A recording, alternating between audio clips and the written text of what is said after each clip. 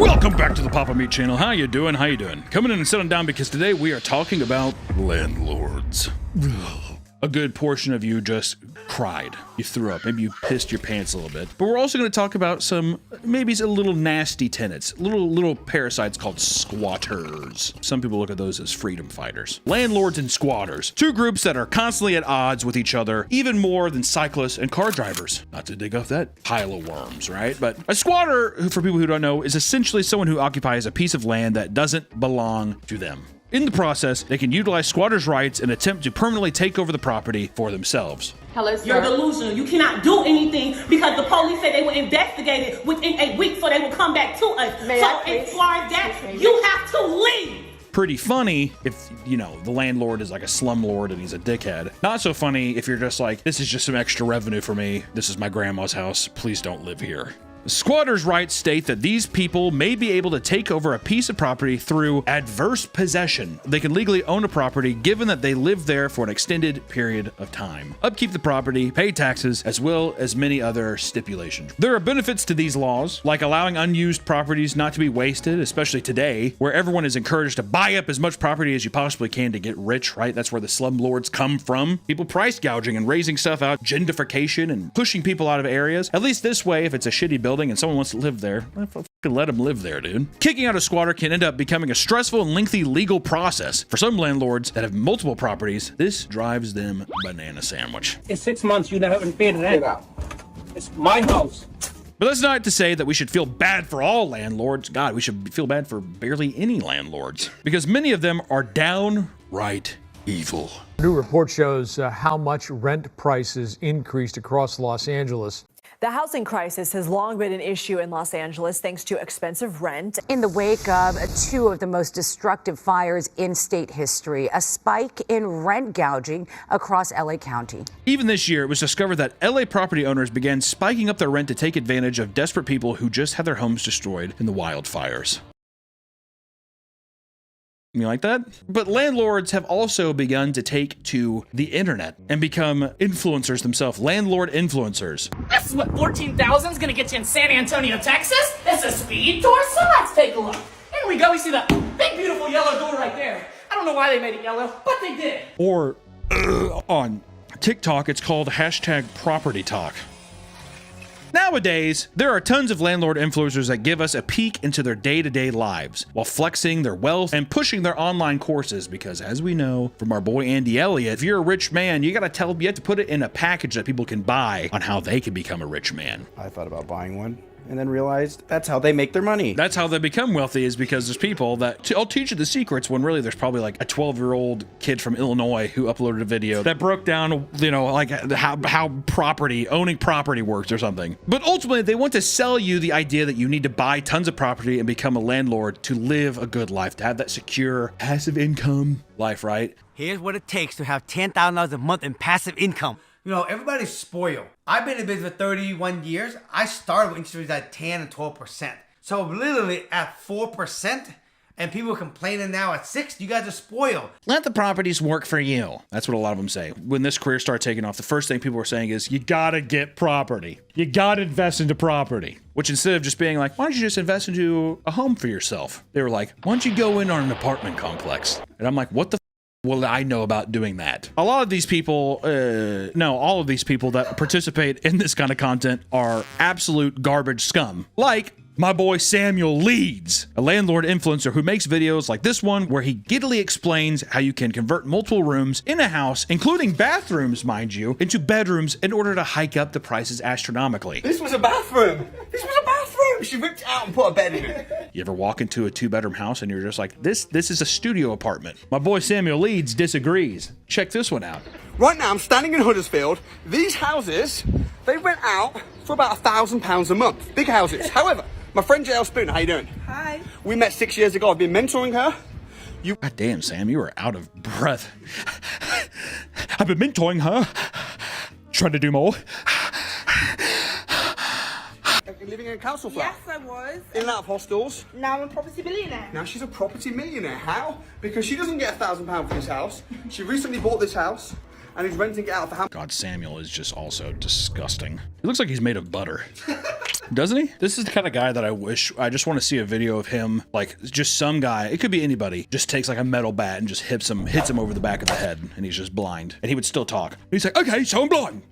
That doesn't mean that I can't go out and convert these rooms. I was looking at a house, technically like 6 bedrooms, but 3 of them were in the basement, but they couldn't call them bedrooms because the ceiling was too short. Yeah, because it would be like a hobbit was living there. Yeah, I've had to rent a house like that before. Like, it's 3 bedrooms, and me and my wife were all excited because we're like, oh, like we can each have like our bedroom, and then you'll have like a little art room and I'll have an art room. And then like went downstairs and I was like, this is depressing. And she was like, oh, I'm shorter than you. And I'm like, I don't want you to be down here in this hobbit hole. Other influencers will record themselves calling their tenants to reveal that they are massively raising their rent. In this case, from $1,200 to $2,200. Isn't that fun? Isn't that great? I love that I get to watch somebody do this and they're all giddy doing it. You're currently rented for $1,100 in that house, and it's in Miami. It's a pretty low price in today's market. I wanted to see if you wanted to stay there. Yeah, I was planning on staying. I don't want to move, and I have been here for over 10 years. I would want you to stay, but we would have to raise it a little bit. Okay, and? There's houses in that area going for $2,500. You could take the lower end of $2,200. Are you kidding me? That has to be a joke. $2,500. That's over double my current rent. I like how also he's adding the emojis and he's like smiling while doing it, being like, she's like, I can't afford, I've been here 10 years. And he's like, I'm already working 2 jobs as it is. Where do you want me to go now? Oh, poor bitch. Once again, dude.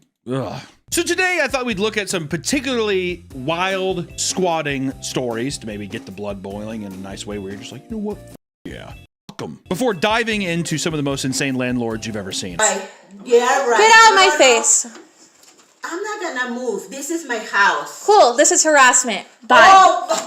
I'm trying to, I don't know, I feel like, are we manipulating people by showing the squatters and then also being like, kill every landlord? I don't know. Both things are interesting. I particularly, if I owned a house and I was just like, yeah, you know what, I got another house and I found out that a dude was squatting there and he just gets to just take over my property, I don't think I'd enjoy that. But also giggling and calling people on the phone, having to raise your rent.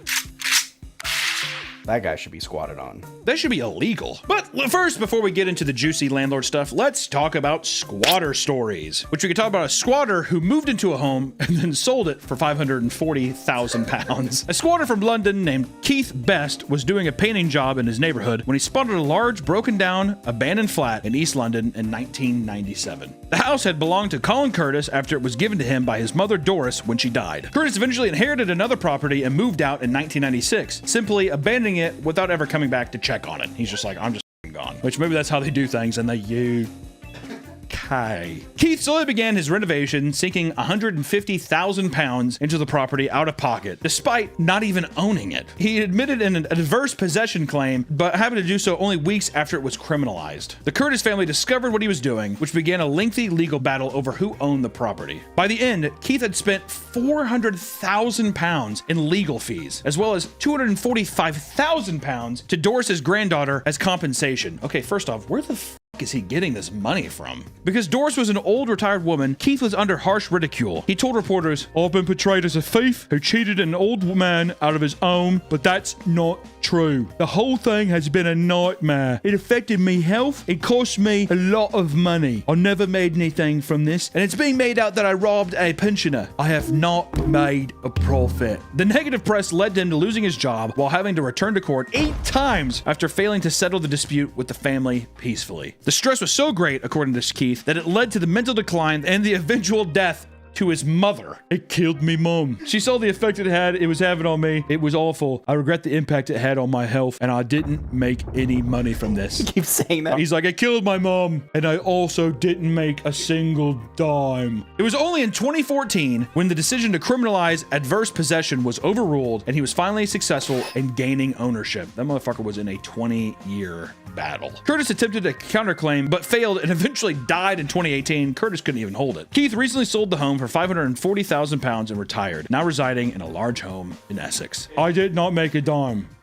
Until now. Which also, $540,000 seems like he still didn't. I lost money on it. With the court fees and everything else, he just sold it. He's like, even Stevens. He's just waiting for Curtis to die. He's like, I'm gonna take it to the fucking Or we could talk about a homeowner who was taken to jail. In 2024, a woman from Clayton County was arrested after her home was taken over by alleged squatters. A woman named Hale had one day discovered a woman named Sakamiya Johnson inside her home, but when she called the police, they refused to have her removed. Under the Georgia Squatter Reform Act, she did qualify as a squatter because she was related to the partner of a tenant who was recently evicted from the property. She even had a signed order that denied that she was a squatter. What followed was a several-month-long court case that eventually ended in Hale's favor 3 months later. However, she found herself in more trouble when it was time to reclaim her property. Hale planned to clean up the house now that it would soon belong to her, only to find that the locks were all broken. Soon, Sakamiya and a man she brought with her had forced their way into the home. When cops arrived, they deemed Hale's action as an illegal eviction since she was forcibly removing items that belonged to Sakamiya, even going as far to yell, "Leave before I get my gun."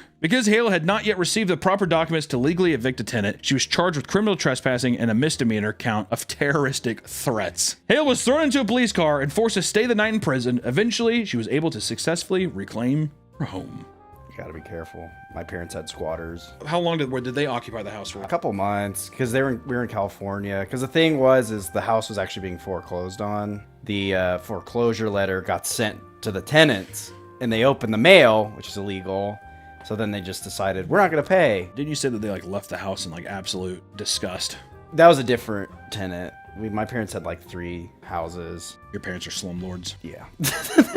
Today's video is sponsored by Hungry Root. Have you ever wanted a personal shopper for groceries or a nutritionist nearby telling you what to eat? I know I do. Well, now you can have both with Hungry Root. They make it super easy to eat high-quality, nutritious food and achieve your health goals. If you're looking for anti-inflammatory, gut-friendly, gluten-free, or dairy-free, all you gotta do is let Hungry Root know, and they will fill your cart with personalized recommendations that only get better with time. They ask you a bunch of questions like, what do you like to eat? How much do you like to spend per week? And then they can begin recommending things that fit your life. Because when you're trying to eat healthy, it can be easy to know what to leave out, but sometimes it's just as hard to find what you should be eating. That's why I'm using Hungry Root to help me steer me towards meals that will keep me on my health goals. Hungry Root has over 15,000 recipes to share, so there's something for everyone. Plus, all of Hungry Root's recipes can be made in just 15 minutes or less. Take advantage of this exclusive offer. For a limited time, get 40% off your first box, plus get a free item in every box for life. Click the link below or go to hungryroot.com and use code PAPAMEAT. That's 40% off your first box and a free item of your choice for life at hungryroot.com with code PAPAMEAT. Thank you, Hungry Root, for sponsoring the video. Back to the video. Now let's take a look at one of the most historic cases of squatting, which took place in 1969 in London. Didn't know so many London cases here, huh?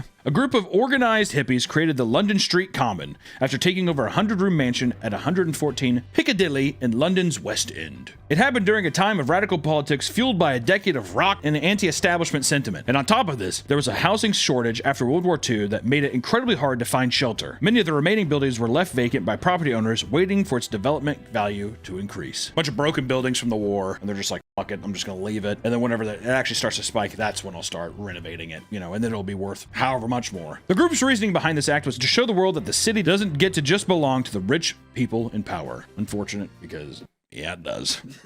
I mean, that's just... The group stormed the building, put up barricades, and even installed a homemade drawbridge over a dry moat in order to keep unwanted visitors at bay. It was renamed Hippydilly. Honestly, dude, creating a drawbridge is sick. I want a drawbridge. What do I have to do to get a drawbridge in my life, dude? Probably can't be that hard to make nowadays, right? You're not a big, crazy one, but just like a little... some chain to get some Home Depot or something. Hordes of hippies, drug dealers, runaways, and more began living in the building. It was so populated that they had to host house meetings and give people jobs, like contacting local restaurants and catering companies that were sympathetic to their cause because they need food to also feed all of these people. Basically became a homeless shelter is what it became. The place became a media sensation to the point where some celebrities would show up, take pictures, and attempt to be seen as hip. Yeah, Mick Jagger with the giant mansion. Oi, you guys are really giving it to him, eh? Many were outraged by their actions, and protesters began chanting things like, "Monkeys get back to the zoo." Those who tried to get into the property were met by members of Hell's Angels, who aided them with security to return for housing. Hell's Angels is in Britain? I guess, dude. I don't know if they fly over with their motorcycles. I like to imagine they're on the inside the plane. We gotta help them, man. They refused to comply with eviction notices, and it only took 3 weeks before the entire mansion was raided by police officers. They gained access by having a few officers trick the security into thinking they wanted to help an ill pregnant woman inside. Classic ruse. Only to send in 200 more officers. There's a pregnant lady in there who needs help. Oh, really? Hippies started chucking iron bars, wooden planks, and other items around the house at the officers, but it was all shut down fairly quickly. There were a few arrests, but a majority of the residents left without pushback. They're just like, just get out of here. Just bloody well get out of this home. This event ignited a squatters movement that continued for many, many years, falling into the 70s, probably the 80s, y'all. But then we have landlords. Let's just say landlords, yes, they price gouge. There's a lack of human empathy that goes into the business of that. But we can also talk about a landlord who gave its tenants lead poisoning. Yeah. In 2024, pretty recently, a property management company named Lemoore rented out apartments in Brooklyn, New York that led to young children getting lead poisoning. Tenants were interested in the property after being lied to about the conditions. Fast forward to when they moved in, and tenants were met with leaks, mold, rodent infestations, elevated levels of lead from the paint, mold again, and water leaks. The pictures are disgusting. And in the end, 130 young children tested positive for elevated blood lead levels since 2012. Apparently, this is one of the many cases where the company had screwed its tenants over with their living conditions, reaching housing violations of over 30,000 people. In court, they were forced to pay $6.5 million in settlements, a relief that is considered historic for a case of this kind. $3 million of that settlement would go directly to the tenants impacted by the poor living conditions. So that's nice. At least there's something, at least it ends on a relatively healthy note. I will say, to be in this position where you're just like, okay, fine, I'll sign the lease. I'll go do, we'll live here. And to show up and you're just like, well, I mean, I can't afford anything else. Tragic, man. Especially in a beautiful country like this. How the hell could that happen? In a beautiful city like New York.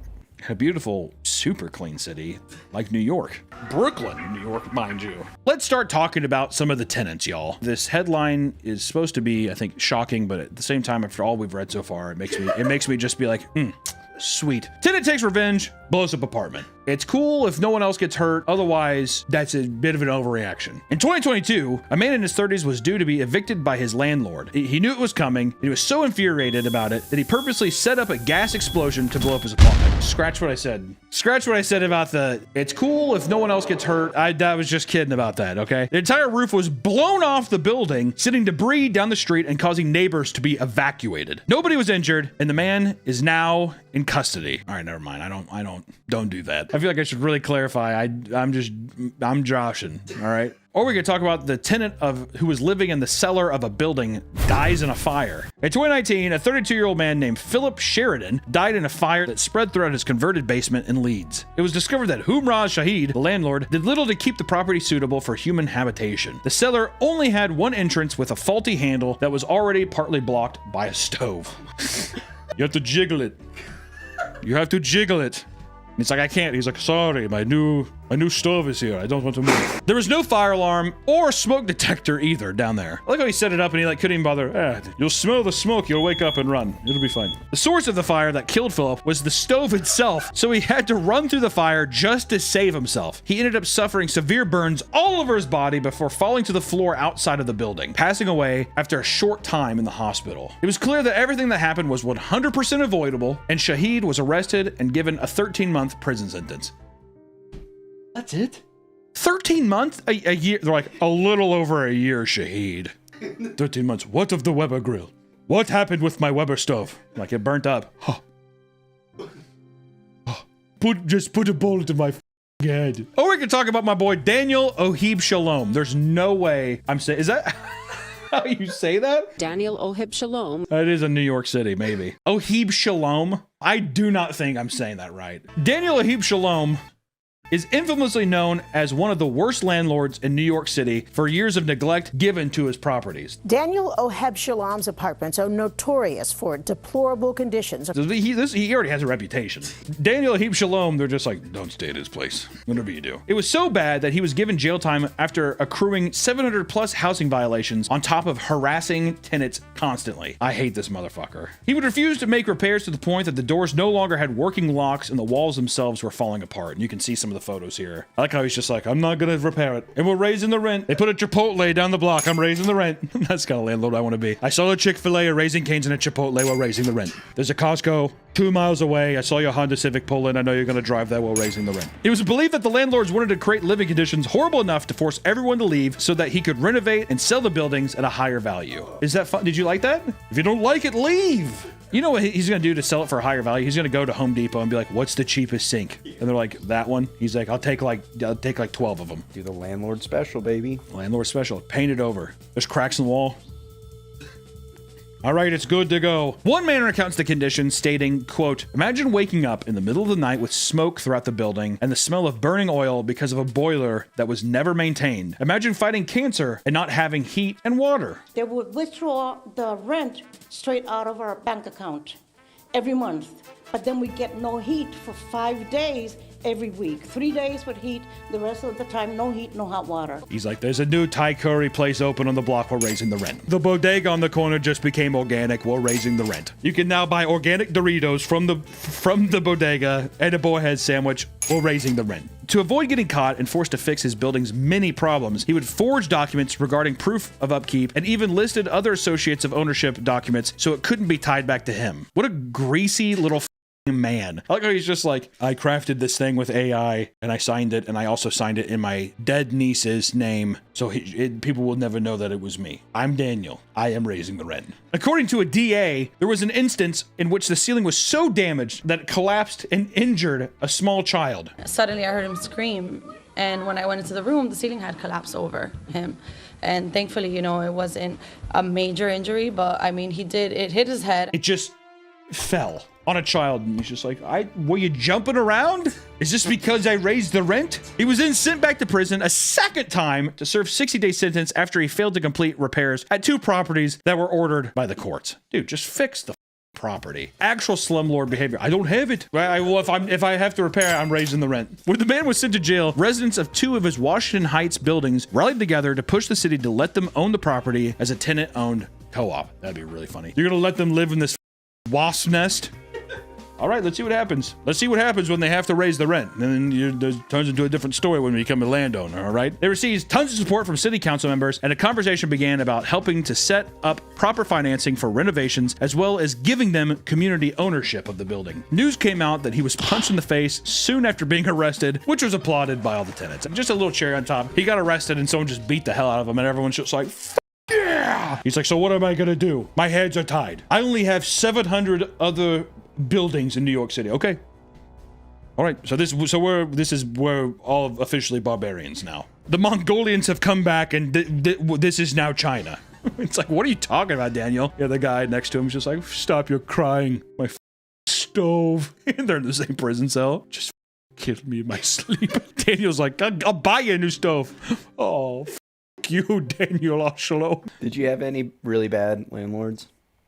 Yeah, dude. I think that there's ethical ways of also just being like, I have to raise it. Property values going up to meet demands with whatever. I need to make my end too. Maybe there isn't an ethical way of being a landlord. I don't know. Especially whenever I was living in like lower income housing and stuff. Those are always the worst, at least in my experience. And then you would have to put down this huge deposit for cleaning, and you never got it back. At the beginning, when you move into an apartment, you take pictures of all the stuff where you're like, hey, there's this, so you don't get charged with that end. At the end, the woman sent back the pictures that we took at the beginning of our stay that was cleaned and that was clean, and said, oh, well, these are the things that we have to clean, so you're not getting your deposit back. And we were like, that's the pictures we took 12 months ago. And they're just like, shot, and they just ghosted us. And what can you do? And at the end of the day, you have to like live with it, just being like, well, there goes like a $300 to $500 deposit or whatever. And I think that's where they get you too, because they're just like, once again, I'm talking on my ass, but I would say like 90% of people don't get their deposit back easily. Like, it's just some shit where it's like, well, the blinds are messed up. It's like, those are $30 blinds on top of a fucking $1,200 deposit or whatever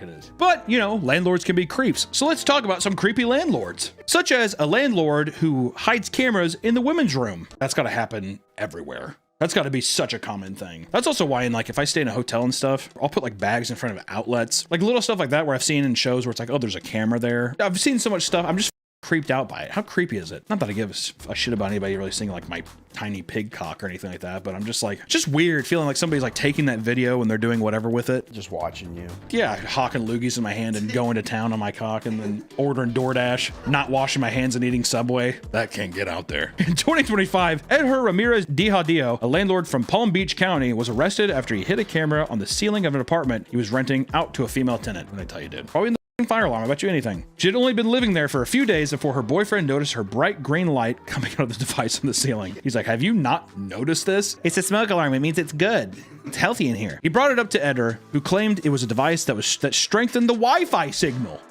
Suspicious, she asked him to cover it with a piece of tape. He ended up just using a small piece to cover up just the blinking light part. She thought something strange was going on and removed the device to find that there was an SD card inside of it that stored various photos of her in the room. The man was charged with digital voyeurism with a bond set to $7,500. I like to leave up these pictures for a second just to be like, I don't know if you're ever in Palm Beach and he's like, hey, you want to come check out that deal? Be like, I think I'm going to pass. Also, what's creepy about that too, how many people has he done this to? How many times do these landlords, they're like, they show you the place, they're all nice, and they're just like, you could use the restroom, just in there. And they just have people come in, you know? He's like, I gotta get my fix before the next person comes in. Just right back there. Ooh, there's no toilet paper? I'll go run get some. Just sit there and wait. Just sit there and wait. That's how they decide who they're going to rent it out. Yeah, whoever takes the smelliest shit. He's like, those are gonna be some juicy pics. Or we can talk about a landlord who stole some tenants' lingerie. Just seeing the picture of him immediately. Like how he's just like, I just don't know what I did wrong. That's what his face looks like. I smelled good. Is it a crime for me for things to smell good? It's like, no, it's a crime that you stole it, you fucking creep. He's like, okay, news to my ears, man. In 2021, a 45-year-old landlord from Ohio named Ivan Rock was accused of illegal and disgusting behavior by one of his female tenants. According to the victim, she had seen Rock's behavior shift to become more aggressive and menacing over time. Jesus. At one point, she had returned to her home to find him sleeping on her couch naked. It was an accident. This isn't my house. Darn it. She returned home to find that Ivan had come into her place to leave her brand new lingerie as well as condoms for her. Eventually, he wanted her out of the house, calling her to say that he already packed all of her belongings. She came home and noticed that she was missing a digital camera as well as a pair of lingerie. The one he gave. Yeah, I'm sorry I took back my gift, dude. The unappreciated gift. She told police that she became terrified of the man to the point of committing to leave out of fear for what he might do next. After talking to the police, Rock was arrested on charges of menacing and petty theft charges, and his bond was set to $2,500. What about the naked incident? Okay, so there's no oopsie daisies. Okay. That's all he got charged for, was just being like, you took some of her panties, Rock. Admit it. He's like, okay. Well, so it was on her couch naked. He's like, they're like, shh. We didn't hear that part. All right, now here's $2,500 bail bond, Rock. Thank you. In any case, the issue between squatters and landlord is a complex one that I will not get involved in. I'm not opening that can of worms. I'm not doing it. Death to every landlord.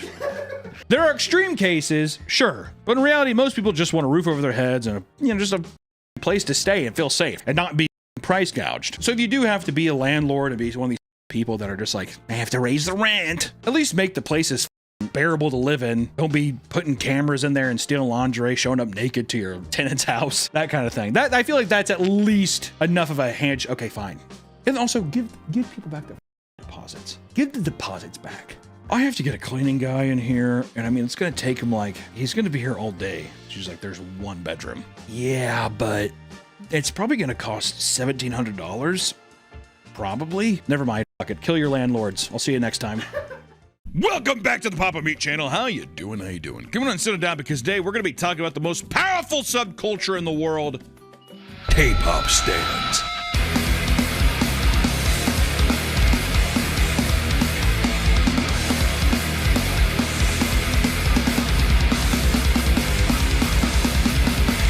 K-pop!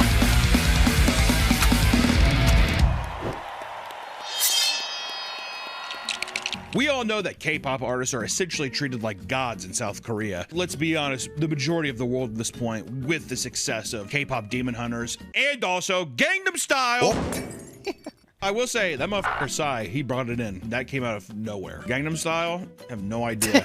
You have no idea the cultural impact that had. What is he up to now? Dude, he's still selling out stadiums. It's insane. Every time I see a vertical video of a Psy concert, I want to go. They shoot that motherfucker up on the stage, and I'm like, it's a sold-out arena. what I wouldn't give. I don't want to go to one in the States though. Take me to Korea. Well, a certain part of Korea. Yeah, the southernmost part of Korea. I'll go. If we venture up to the middle a bit, I'm gonna be like, I'm not going any further. Yeah. I'd like to visit the middle. No. We all know that K-pop artists are essentially treated like gods in South Korea, meaning those that criticize them are often the subject of some pretty insane and toxic treatments online. I mean, it's very similar to any extreme subculture, I would say from personal experience, the Swifties or whatever, but I'm wondering, do you think K-pop, at least used to be, K-pop stands were the biggest butt of the joke on the internet? Now I feel like it might be Swifties now. Like, do you think K-pop stands are as prevalent like Swiftie hate now? I feel like Swiftie hate's taken over. K-pop was like...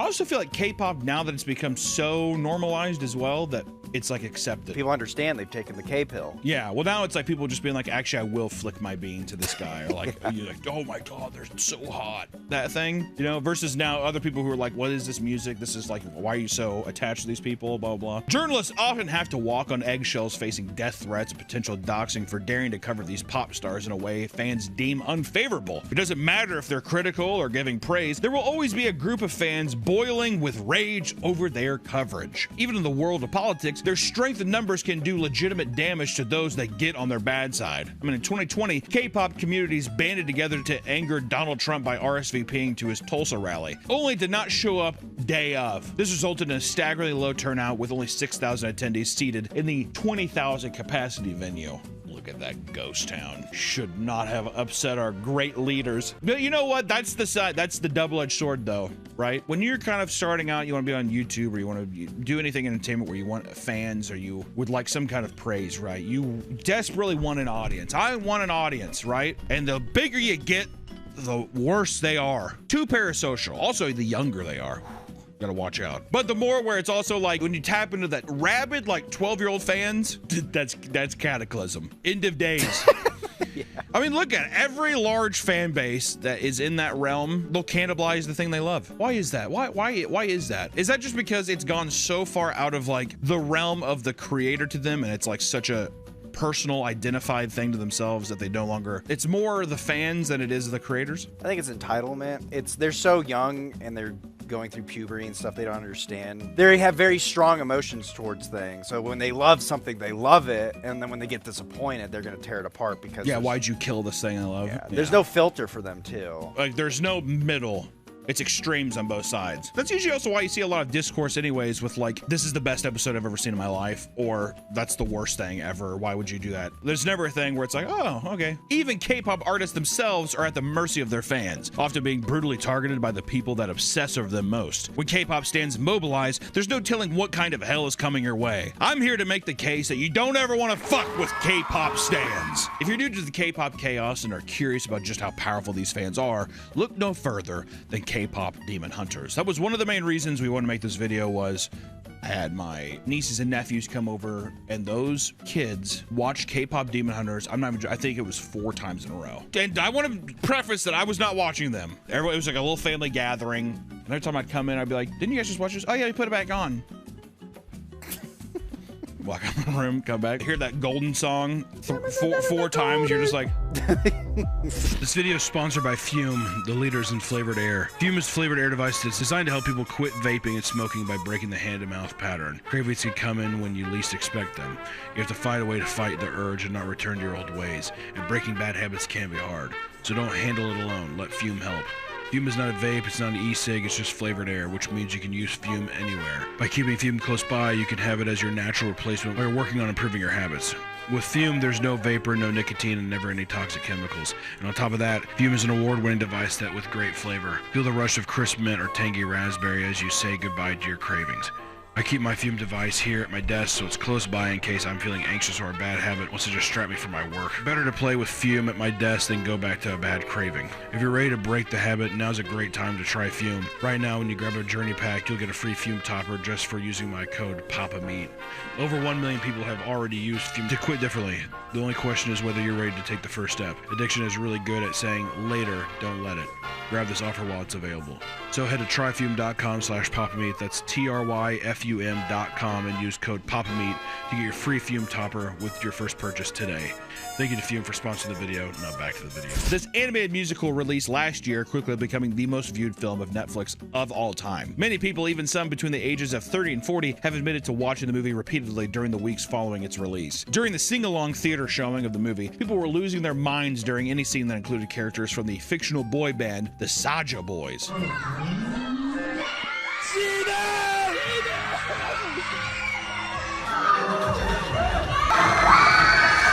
It didn't take long for K-pop fans, new and old, to obsess over the film. One fanfiction site, Archive of Your Own, reported nearly 4,000 K-pop Demon Hunter posts were made less than a month after its release. And the insane commercial success led to an endless sea of Demon Hunter branded products flying off the shelves and into consumer hands, just like the Chicken McNugget sauce at McDonald's. God, that second picture is disgusting. All right, let's not shame the person for eating a little K-pop Demon Hunter sandwich. Looks delicious. At one point, McDonald's collaborated with Netflix to create both the Saja Boys breakfast meal and the Hunter X meal. The Hunter X meal. Huntrix meal. Is that what it's called? That's their band, the girls. Oh, the Huntrix meal. Okay, the girls' band. The latter of which comes with a putrid-looking purple-colored demon sauce that is now flooding eBay for obnoxious prices. We saw something similar with the Szechuan sauce, the Rick and Morty fame. I take a Rick! One beloved dum-dum! If anybody wants to pretend they don't remember that. To collect the shiny and rare photo cards that come inside these meals, grown adults are buying them nonstop and choking down the food, even though they're sick of eating them. At least that's what they say. Oh, I hate eating this. Just gorge themselves. Other fans going to events like Anime Expos have created shrines in honor of Jinnu, a character that dies at the end of the film. Spoiled, Yeah, sorry. spoiler. What the fuck? I haven't seen this yet. Yeah, sorry. Oops. Hope we didn't. Uh-oh. The shrine includes a marriage certificate. Someone married him. I know that was a big discourse. Everyone was just like, why did he have to die? Wasn't he? Aren't they evil? Aren't they demons? Yeah, he was a demon. But so is the main girl. She's part demon. That's her whole But thing. she's Blade. She's Blade. Exactly. But she's got like the tattoos. But she's Blade. Everyone's like, they wish they had a happy ending and had babies and yada, yada, yada. Oh, so they wanted the Blade woman and the demon guy to... They were meant for each other. Oh, but does she kill him? I don't know. I haven't seen it. He either sacrifices himself or because the demon dies, he dies.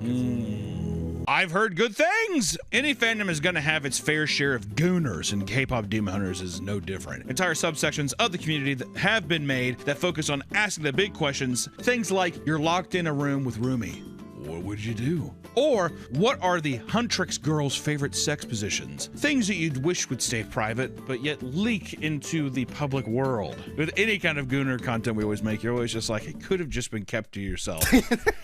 You know? One of the most depraved things we're seeing with Demon Hunter phenomenon is the birth of pregnancy content. And let me tell you, friends, this is not anything new, but it's interesting. It really is that quote of, for those who don't if you don't know history, then history is doomed to repeat itself, kind of thing. And with vor and pregnancy content, it seems that history is forgotten far too often. Similar to the Elsa Gate controversy that emerged around a decade ago, people are making strange and vaguely sexual content. While tons of YouTubers have made videos about characters from the movie being pregnant, they're often just standard skit or challenge videos, which I still don't understand why you need that. You could have the K-pop thing, I get that, because these are all like the kid-centric. For people that don't remember Elsa Gate 2, it was Spider-Man and Elsa. They were made by Prank, that Prank channel. They were popular. So Ethan Bradbury? Ethan Bradbury? Pretty sure it's them. It was the thing where it was like kids content, but it would be like vaguely sexual. It was huge though, like gigantic. This is before also the whole COPPA Act came into YouTube and all the like, before there was like a YouTube Kids and that, blah, blah, blah. But now we're seeing that, and I'm always wondering, and why is it that the fetishization goes towards children's content in this way? What is the appeal there? Because I know that they present it in a way where it's innocent and silly, but the subtext around it is... I just don't know why kids are watching it. Maybe there's a fascination kids have with it. Well, because it's definitely younger than 12. It feels like it's for younger than 12, right? Like 4-year-olds. Clicking into the Shorts tab, however, you'll find all sorts of bizarre AI slop content that have insane amount of views, with many revolving around pregnancy. One, for example, shows the members of the Saja Boys trying out a pregnancy simulator at the mall, only to lead into a montage of them being legitimately distraught over the pains of bearing a child. The 4-year-olds are gonna love this. The K-pop Demon Hunters craze isn't going anywhere. That's great for K-pop fans, right? Wrong! wrong. The truest fans actually resent the movie's soundtrack for surpassing their favorite idols on the charts. How dare they? Actually, that's a big thing. A lot of people say it's not even K-pop. It's English. Yeah, exactly. Some Korean sprinkled in. Yeah, they have a little dash of Korean. Actually, that's the fucking smart thing that K-pop does. It's all Korean, and then all they have to do is just say like 2 English words, and that's how you connect. Or you're like songs in English, and then the chorus is in English. So you get like that. So you have the earworm part in English. Like, oh. Exactly. It also helps that it's either beautiful women or beautiful men singing it. Well, it does help that it's these doll-like people singing at me. I remember I was also fascinated in this subject for a video because I kept on my Instagram reels for some reason. I keep getting fed. It's like all these people will be on a stage and it'll be in front of a live audience, and then the guys will be sitting there and the camera will zoom in on one of their faces and they'll be like, and then the crowd will go, oh, very nice, and it'll cut to the next guy. Oh, and I think it's supposed to be like, they're so cute. It reminds me a lot of like the Ed Sullivan Show with the Beatles. Like it feels that archaic and old, where it's just like, aren't they handsome ladies? And the girls like lose their minds. Having a passionate, devoted fan base can be great in many ways, but things get much more bleak when you delve into the life of a K-pop idol. The process of becoming an idol is a grueling one that takes up years of your life. This can be quite alarming when you take into account that many idols debut at as young as 14 years old. And that's them debuting. Those motherfuckers are getting plucked up off the streets. Young, you know, that's the weird thing. The weird thing is like, which it might be the same in America. It probably is the same in America, but it's I guess it's, you know, the Justin Bieber effect too. But it's like an agency will literally look at like an 11-year-old and be like, you know what, you're a cute kid. I think that you want to be a K-pop idol. And they're like, of course. And then you basically live on a fucking compound, and you're basically crafted into this star that they're like, we're gonna make this many albums. You're gonna be in this group, whatever. It's very odd, but it does feel almost like like literally like in Korea. It's like, hey, come here. You want to be a K-pop idol? It feels like that, almost that secretive. I bet it's the parents too. Take my son. Yeah, dude, it's the same. Exactly. Exactly. At the end of the day, you have to look at the parents and be like, what the hell is this? You wouldn't sell your child to become a K-pop Of course I would, Nick. Of course I would, but I have to pretend I wouldn't. Agencies tend to prioritize the most youthful looking people, believing they attract the largest audience while also being the easiest to mold into the perfect talent. Children who set their sight on this kind of stardom basically end up deprived of a normal childhood, opting to focus on rigorous training rather than socializing with their friends. But to those that do want to sacrifice this precious time, becoming a K-pop idol is basically like winning the goddamn lottery. The first step is becoming a trainee, which means beating out hundreds of thousands of auditioners who are working tirelessly to stand out amongst the rest, right? And once you become a trainee, you enter an exhausting process meant to prepare you for your eventual debut as an artist. This means long days, training choreography, vocal skills, language skills, modeling skills, acting skills, all alongside hefty media training. Idols have admitted that you eventually start moving without any sleep over time. That's fun. Every aspect of your life becomes managed by the entertainment company, including your physical appearance, and one trainee admitted feeling that the program ruined her life and caused her to develop an eating disorder after only 8 months. Yeah, dude. You kidding me? Yeah, there's a huge eating disorder problem in South Korea. 100%. There's a lot of content too online that focuses on these trainees, I believe, that are doing like smaller gigs, and they have like smaller fandoms so far and stuff, but there's so many. It's insane when you think about actually the amount, which I guess that's the same with any other musician on earth, but just like the amount of groups or idols that are trying to be out there, it's crazy. You know, that was the one criticism I saw a lot of K-pop, or in the Demon Hunter movie, they're eating too much food. They're like, if this was a real K-pop band, they would eat nothing. Oh, don't worry, the managers would cut that shit off very quickly. Yeah, but it's cute anime, and you have to do that, They right? eat the ramen noodles like this, and they make the little cat face. Meow. I also like ramen. Yeah, that's my engorged fat ass watch it. She looks just like me. Depending on your contract, leaving because of the harsh conditions can put you in a nightmarish amount of debt. Whether they successfully debut or you quit the program, many artists are forced to pay back the money a K-pop agency pours into their training, which is so fucked up. It's so fucked up to just be like, you should get this surgery. We're gonna do X, Y, and Z. Also, you like live with us. They're probably charging like rent to where if you do leave, it's like, hey, here's the bill for all the money that we put into you. It's like in the United Arab Nation. What's the big tower in Middle East. Dubai? Dubai. There you go. They would go to like India and they'd get people to hop on a train, be like, we'll come and, you know, you'll make X amount a week or whatever. Not letting them know that like their boarding's not free and that weekly allowance is actually like their lodging and food. So then they get stuck in these huge contracts and they're like 100 miles away from their home and they're just trapped in Dubai. And then once they're done with their project, they're just homeless. So.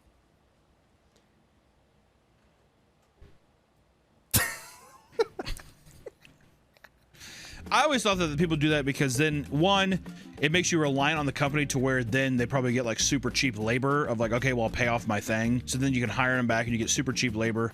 Or in this case, it's a cult-like mentality for K-pop idols where it's like, well, you could do that and be dead, or you could just kind of go through with the idol thing and try to make it big. Because all the K-pop like record labels and stuff, all they want to do is like hedge their bets. Exactly. It's the sea turtle method. You make a bunch of sea turtles hoping that they get to the ocean. If not, might be a couple that drop along the way, but you can at least exhaust it to no end and monetize it until you can't anymore. And you squeeze them for every penny they have. Exactly. I mean, like I said, you monetize it until there is absolutely no drops left. One artist admits that a majority of her time was spent throwing her paychecks at an absurd $150,000 debt that she had cured. This all means to say that the life of an aspiring K-pop idol is wrought with grueling health risks, financial troubles, and endless criticism. And that's before we even consider the toll it takes on your mental health. Also, you gotta watch out for falling monitors.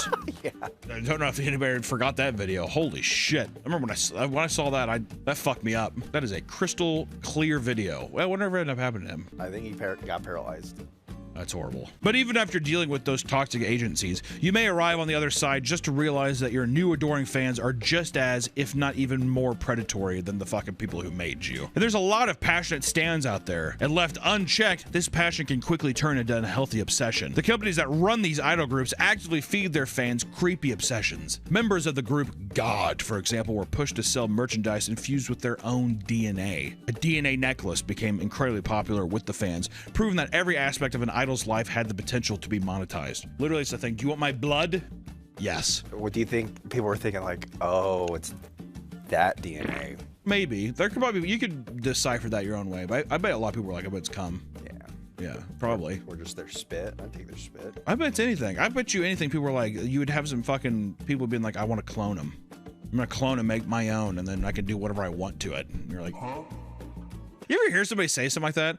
Oh, if I had their DNA, like, no, not necessarily this, but like, oh, I wish I had a clone of them. And you're like, what the fuck does that even mean? Abuse them. Well, that's what I mean. I just be like, I'm gonna hit them around and just do whatever I want to them. But they had no conscience, so it was morally, you know, there's no ethics. It's what makes it even worse. It's like this just this vacant life, like it's just a vacant living thing. But he loves me.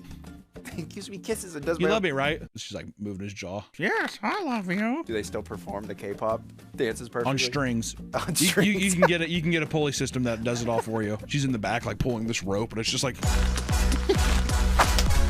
I think if it doesn't have a soul, you're fine to do whatever you want with it. Okay, serious fans don't just want to watch their favorite idols. They want to talk to them and be their friend. I'm still just getting over the soul line.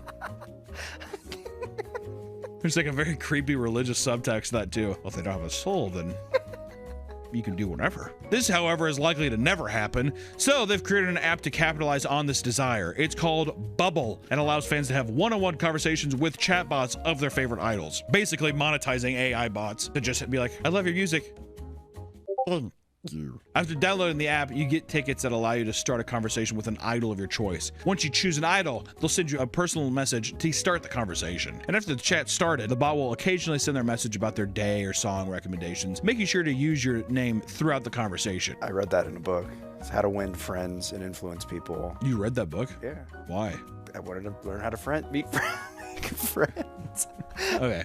Well, that's that's a fair, I guess, answer to that. I don't know why it's so manipulative at first. Well, it's a business book. Okay. One of the tricks is like when you introduce yourself, repeat their name and make sure to say their name. Tyler, nice to meet you, man. I'm Nick. Yeah. Hey, Tyler, what do you do? Like keep repeating your name. Yeah, Tyler, that is awesome idea. I love that. Yeah. Because then they feel like, oh, this guy really cares about me. Yeah. Man, said my name like 70 times. And then at the end of it, it's be like, hey, good talking to you, Tyler. We'll stay in touch. And they'll be like, we will stay in touch. That book did wonder for you, man. You're like, yeah, I read it like 4 times. On rare occasions, the idol will send quick voice memos or discuss their mental struggles with fame. I felt ugly. I felt gay. I don't know if I want that. Sarah, get me out. Jisung. See, I feel like I'm like their therapist, and I feel special. I'm like, no, you got to keep going. I know. Oh my it's God! Tough. I know. If a K-pop idol was just like, I'm in pain, in misery, please help me, you'd be like, no. I said, you got to keep going, babe. Stop it! You're doing so great.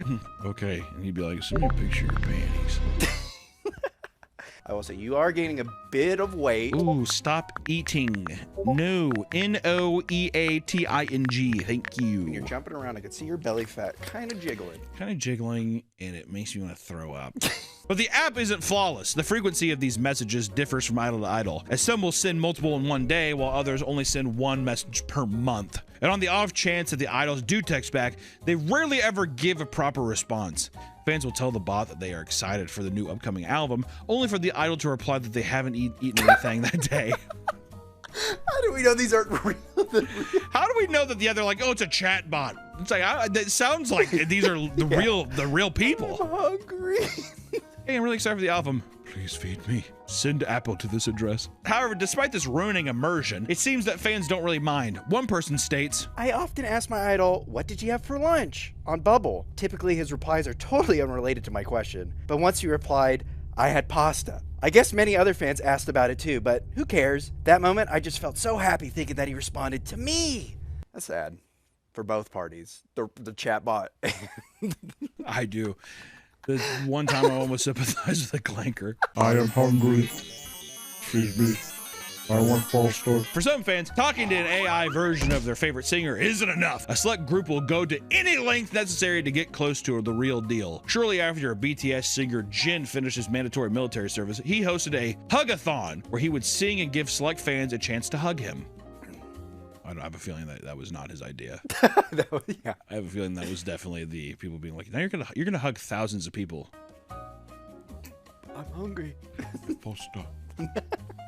A woman from Japan traveled all the way to Seoul, South Korea to see her idol, but she wasn't going home empty-handed. Once it was her turn, she ran up to Jin and kissed him on the cheek before running away. Following the event, the woman would post on her blog saying she kissed him on the neck and his skin was very soft. This fucking outraged fans so much that one filed a criminal complaint with the South Korean police, and now a joint investigation is being opened with the Japanese police to find and arrest the woman for sexual harassment. Nick, open up the floor because I know you have something to say. Do you think that a simple peck on the cheek during a hugathon is worth sexual harassment charges? Oh, is it worth it? Yes. That's still sexual harassment. Dude, if you're, and I don't think, and nobody should be open to anyone physically touching them in a way that they don't want, obviously. But if you have a hugathon and someone does, it runs off. You develop cold sores the next day. Exactly. Or you put a box around your head. And everyone can kiss the box. Or you have a dummy of yourself. You kiss the dummy. Yeah, he's holding the dummy while they hug him. Yeah, kiss the dummy, hug me. Assistant fans come in all shapes and sizes, and for every K-pop fan hopelessly obsessed with an idol, there's a fan that absolutely despises them. These people are referred to as anti-fans. Most anti-fans conduct themselves online by criticizing and harassing K-pop artists. For example, Seattle-born artist J-Bomb from K-pop group 2PM was hit with a petition titled J-Bomb Should Commit Suicide.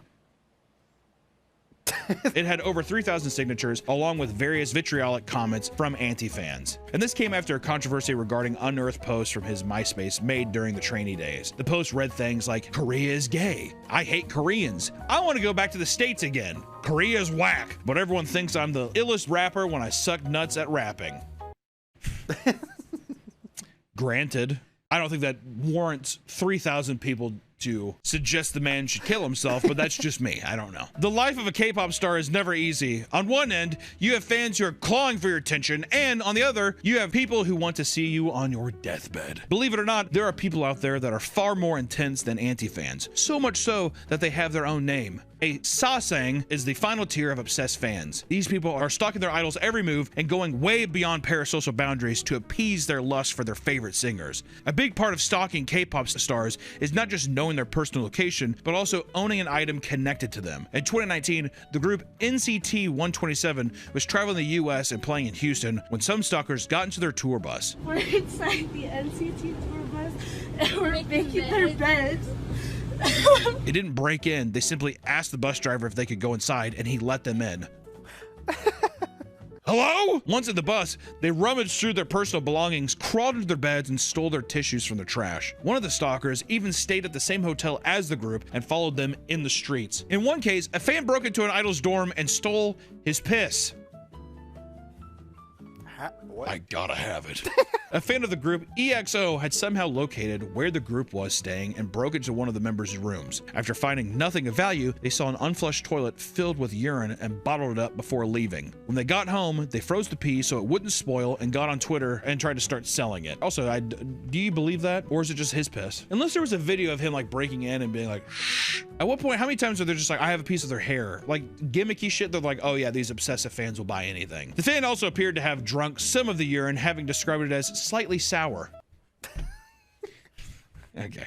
Sometimes if people can't get a hold of personal items, they try to take the K-pop stars for themselves. The singer of Girls' Generation, Taeyoon, was performing at the Angel Price Music Festival when, out of nowhere, a man ran onto the stage and grabbed her. He took her by the arm and began nonchalantly dragging her off stage before security and fellow group members pulled her away and removed the stalker. What did he expect to happen? All right, come on.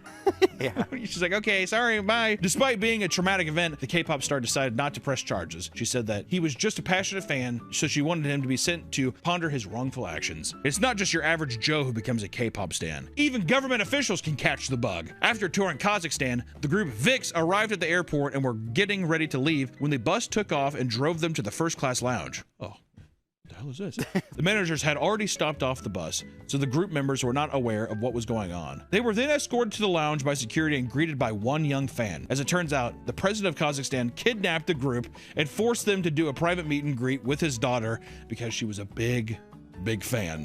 Which also could have just asked us. You could have just been like, hey, do you mind meeting my daughter? No, that's a surprise. Meet my daughter. Yeah, She that's loves a you. fun surprise. Thank you. The worst thing that could happen to any K-pop star is having their address leaked and spread through the stan forums. BTS member Jungkook has been suffering for years as stalkers regularly come to his home. Fans have left letters underneath his door and even sent him food. This led to him once going on a live stream to beg his fans to stop sending him food. No more! However, this is pretty tame compared to what other stalkers have done. Park Yoo-chun, or of JYJ, was mortified to learn that fans have figured out where he lived and installed hidden security cameras to watch his every move. Oh my fucking god, dude. That is, ugh. Hours of footage were posted to forums of him walking from his car to his residence. Even compared to all of these nightmare stories, singer Taekyeon might still have the worst fan interaction of all time. The female superfan discovered his address and sent him a letter professing her love. Probably gets that a lot, or, you know, not out of the blue. K-pop idols receive hundreds of love letters a day, but this one was special. The person who sent it wrote the message out in their menstrual blood and sprinkled pubic hair throughout the page. Don't know if we can show the post, but those pictures are pretty gnarly. Many fans of the star didn't believe that the letter was real, so the woman posted a picture of a bloody pad that she used as an inkwell to write the fucking letter. That's a good one to end it on. Yeah, we'll end it there. There's something about K-pop artists that sends people of all ages into an absolute frenzy. It's terrifying to see just how far an obsessive fan will go to be noticed by any idol that they adore. Becoming an idol can be incredibly lucrative and can come with a lot of life-changing opportunities, but it's hard to argue that it's worth the irreparable damage it can do to a person's mental state. If you're a fan of a public figure, for the love of God, just act like a normal person! Beyond the celebrity, they're just normal people who want to take a smoke break without the fear of a crazy fan is gonna come yank their hair off or fucking try to throw acid in their face or steal them for themselves, right? Just enjoy the thing and move on, right? Be a fan from a distance. Also, watch K-pop Demon Hunters. It's streaming on Netflix and it's really good. And I might be a huge K-pop stan myself. So, until next time, guys, we will see you then. Bye-bye. Even brighter than the moon, moon, moon. It's all up to you.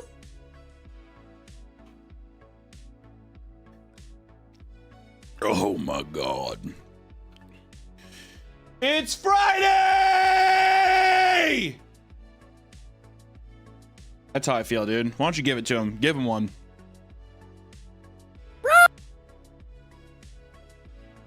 They got cut out. No one heard that. Oh. Give him it's Friday. Give him a nice one, dude. It's Friday. I feel like that's supposed to be. Is that like a little bit like Saturday Night Live? It's Yeah. Friday night. Like, I don't know. I was trying to do. What is the R.I.P. David Lynch? It's Friday once again. Wait, he's dead? Yeah, David Lynch is dead. He died in the fires.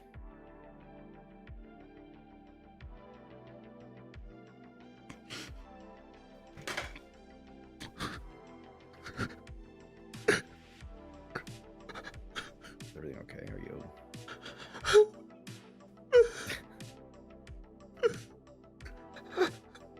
Oh. Hey. I'm changing the title because we got demonetized. I like how Katy Perry dies in SPAC. I didn't even put the E there. I put Lost in Space because it's yellow. The stream's yellow. No! Come on, turn green! I'm requesting review. Please, please! It's already under review. It's already confirmed by review. No, I just requested it. Oh, there you go. I removed dyes, and now she's lost in space. There you go. There you go. That should change the whole thing around, shouldn't it, Nick? Yep. Guys, welcome back to your weekly meaty news. How's it going? Pretty good. How's everyone doing in chat here? We already got one donation that says, what the hell does it say here? Hope you're having a good Friday, Papa Meat. Yeah, I'm doing okay, I guess. I'm doing great. Thanks for asking. Mac Daddy has became a member again and has been a member for 9 months. Nick, oh, that's almost a year. Isn't that nice? That's a whole pregnant woman right there. That's a pregnant woman if I've ever seen one. Guys, we got a lot of stuff to talk about today. A lot of exciting things. As you know, we like to have a nice little ease into it. Here's the craziest thing when these become VODs, Nick. The craziest thing afterwards is people will be like 10 minutes or 20 minutes before he talked about something. What the fuck do you want from me, dude? It's like we're here for an hour and a half usually. God forbid 10 minutes goes by. God forbid. We gotta let people get in. This is gotta let people get in. So guess what? Here's the thing. If you're watching this VOD right now and you say something like that,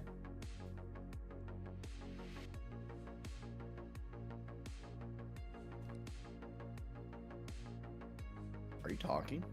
No, I didn't say anything. Oh. It's hard when there's a delay on the screen.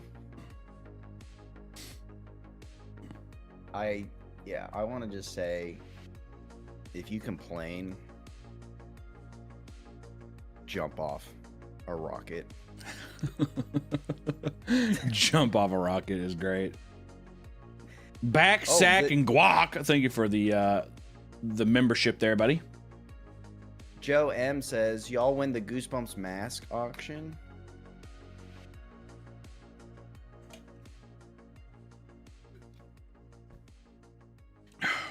What? Oh, someone asked if we won the Goosebumps mask. I can neither confirm nor deny. Yeah, can't say. Sorry, I have to talk to my lawyer. You'd have to talk to the legal team about that one. I love you, Mr. Meat. No, you don't. Shut up. Tim, my boy, says, I'm piss ass drunk watching you and listening to Alice in Chains. I mean, okay, first off, you got me with the Alice in Chains part, but buddy, it's a bit early. Nick, should we make ourselves a nice drink? I'm not going to. It's too early. Oh. It's too early. I was gonna say yes. Go right ahead. Make yourself a see, now this is what happens here. See what I said? I said, should we make ourselves a drink? You said, sure, go ahead for yourself. What a guy. What a man. What's wrong with that? I need to stay sharp, okay? If I have one drink in me, it's over. Yeah, that's when all the unpleasantries come out, huh? Yeah, slurs and. Oh sure. Oh, absolutely. Things I shouldn't be saying. Papa Meat D&D live stream win. Fucking never, dude. That's what I say to that. Never. There's too much D&D stuff out there. No, I'll say it. I think there's not enough. No. I'll say it. Too much D&D stuff. No. I'll say it. No. I'll say it. No, there literally is actually not enough. And I'll tell you this. I just don't want to do it. Why not? I don't want to do it because it's such a time sink. Oh. You know what I mean? Want to played 8-hour campaigns. Well, it's not only is it 8-hour campaigns, but then it's like, how about we do this for 4 years? Every weekend for 4 years. And then it's like, what the fuck am I even actually accomplishing? It's about the story. This is not the way I want to digest a story, if I'm being honest. That's how I feel. You're having fun with the bros. You're being creative. You're going on an epic adventure. Are we? Yeah. Well, in our minds. Yeah, and then in our minds, that's what happens.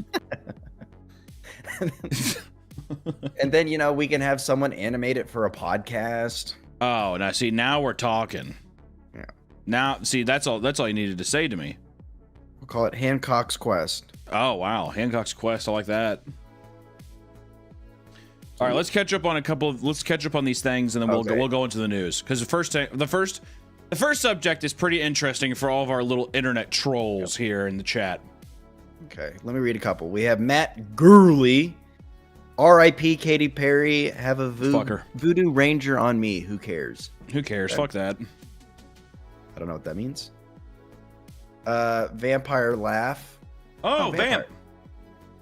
He says, gotta get these broke bishes going. Oh, absolutely. You gotta get the bro bishes going. I Crazy Twitch joined the Meat family. Thank you, Crazy. Did you say Lost in Space? Yeah. Hey, did Katy Perry actually get lost in space? Find out. I got clickbaited. Fuck you! Did someone say that? Yeah. I got clickbaited. Wow. Is she up there or not? Okay. False advertising. God, it's a fucking live stream, dude. God damn. Get the fuck out. I can't take it, Nick. I didn't get a lot of sleep. I know you got how much sleep? 2 hours? Not enough. All right? Not enough. What were you doing up so late? Fucking, you know what I was doing? I was mining Bitcoin. Oh, I thought I thought you were earned for the mines. Earned for the Flint and Steel. No. Okay. You know what? Fuck it. I'm just going right into it. Also, I wasn't. I think people are gonna believe that I was actually mining Bitcoin. It's not true. As much as I'd love to have a Chinese computer factory that is mining constantly, that's just not the case. Okay, here we go. We're gonna go into our first media news segment, Nick, if I could be so bold. You may. So here we go. Ladies and gentlemen, and trolls alike, and for the guy who's like, I got clickbaited. First off, that guy who said he got clickbaited, put on a hard hat and your spit bib because, you know, you take that as you will. 4chan got hacked. Ladies and gentlemen. Oh, no. 4chan got hacked. You hate to see this one, actually. This hurts. I'm a daily 4chaner. Nick is a daily 4chaner. You hate to hear it, but it's true. 4chan, the popular and controversial internet message board, had been hacked by a user of a rival website known as Soy Jack Party. What the fuck? What is that actually a thing? I guess so. It's a competing website called Soy Jack Party. Wow. Wow. On Tuesday morning, thousands of people reported issues accessing the website. Soon after, screenshots were posted on Soy Jack Party showing evidence that they were the culprit with the access to all the my God, my fucking eyes, dude.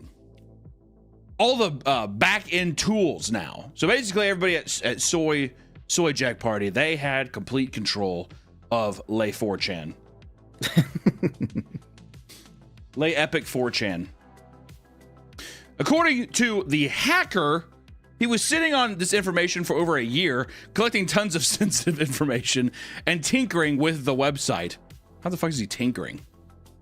What is he doing? What is he doing to tinker? Is what I want to know. In order to taunt 4chan, taunt 4chan users with his success, the hacker brought back a banned forum called / it was at QA and posted, "You got hacked, XD." How would you like that, dude? That was pretty good. And he was using the account of one of the admins at the time. Among the leaks was detailed website source codes, which proved to be incredibly flimsy and out of date. Emails, contact information, and chat logs were released for many. Sorry, I think somebody.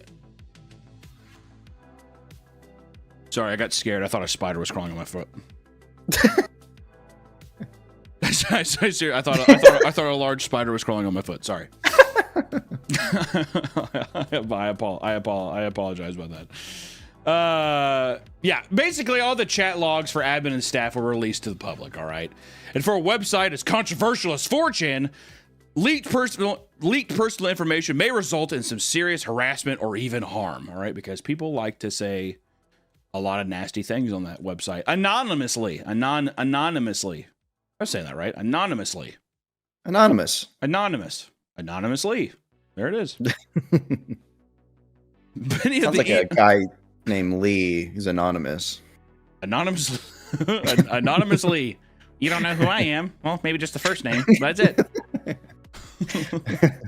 Many of the emails in the leak contain .edu and .gov email addresses, which is creating a stir over the potential government involvement. The site is currently offline as administrators try to contain the data breach. Is it still offline? Can we confirm right now, Nick? Is it still offline? Let's see. Eye in the sky. I think it is. So here's a couple. I'm going to go to poll. Oh God, it's not loading. Yeah, it's down.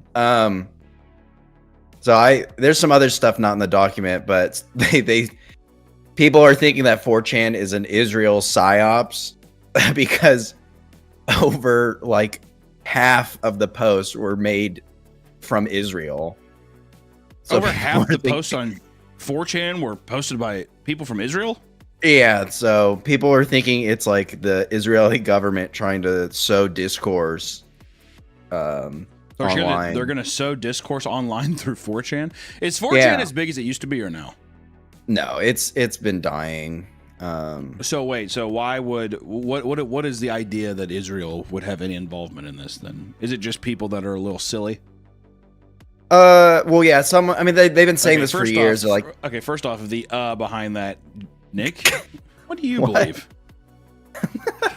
What do you believe, Nick? Because that little hint of really makes me think that you have a certain feeling. I don't. Well, when it was my brother who was telling me this, he was saying Israel's a psyop, or 4chan's been an Israel psyop for years, for over 10 years apparently. For over 10 years. My first thought is 4chan is extremely racist and anti-Semitic. So, like, if they're trying to sow discourse, are they purposely trying to, like, make people racist towards, Jewish people? I'm letting you go on this tangent because this has to be a great way just to see how the internet mind thinks, dude. A man plagued with 4chan to see this is how this is the kind of content you get here on the Papa Meat on the Papa Meat stream. All right, we have people say Kanye pilled and we have people say let Nick cook. So we might even the chat here is a bit polarizing itself. Okay, let's get. I'm getting out of this realm. I'm getting out. Okay, I'll get back in because I'm just confused. I'll get back in. Listen, The next story involves one of the freakiest accidents you could ever imagine happening to someone. So let's talk about, actually, this is actually kind of crazy. Let's talk about the decapitated woman who had her head reattached. Lucky girl. I didn't know that you could do that. I thought once it was off, I thought that was some movie magic. Yeah, that's definitely. Let's see. I call bullshit. That'd be pretty fucking sick, though, wouldn't it? Getting your head cut off and you're like, he's gone. Nope. Yoink. Look at that. Also, that scar is crazy. Do you think they put a different body on her? Dude, let me tell you something. If my head gets cut off, put my ass on a different body. Less fat, bigger dick, better ass. Oh. Bigger feet, bigger hands. Yeah. Man hands. That's what I'm saying. Manly feet. Listen, we're talking about Megan King, who was 16 years old when she suffered a horrible accident during gym class.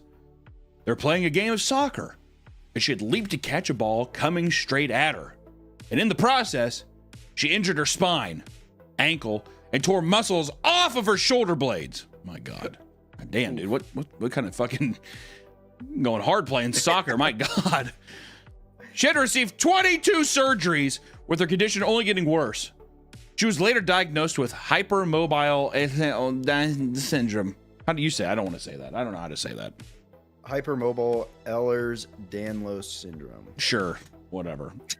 Latin. It's basically a wizard spell, basically.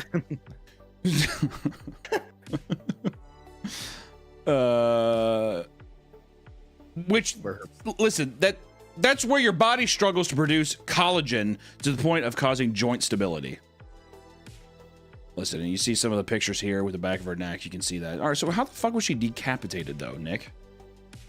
I think, like, technically her spine. Oh, my God. Are we going on technicals here?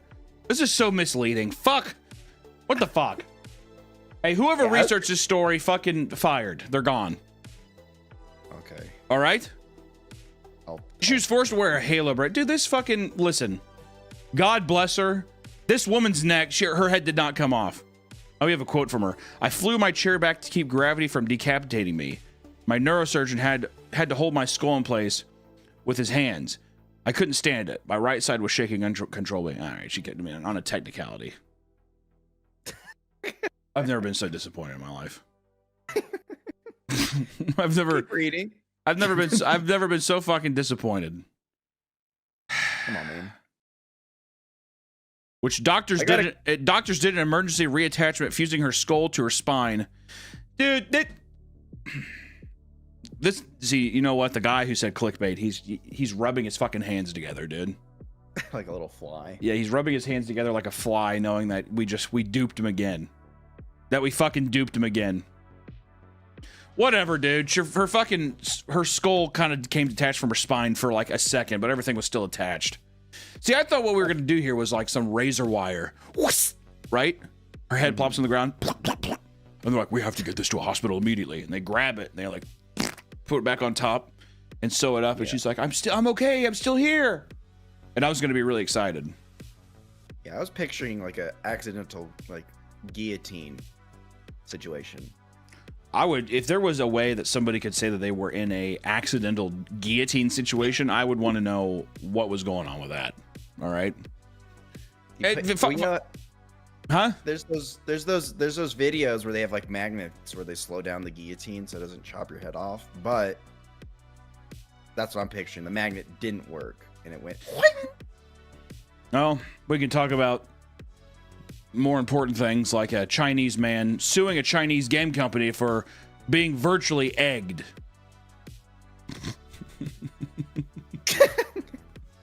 You think he was embarrassed? Oh no.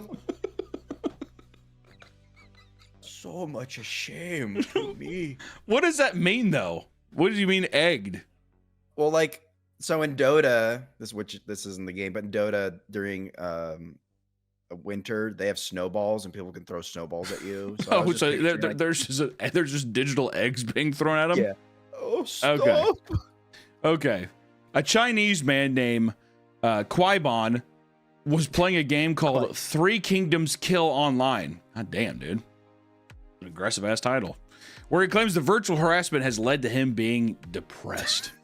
Motherfucker got digital eggs thrown at him, and he's like, oh, I'm kind of bummed now, actually. During PvP battles, players can use items like straw sandals and eggs and throw it at their enemy and temporarily interrupt the game, right? So you can sit there, you can spam eggs at a guy, I guess, to pretty much halt his game entirely. And he's like, God damn. To some, this may be pretty lighthearted. But my boy Qui-Bon, who claims to have been virtually slapped by these items over 4,800 times. And he takes it much, much more personally. All right. And this is a quote from our boy Qui-Bon. Our boy Qui-Bon. I'm taking off my glasses. I think people thought I was going to do something with my eyes. I'm not. Every time I'm hit with eggs, I feel my self-esteem is harmed, and I get depressed. Every time I'm hit with one egg, he takes it right to the fucking heart every time. He's been playing the game for 15 years since its release in 2009, and is the highest ranked player. Perhaps he feels he deserves a bit of respect because he cannot win a single match without being virtually harassed by his opponent. He feels great embarrassment for this, as the virtual slaps occur in public for all players to see. And my boy Qui-Bon laments one particular experience where he was interrupted with 90 seconds of virtual slaps in a public area. It's a minute and a half, ladies and gentlemen. A minute and a half of eggs. That's a long time. It is a long time. Fucking justice for Qui-Bon. Because these items are so cheap and easily available to players, he feels that it's creating a toxic gaming culture that encourages online harassment. Qui-Bon decided to sue the Chinese game company over these virtual items, claiming psychological harm. His lawyer seems to be confident that he has a case. In response, the creators of the game decided to put a limit on these items so they are used less frequently, and the lawsuit is still ongoing. He's like, I don't care if you update it. I'm getting mine. My boy Qui-Bon is out for blood. Oh, it looks like he's gonna win, because if they're limiting it. Well, yeah, they're backing on. They're like, oh god. They're sweating. Oh, sorry, Qui-Bon. Qui-Bon, I'm sorry. Well, listen. Here's the thing. He's the highest ranked player. Qui-Bon. Yeah, he's got a lot of haters. You gotta take the hate. You gotta take the hate, dude. I've been in enough Call of Duty lobbies to understand the vicious things that can be said. I wish I had Xbox 360 growing up, so I could have gotten the messages, the voice messages from people. Yeah. I don't think I ever played Xbox online. All right, and the people that have the egg emojis in chat right now, I just want to say you're very fucking disrespectful to my boy Qui-Bon. Yeah, you're actually now virtually harassing us, and we have lawyers. Expect a suit, my friends. Expect a suit. When will Papa Meat and his servants go to space? I'm never going to space, dude. It's nothing but pitch black out there. I ain't going. What about Mars? Okay, well, Mars is... You have to go through space to get to Mars. So, no. Also, what am I going to... It's like Mars is basically like going to Nevada. Like the Nevada desert. How fun. Fun. Wow. Yeah, but you get to have space food. You know what? If there was an alien, like a deer, if there was a deer or a cow on Mars, I'd eat that shit. Hell, I'd eat even a little critter. What if there's a humanoid? That's what I'm saying, a little critter. If there was like a little 2 foot tall man walk around, hello, I'd take a cast iron skillet, beat him across the back of his head, and I'd eat that motherfucker right up, dude. Ain't no ifs, ands, or buts, dude. That's what I'd do. All right, y'all. Jesus. Now we have an update to a story from last year. All right, so let's talk about. Let's talk about Peanut the Squirrel and the brand new legislation. Do you guys remember Peanut the Squirrel? Tragic. Y'all remember the squirrel that got killed? Huh? Yeah, the FBI curb stomped him. The FBI did basically make Peanut the squirrel bite the curb and stomped his fucking teeth out. All right? They filmed it too. I'd say he should be fucking depressed as not my boy Qui-Gon, but fucking Peanut's owner. Huh? Ain't no digital boots stomping that motherfucker. Those are real. He lost his son that day. Who? The owner, Mark. He lost Peanut's son? Or his legitimate son? No, well, Mark saw Peanut as his son. Oh, I see. You're doing that. Yeah. Okay. I was just making sure that was the angle you're taking. Listen, Mark Longo used to make viral posts to Instagram where he would play and hang out with his pet squirrel, Peanut, as well as his pet raccoon, Fred. That's kind of fucked up. You name the squirrel something really fun and they're just like, you're Fred. He's like, okay. Can I be Biscuits? No, you're Fred. He had rescued Peanut after seeing his mother killed by a car. After failing to find a shelter that would take him, he began bottle feeding him for months before releasing him back into the wild. When Peanut constantly returned to his front porch, Longo decided to keep him as a pet for several years. Not only did his Instagram post go viral, but he also used it to help promote his OnlyFans content, which was making a fortune. Right? My boy Mark Longo, I think he was hung. I didn't know that. Or is it Peanuts content? I hope it's not Peanuts content. That'd be a bit odd. At one point, they even created a wildlife sanctuary using the funds from Peanut's social media content. This sparked an investigation by the New York State Department of Environmental Conservation, as he was not licensed to wildlife rehabilitator. It's one squirrel. And a raccoon. Are we sure that he has an OnlyFans? I feel like that feels wrong. Is that wrong? Here, I'll fact check. Yeah, fact check that. I don't know. They might have just thrown that in to fuck me up. Though Longo was trying to yep, he's got an OnlyFans. Squirrel Daddy. Maybe he's called Squirrel Daddy on OnlyFans. Yeah. What a man. You want to see his bod? Does he have a nice bod? Go ahead and send me a picture of his bod. I'll do a live reaction of his bod here. This isn't nude, right? I don't want to see his. Oh, wow, Squirrel Daddy, huh? Look at that. Good for you, Mark. My word. Yo, shout out Mark Longo's OnlyFans there, huh? If you want the goods, you know where to get it. God damn. Oh, look at. Hold on. I gotta send you this.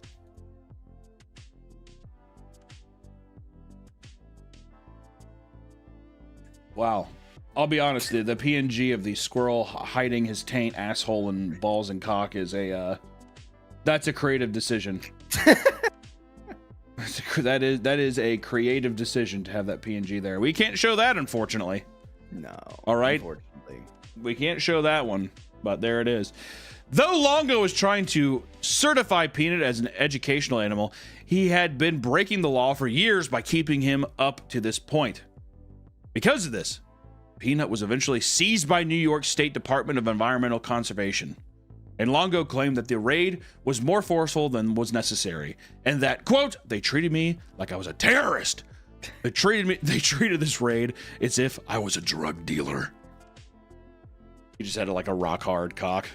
They like walk in, he has like his camera set up and everything. Would you guys get out of here? I'm not a terrorist. Just cum all over his floors. Get out of here. Peanut, run! Run, Peanut. Was Peanut behind the camera? Yeah, Peanut's the one clicking the pictures for it. Peanut's the cinematographer. He's like, you want me to bend over more? All right, like this. You spread my asshole like that. Taking the pictures that way. Jesus. What was Fred doing when this was all happening? Fred's probably in the fucking dumpster out back, dude. Yeah, no, Fred's the he's the guy running the lights. Oh, gotcha. I need more hair like Fred. He's rolling around and shit. Oh wait, no. Oh my God, wait, Nick. Peanut and Fred were euthanized in order to be tested for rabies. I told you they curb stomped him. Well, listen, I knew Peanut died. I didn't know they took out my boy Fred. My boy Fred, who doesn't even get the fucking colorful name. God! Wait, well, did Peanut attack someone? Who? There's no way. Listen, there's no way a fucking squirrel attacked somebody. Also, that wouldn't even be an excuse. A 3-pound rodent attacking a SWAT team? Kill it! Oh my god! It just seems odd to be like, because usually if an animal bites someone, yeah, you put them down. But we don't know that's the case here. All right. Peanut and Fred were euthanized in order to be tested for rabies, partly because the squirrel had a bit of a partly because the squirrel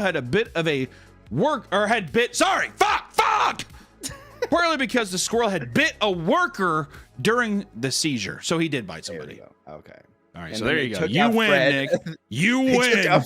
Yeah, and Fred was just a casualty because of it. He's like, Fred's like pissed off. He's like rolling in the trash. He's sitting there. He's like, Peanut, no, don't bite them. This began a huge story on social media, with many people criticizing lawmakers and showing their support with the two of them. And recently, a new bill called Peanuts Law was introduced. According to the proposed law, there would need to be a 72-hour waiting period before animals. What the fuck is animals? What? Before animals. It says fro.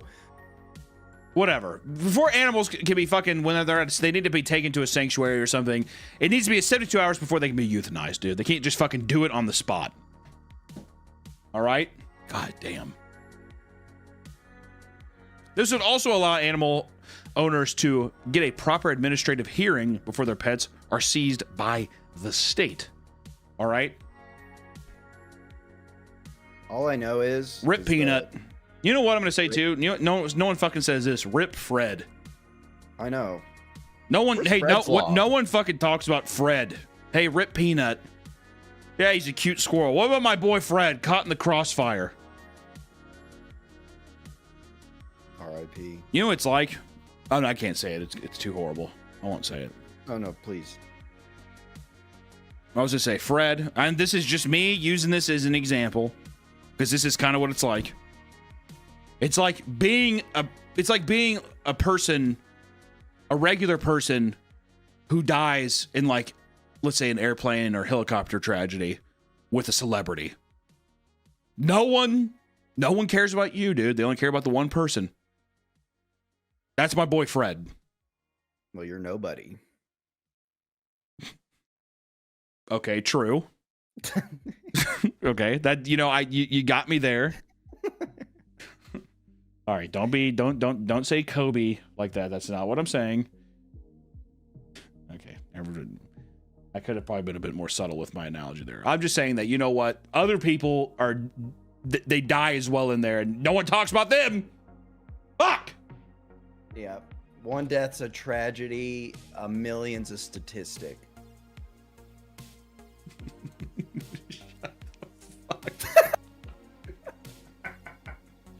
Shut the fuck up. One death's a tragedy, a million's a statistic.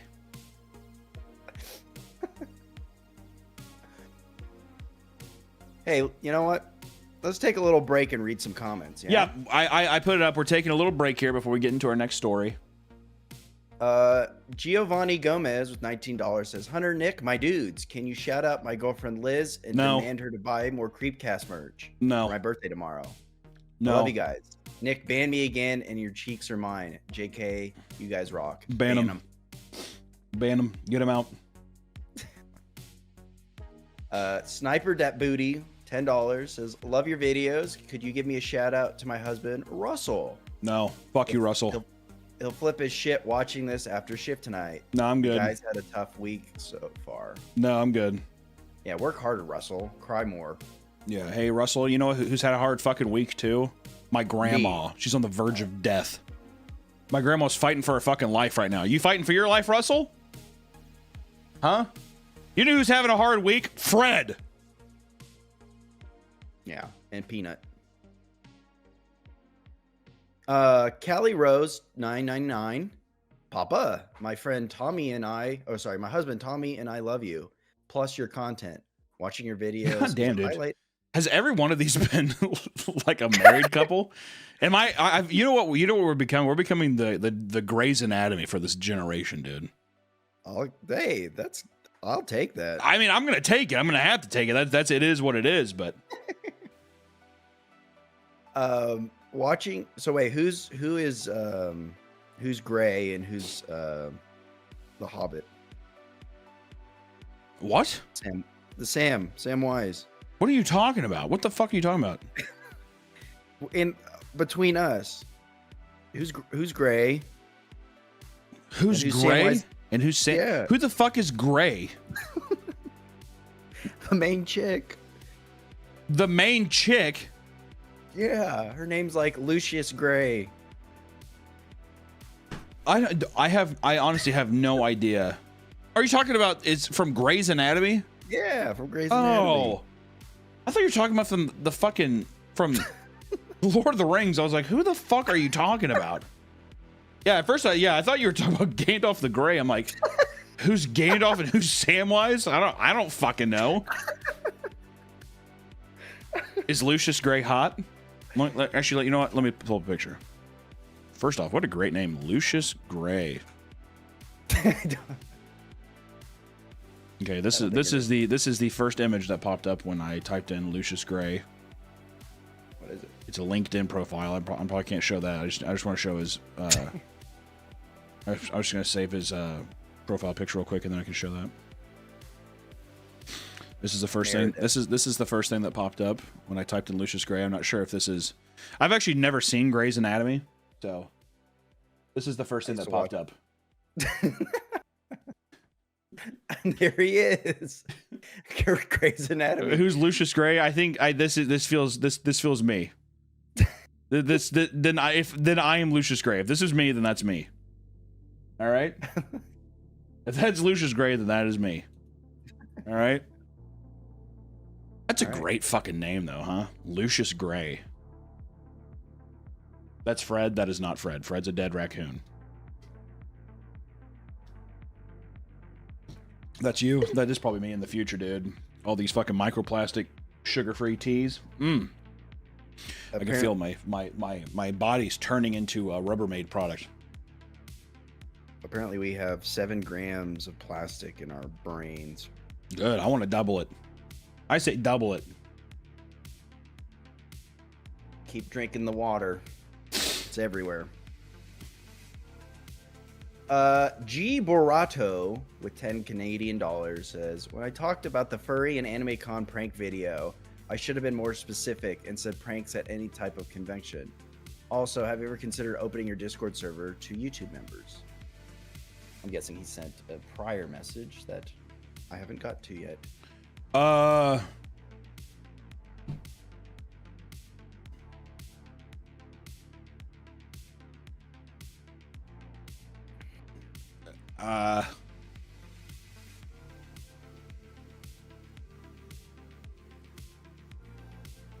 Angel Torres, $10. Love all your channels. You got me into Magic, which helped me reconnect with my cousins I hadn't talked to in years. Thanks, Papa.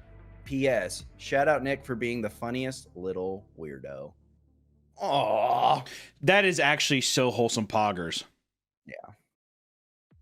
I didn't finish this Callie Rose one. She said, watching your videos is the highlight of our week, and a SO from you to us would be a dream. SO. Gibbles the Third with $10 gave us an egg emoji. Thanks, Gibbles. God damn you, Gibbles. God damn you. I opened stuff for $10. Says, curious if you could do a video about terrible GoFundMe campaigns. There's one Fabio created for people who get hit by geese on roller coasters. Is GoFundMe still big? I feel like that was really big back in like what, 2016? Yeah, GoFundMe's still big. I think they are they bigger than Kickstarter? Well, GoFundMe is like more of charity. Oh, Wait. okay. Yeah, I guess that's true. Or can be, sorry. GoFundMe is usually like, you know, my mom's dying. I need money Right. for her treatment. But Right. Kickstarter's usually a product. But GoFundMe can also be a product. So Right. But yeah, I still think it's popular. Okay. I think Kickstarter's Kickstarter seems for more like, hey, I'm making a comic. Go support my comic. And then, yeah, GoFundMe, you're right. It's like, hey, I have an ailment. Help me out. OJ's Like Orange is $5 says, y'all, I just finished training to be a flight attendant and I go on my first flight assignment today. I'm flying to St. Louis. Love Papa Meat, fam. Hey, heard those planes have been kind of shaky lately. Good luck. Yeah. Hey, no, seriously, I heard it's been kind of risky lately, so good luck with your flight. You get to do that every day. Good luck. No, seriously, I wish you luck. Hopefully it's not a Boeing. Hey, is it a 737? Is your first flight on a 737?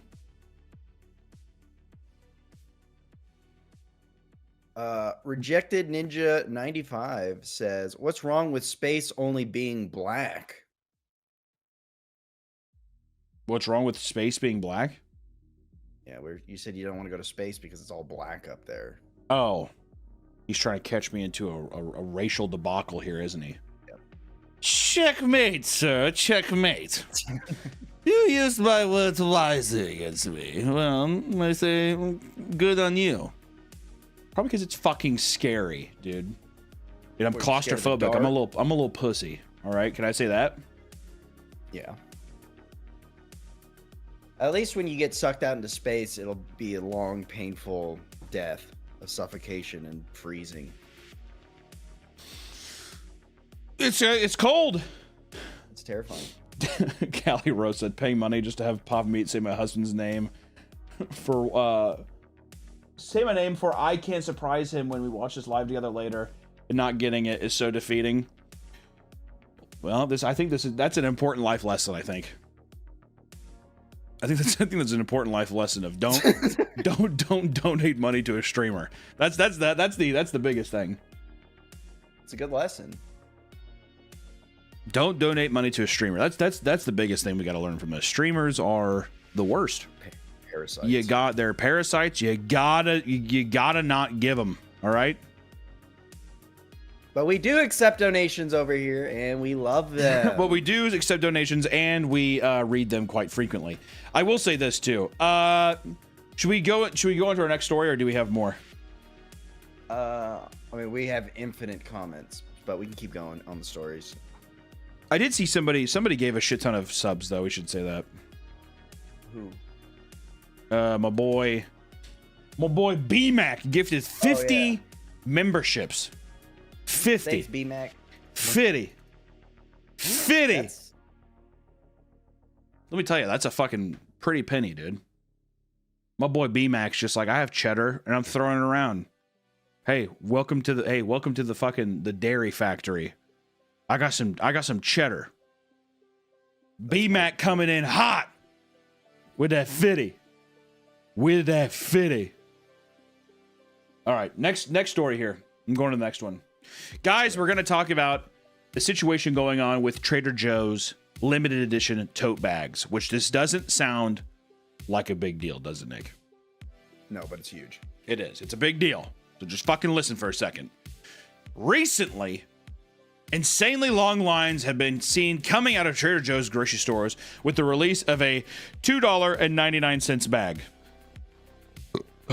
This tote bag is pastel colored, limited edition tote bag, causing a frenzy amongst people, young and old, lesbians, gay dudes, straight peeps, probably all the religions in the world want this pastel tote bag from the Trader Joe's. All right, you wouldn't see this kind of shit at Whole Foods. No one would give a fuck. But it's got that embroidered Trader Joe's on it. Shit. Come on, dude. You better believe there's going to be some lesbians in Birkenstocks walking around with these. You better believe that, dude.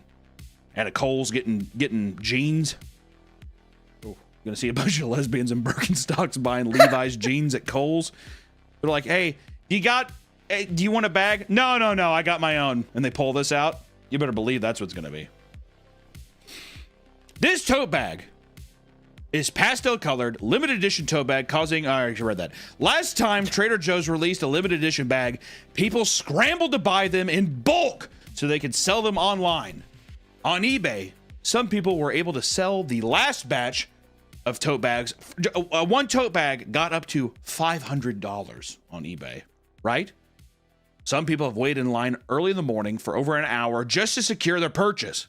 Many listings have been posted on eBay for prices that go from $10,000, and then one posting that's even $1 million for the fucking set, dude. For the set.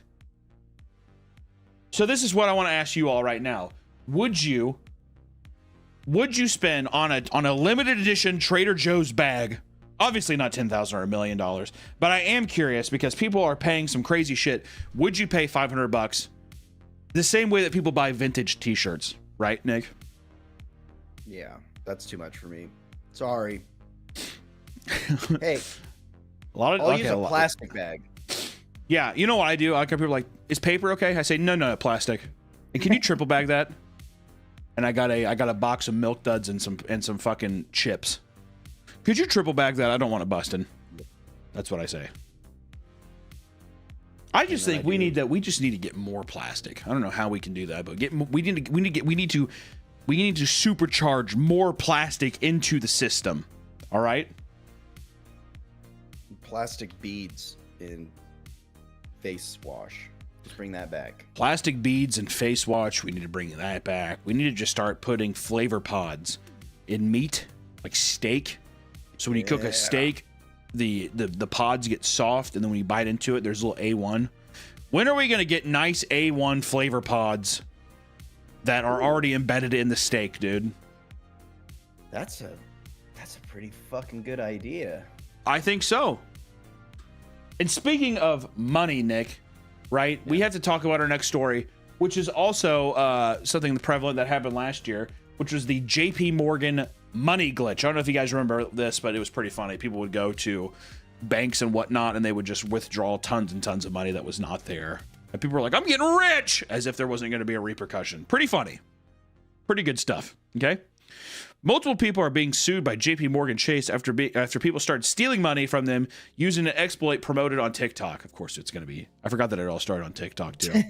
One guy's just like, hey, by the way, you can do this. People are like, holy shit, really? Essentially, people were using fraudulent checks to pull out large sums of money before the check would bounce. By doing this, some people were able to make as much as $78,000, dude. That's greedy, dude. Is that not greedy as shit? I would write $1 million on it. Yeah, I mean, if you're going for it, why not go all the way? Right? This has become a widespread issue from Miami to New York and even Texas. The bank said it was everywhere. I thought it was everywhere, but I think that is Chase nationwide or is it only in some states? I think it's nationwide. It's in California. Well, that's a nice California mindset, dude. If it's in California, it's everywhere. Well, it's in New York. This has become a widespread issue. All right. And the bank sent multiple letters to people accusing them of stealing money, and some people returned the money on their own to avoid further trouble. The investigation is still ongoing, and JP Morgan wants to focus its attention on those who have stolen the largest amounts to be used as examples. Prison time. Which this is what I'd say too. Hey, JP Morgan, how about you suck my fucking cock, dude? Yeah. Can I say that? Can I be so bold to say that? Because here's the thing. Hey, JP, I think you got a couple extra thou you can throw me. All right? Yeah, what? They're using our money to invest for their own gain. For their own gain, my money. So I'm just like, you know what? How about you fucking throw me a couple thou? And by a couple thou, I mean 78 thou. Thanks. All right? I want $1 million. Nothing more, nothing less. Don't give me a penny more. Don't give me a penny more than $1 million. I will not accept it. And don't give me a penny less than $1 million. I won't accept it. Now, Nick, here's the thing: is that $1 million after taxes, or is this all in quiche, so you don't have to pay taxes? Preferably after taxes, but I will take pre-tax. Okay. All right. And then I'm fleeing the country. Why did you see? It sounds like you did everything pretty. I feel like you did everything by the books. I feel like there's really no need to flee the country, but. Oh, if we're doing the money glitch, I'm fleeing. You want this mill back? Sorry, already spent it all. You want this mill back? Sorry, bitch, not today. All right, let's get to the good one, dude. Because one of the cringiest things, one of the most cringiest, probably one of the cringiest things of the year happened. Also, I just want to say, Katy Perry holding that fucking flower in space. She could be looking outside at space, looking at the Earth, and instead she's looking at her iPhone holding a fucking, what is that? A dandelion? A fucking, just a little flower. What the hell is this, dude? Well, you see, it's more, I got to get pictures for the gram. Women power! Women are unstoppable! That's what I think, dude. All fake. This is the one time where I would legitimately be like, yeah, they probably faked that. They definitely faked the opening. Did you see that? Did we have it on? Hopefully we have some video of this, right? I don't think so. Okay, well, that's classic. Listen, this is a historic celebrity space launch, all right? All female, women power. Okay. If there's one thing that we're proud of here on the Meat Canyon channel and the Papa Meat channel is this. What? We're feminist. I am. I said we are feminist. Yeah. Speak for yourself, dude. I said, what do you not understand by fucking we? I said we are feminist. I am a feminist too, dude. All right? Okay. Because I love respect. Yeah. I love respect, and you know what I love? You know what I love more than anything, even God, is women. Right. Hear, hear, brother. Right. So listen. The aerospace company Blue Origin sent a list of female celebrities to space, including well-known journalist and civil rights activist, and even Katy Perry. We don't want to lump her in with that. I don't think she has those kind of titles as civil rights activist and stuff. It's Katy Perry, right? Yeah. They were flown to the Kármán line, known as the boundary of space, 62 miles above Earth's surface. There, they experienced weightlessness for a brief moment. And apparently, Katy Perry was singing throughout the trip, so luckily the trip was only 11 minutes long. The trip was only 11 minutes long? We gotta get back down. I think it was like 3 minutes up, and then they were up in the air for like 4, and then like 3 minutes. And they just dropped right back down. Is that what Bezos did? Yeah, he did that with what's his face, William Shatner. They sent. You know what? I kind of appreciate they sent William Shatner to space. Yeah, that seems cool. Did you see what he said? That bald, buff bird known as Bezos. I don't know why the fuck he's like, I just want to go. Like, fuck off, dude. What did William Shatner say? William Shatner is like, you know, I've been waiting for this moment all my life, and then when I got up there, I thought I was going to be amazed, but when I was looking down, all I could think about is how basically, like, I've been missing the whole point. Like, we shouldn't be trying to go up here. We need to stay on Earth, and like basically trying to say like preserve it and stuff, and that I think our priorities are in the wrong place right now. You mean our priorities in the wrong place, so we shouldn't be ordering things from Amazon every day, and we shouldn't be destroying the planet? That doesn't destroy the planet. That helps the planet. I'm funding. That is true. It does help the planet. Also, Katy Perry going to space also helps the planet too, which is pretty sick. People were so ecstatic about the trip, posting things such as, "Who the fuck is this?" There's a risk that who cares. Yeah, I don't know. People, you know what? People, I've seen people, they've been shitting all over this. People were not ecstatic about this. People seem to be very upset by this. Is that true? Yeah, no, couple things. When she landed, she was only gone for 11 minutes, and then the second she got out of the little shuttle, she started kissing the ground. She was gone for 11 minutes. Oh my god, I miss Earth.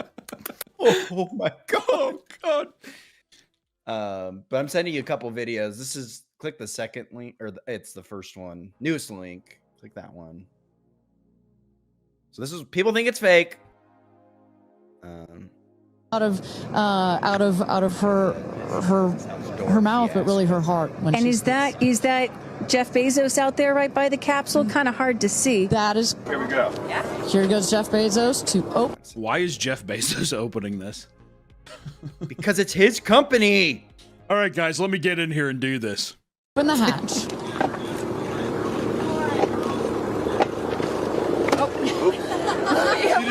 Just break in fucking Katy Perry's face, swing and open the door.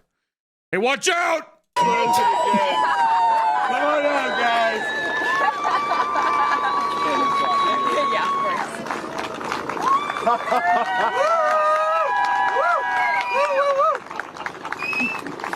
And the next video is people are saying it's fake because they're saying like their bones would have been crushed from this landing. We'll see a puff of smoke when it touches down, a puff of dust. Actually, yes, That's normal. But it's apparently it's like as it's coming down, it'll like shoot. Air cushion that will kick up the dust. It's a very soft landing despite the sporty perception. There it is. That's them dying on the inside of the. That's them dying on the inside of the fucking pod. Perception. There it is.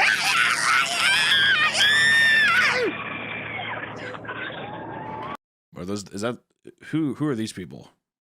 Why is this? Is this just their family? These people are here. People clapping. These are just spectators. Yeah, spectators. People observing history. David Buster's logo. Daddy? Do status check. Double shot. I don't know if I'd let him back in. Yeah, they should all been executed. I don't know. I don't think I would have let him back on Earth, dude.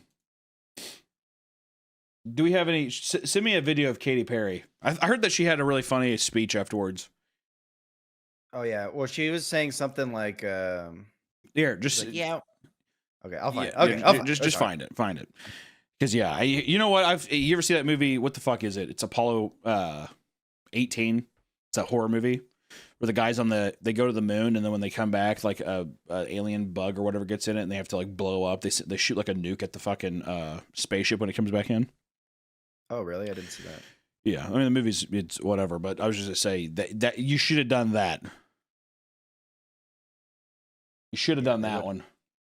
Yeah, they should have. Oh, here we go. Hi. So that's her speech. Here we go. Let's see this.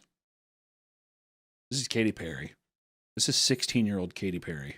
It is the highest high, and it is surrender to the unknown, trust, and this whole journey is not just about going to space. It's the training, it's the team, it's the whole thing. I couldn't recommend this experience more. This is like up there with all the, different tools that I've learned in my life, from meditation to the Hoffman process. I wouldn't recommend this trip enough. All right. It's like, if you get a chance, just get on up to space real quick. Is up there because what you're doing is you're like really finding the love for yourself, because you got to trust in yourself on this journey. You were gone for 11 minutes. That's a long I mean, am I time, wrong? man. I mean, like, listen, anything could have gone wrong. It could have been, but at the same time, anytime I fucking fly to Los Angeles, anything could go wrong. You know what I mean? 11 minutes. And then you're feeling the love when you come down, for sure. And you're feeling. Yeah, you're feeling love when you come down, for sure, knowing that Jeff Bezos, the filthiest man on the planet, is going to open the door and greet you back into Earth. If that isn't fucking telling, you go into space, you come back down, you were gone for 11 minutes, you get to experience the beauty of Earth for 4 minutes out in space. You get to be weightless, right? You come back down, and then the most vile man on the planet welcomes you back, and he's like, remember me? Welcome to hell! That's what it's like coming back. That strength. So I feel really connected to that strong, me up. divine feminine right now. By the way, you're such a badass. I love that the month of April, you're like, I'm going to space and I'm launching my tour. God, that fucking Badass. I love that the month of April, you're like, I'm going to space and I'm launching my tour. By the way, you're such a badass. In the month of April, you said, I'm going to space and I'm launching my tour. This is where, I'm not going to say anything more. I'm going to say something bad. No, please. I'm not going to say anything more. Please. I'm not going to say anything more. 1, 2, I think this was actually a great moment in history for women. What did they just say? 1, 2, 3, take up space! Take up space? Oh yeah, wasn't that a meme? Take up space. Tamir's in space. It's okay. Leave Flynn up there. Flynn, bye.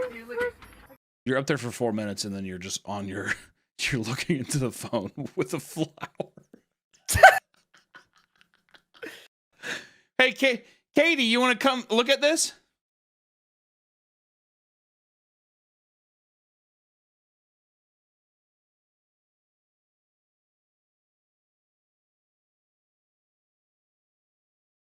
Hey, no, Katie, seriously, the Earth, it looks so crazy out there.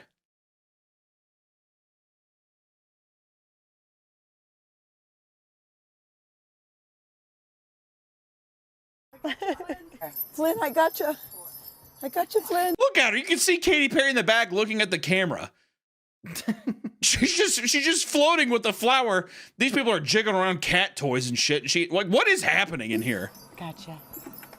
Katie, get away from the camera! Look at that. Proud of you. Oh. Katie! Oh, this is actually fucking pissing me off, dude. Look, she's just standing there. She's just floating. Do anything else. You're there for 4 minutes. The moon. You guys, I will have to tell you, look at the moon. That's amazing. Wow, look at the blue line. Oh my gosh. Oh my goddess. Wow. Oh my That's our pink moon. Okay. Ooh. What in the actual fuck is, like, what is happening? I don't know, but I just got a good idea. The next all-female cast to go to space should be for OnlyFans. First OnlyFans video filmed in space. And Bezos better be up there raw dogging it all, dude. Can you imagine all that fucking juice and syrup floating around, dude? People are having to like actually like move cum and juices out of the way. That would be insane. I think is there a video of a guy throwing cum in space? Whoa, whoa, whoa. I think he did a cum shot in space. Oh my God. Okay, hold on a second. All right, Nick, I thought something horrible was happening. Are you watching the stream right now? Yeah. Look. I thought after you just said that, I thought the person here was doing something bad. Whoa, whoa, whoa. I thought the person was. Oh yeah. What is she doing? Oh my God! I didn't know. I thought there was. I thought she was playing Morse code with herself or something like that. I couldn't tell what was happening. That's amazing. Holy hell! Does that right after that cut? Does that not look like it? It does. It looks like she's. Look at that! Whoa, whoa, whoa! That's amazing. Okay. All right. That shook me to my core a little bit. Wait, what is about the engineer? So there's another video. This is pre-flight. So this is her before she went to space. So this is her before she was enlightened. Hearing of it all, I'm excited to learn more about STEM and just the math about what it takes to accomplish this type of thing. I was winding down from a rehearsal the other day, and I was listening to Cosmos by Carl Sagan and reading a book on string theory, and yeah, I was like, I was reading Carl Sagan and reading a book on string theory. going to bed. That was definitely like helping. I was like, Pythagoras, Pythagoras. But, you know, I've always been for space. interested in astrophysics. And So she wanted to go, in a month, she decided to say, I'm going to go to space, right? And then she's like, I'm going to read Carl Sagan for 2 weeks and string theory for 2 weeks. And do you think, do you fellow Perry heads out there think that she's going to keep that up? And interesting. Also, she's going to sing that song. She's going to sing that song Extraterrestrial, and she's going to show footage of her floating around in space with a fucking flower. That's what she's going to do. In astronomy and astrology and the stars. I feel like we are all made of stardust and we all come from the stars, and it'll be exciting to see them twinkle from that site, and also have such an appreciation for Mother Earth when we see it in that way. Many people, not many, but the people that have gone have had real profound things to. Yeah, I didn't know. I didn't want to be rude, but I really don't know. I thought it was hair at first, but no, I think that somebody put out some Marlboro Reds on her chest. I can't really tell. That's me. That's rude to say, but I was staring at that the entire time. I could not tell what this was. To say, and have brought down ideas that have been world changing. The environmental movement is based around. I do also like how the one thing she said there was she was like, the many people that have been to space, well, the not so many. She really she couldn't humble herself. She really had to let people know, hey, what I'm doing is very important. What I'm doing is a lot better than anything you guys are doing. Okay? I'd like to see you guys do what I'm doing, because you can't. True, I don't have enough money. Yeah, sorry, Katie. I'm not friends with Jeff Bezos, unfortunately. Do you think they had an after party where they had sex with Jeff Bezos? Maybe. Come out to my castle, is what he says. Come out to my castle. Come on, ladies. He's single, isn't he? Hell yeah, he's single. It only cost him half his fortune. Yeah, he's like, now I only have 400 billion. Bummer. She built the rocket too, they say. She did build the rocket. Well, she did read Carl Sagan, so. What else do you need? Guys, we're going to talk about the creation of robots with living skin that can smile. Finally, see, this is the if humanity is doomed, at least we get the robots to kind of look like us, which I think is nice. Scientists from Japan have attached skin to a 3D mold of a face in a way that accurately mimics the structure of human skin ligaments. This was done in an attempt to create more human-like expressions. In the video, they showcase a robot face smiling like a human being. The skin they made for it can scar and burn. Also, it has the ability to self-heal. Why? Why? Do they want us to die? Every time that I hear more progress about robots and stuff, I just think, like, why give them that edge? You know? Because we can, and it's sick. And we can have fuck bots. Fair point. It is believed that this may fast forward the production of biohybrid humanoid robots, ones with realistic expressions from elastic skin that are still durable and are able to perform intense tasks. Aside from the face, the same team has also successfully created a robot finger with living skin that can bend precisely. Many people find this video terrifying, and development of self-healing Terminator-style robots is absolutely terrifying as well. And you know what? I agree. Okay? I agree. Look at this. Let's watch this nice video. Cute. Isn't this adorable? This is haunting. This is legitimately so scary. There's just a bunch of Japanese guys in there just like, boys, congratulations. Hey, what'd you do today? This is what I did. This is my human-like smile. Hey, isn't this human? It's just me. I'm a human being. According to Professor Takeuchi, his next goal is to give them the ability to sense touch as well as changes in temperature, among other things. And those are our meaty news stories for today. learned a lot today, Hunter. I learned what do you think was the biggest thing you learned today, Nick? Don't fall in love with wild animals because they will be put down in front of you. That's true. I can appreciate that. Science is a joke. So yes, thank you. Everything's a lie. Yes. Israel controls the internet. Israel controls 4chan. I become a little more red pill today, actually. Chat, can we all agree that we became just a little more red pill? Can we at least do that? Can we at least be so bold to just say that we all became a little more red pill today? Yeah. How did they? You know why?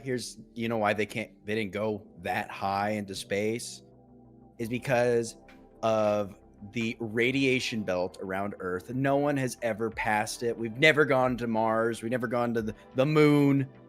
It's all a hoax. I've seen pictures of rovers in California. It's there. I said it. Nick, I'm glad you said it because I was going to say the exact same thing.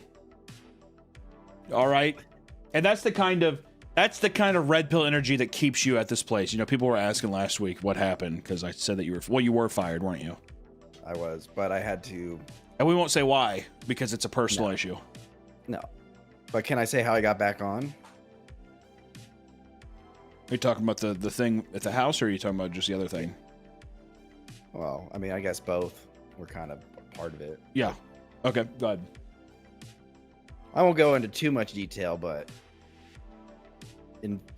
let's just say Harvey Weinstein.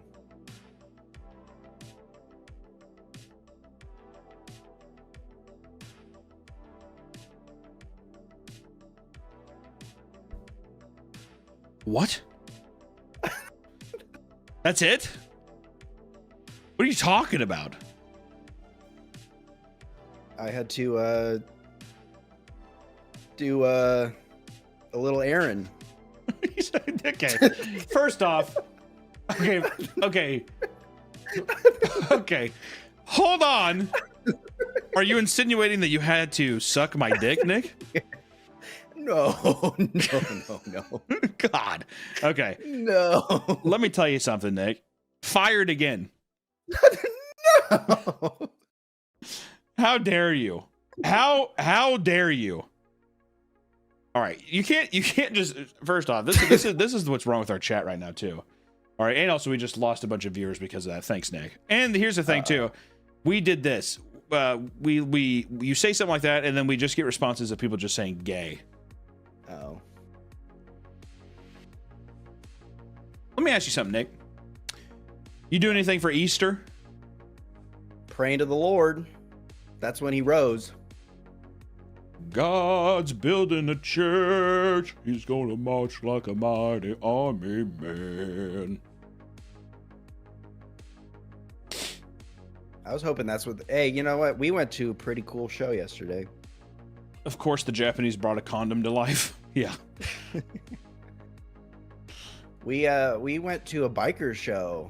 Oh, we did. We went to a Harley Davidson dealership, and they had a live show, which actually that might be gayer than you actually performing fellatio on me. We went to a Harley Davidson dealership and we saw a local band play. The local band was good, but let me tell you something. That Harley Davidson dealership, that was one of the gayest experiences of my life, and I will be going back. Yeah, we were all getting Harleys. I was honestly at the place. We had some beers, and then we were like walking around. We're like, I don't know, man. I mean, how much fucking is a hog? Why not? Perusing around, looking at people's bikes and stuff. Why not? The clientele there, I fit right in. Oh yeah, toothless. Well, I fit right in. My fat ass. I was sitting there. This old woman came up to me with like a smoker's voice. She was like, "Honey, just letting you know, one of my friends is a big girl." And she sat, we were like, there's like these benches, like these like picnic benches. She's like, she sat on that side one time, and when people got up, she was bigger and the table flipped. That's what that woman said to me. Oh. So she was basically just like, you're so fat that you need to watch out when people get up because you might fucking flip the table. Jesus. And then I didn't know what to say, so I said, thank you.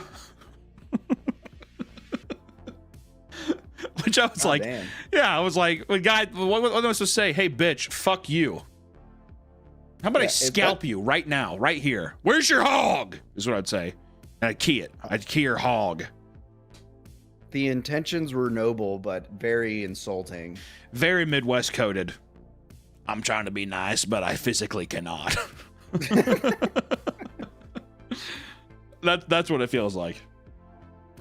Tell them about our favorite band who played. There was a beautiful band called, and I want to give them a shout out right now, local KC band, 4 monthly listeners on Spotify. Boys, I want those numbers up. The band, Cantaloupe City. Oh.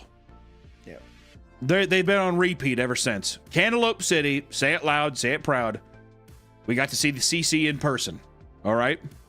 I want everybody to go on Spotify. Go on Spotify, YouTube, look up Cantaloupe City, and just rock that shit. Play it. Do you like Little River Band? Do you like some Leonard Skinner?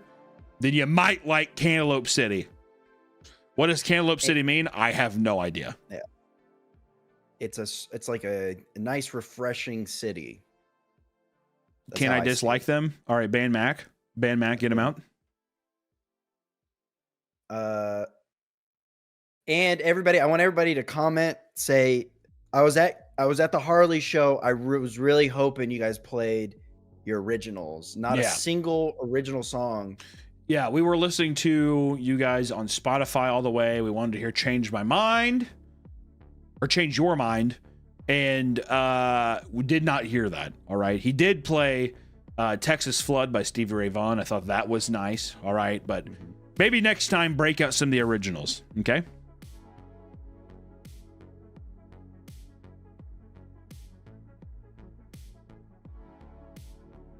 So you know, Matt got banned. Well, dude, that's what happens. That's what happens when you talk trash on a KC legend, dude. Yeah, good riddance. We don't want those negative vibes. We don't want those negative vibes, dude. We got nothing but a fistful of red pills and a fucking in a pocket and the other pocket's full of dreams. That's a good movie title. Fistful of red pills. Mm-hmm. What? That's a Clint Eastwood movie. Fistful of dollars. That's what it is. That's a good one. Fistful of red pills needs to be made though, huh? Yeah. Fistful of doom pills. What would the plot be? A guy's trying to stop a town from coming woke. Clint Eastwood is trying to stop a city council from passing, from stopping gender fluid bathrooms.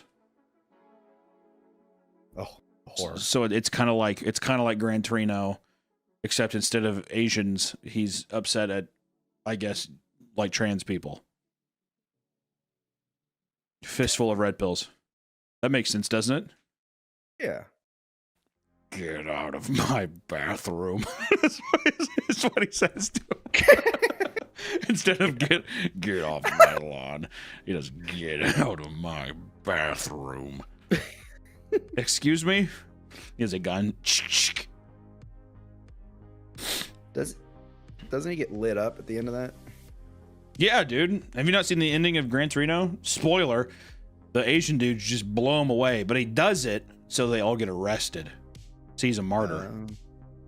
It's been a while. It's been a while since I could. Yeah, no, it's actually not a bad movie. I liked it. Yeah. I'll tell you what, it was better than fucking Trouble with the Curve. Oh my god. Did I tell you I tried watching Trouble with the Curve? I kept seeing I watched Moneyball like back to back one week. I don't know why I did, but I was like, I really want to watch Moneyball. And then I tried and I was like, you know what? I'm going to try watching some of these other, because there's like a weird period of time like 2008 or whatever when people were just making like baseball drama films. And that's when Trouble with the Curve came out with Clint Eastwood, and it's dog shit. Horrible. What's the one with Bernie Mac? Oh, Mr. 3000. Oh. You talking about the comedy? Yeah. Yeah, Mr. 3000. That's a great baseball movie. Really, that phase of early 2000s baseball movies rules, dude. Isn't there one called like Hardball or something? Yeah, with Keanu Reeves. He's like a coach in the ghetto. Oh, is that one good? Yeah, it fucking rules. Okay. Yeah, he's doing it for like community service or something, and then he goes there, and yeah, all the kids rule. And then like one of the kids gets gunned down. Sad. That's a good one. Angels in the Outfield. You know, Angels in the Outfield is it's a classic, but does it hold up? Not really. Unlike A League of Their Own, A League of Their Own holds up. Yeah, G baby, there you go.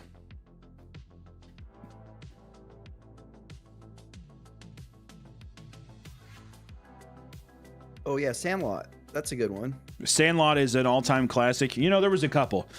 When I was growing up, me and my grandpa, I would watch Cobb with Tommy Lee Jones on VHS with him. That was an extremely inappropriate movie to watch as a child, but we got to watch that. Also, a movie called The Natural, like that one. That's a good baseball movie too. Okay, Mighty Ducks. That's hockey. But, all right. Katy Perry should have referred to the Earth as ghetto. Yeah, she's like, when I was in space, the Earth felt like a ghetto. You're like, cool.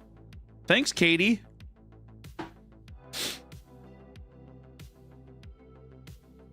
Coach Carter. Was Coach Carter? That's a basketball movie, though, isn't it? Yeah, basketball. I feel like Coach Carter was the absolute backup if Remember the Titans was used on TVs in school.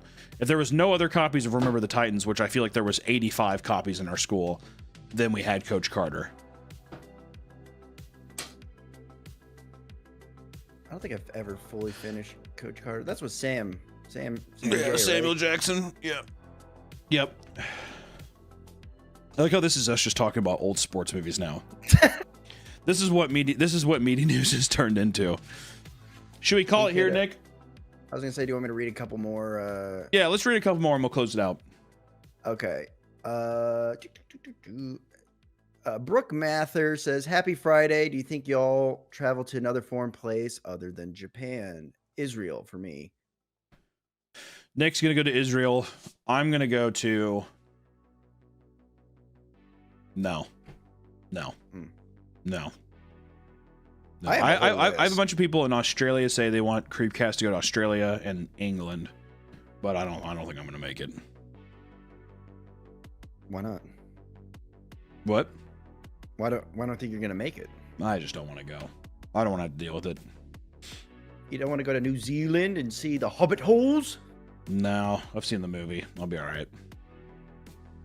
Okay. Well, I have a whole bucket list. Ukraine, North Korea. Luckily, they're all easy places to get to. Russia. Let's see. What else is there? Zimbabwe, Madagascar. Where's Coney 2020? Let's bring back Madagascar. Coney. No, he's in the... I like to move it. But all right, what's the other ones? Okay, Liminal Jones, $5. They've got a star next to their name. It says, "I have long since been able to feel red pills nor blue pills. All these black pills I've been abusing willingly or not has numbed me to most of it." He's doom pilled, is what he's saying. Yeah. That's okay. You know what I would say to that? The only cure for a nice doom pill, and this is actually today's sponsor, is Gold Peak zero sugar sweet tea. All right, because if you're doom pilled, this will give you cancer probably very quickly. So, shout out Gold Peak sponsor. Appreciate you guys. Yeah, only way that I've ever known to get rid of those doomies. I heard lobotomizations. Can you intentionally can you go to a doctor and be like, I want you to give me a lobotomy? I'm sure out of the country you can. They still perform it. Okay. See, They do, well then I'm going to go to that place. I would recommend Mexico. I think people are saying free Palestine because you just jokingly said you're going to Israel. So you can clarify that or not, but you know, it's just funny. I'm going as a freedom fighter. There you go. Whatever that means. I'm gonna be a documentary man. I'm gonna go there, make a documentary on the wars and the atrocities going on in Israel. I'm gonna go. Are you gonna be like Werner Herzog? Yeah. I journeyed to one of the most dangerous places on the earth. I actually feel like that wasn't a bad Werner Herzog. That felt pretty good. Pretty good. I couldn't believe what I saw when I got off the airplane. There was a Chick-fil-A and a Costco. Oh my God, Werner. Tell us more. So, I went to the Chick-fil-A and the Costco and got a chicken sandwich and a chicken bake and kind of had a chicken afternoon. This is awesome. And then I flew home. You went to Israel for the chicken bake and a Chick-fil-A sandwich? All right. You were that scared. Okay, I might have done some other stuff too. Werner, please. I went to the Gucci store and I got a handbag for my wife. Okay. Okay, and then I went home. I have a question for you. Can you describe and maybe reenact the screaming you heard in the Grizzly Man tapes? That the Grizzly Man tapes, it was so gruesome because the man was actually touching himself while he was being mauled by bear. And it was kind of erotic in that way. Wouldn't that actually be insane if the guy's just like, yeah, here I am, like in the audio, because no one's ever heard it, right?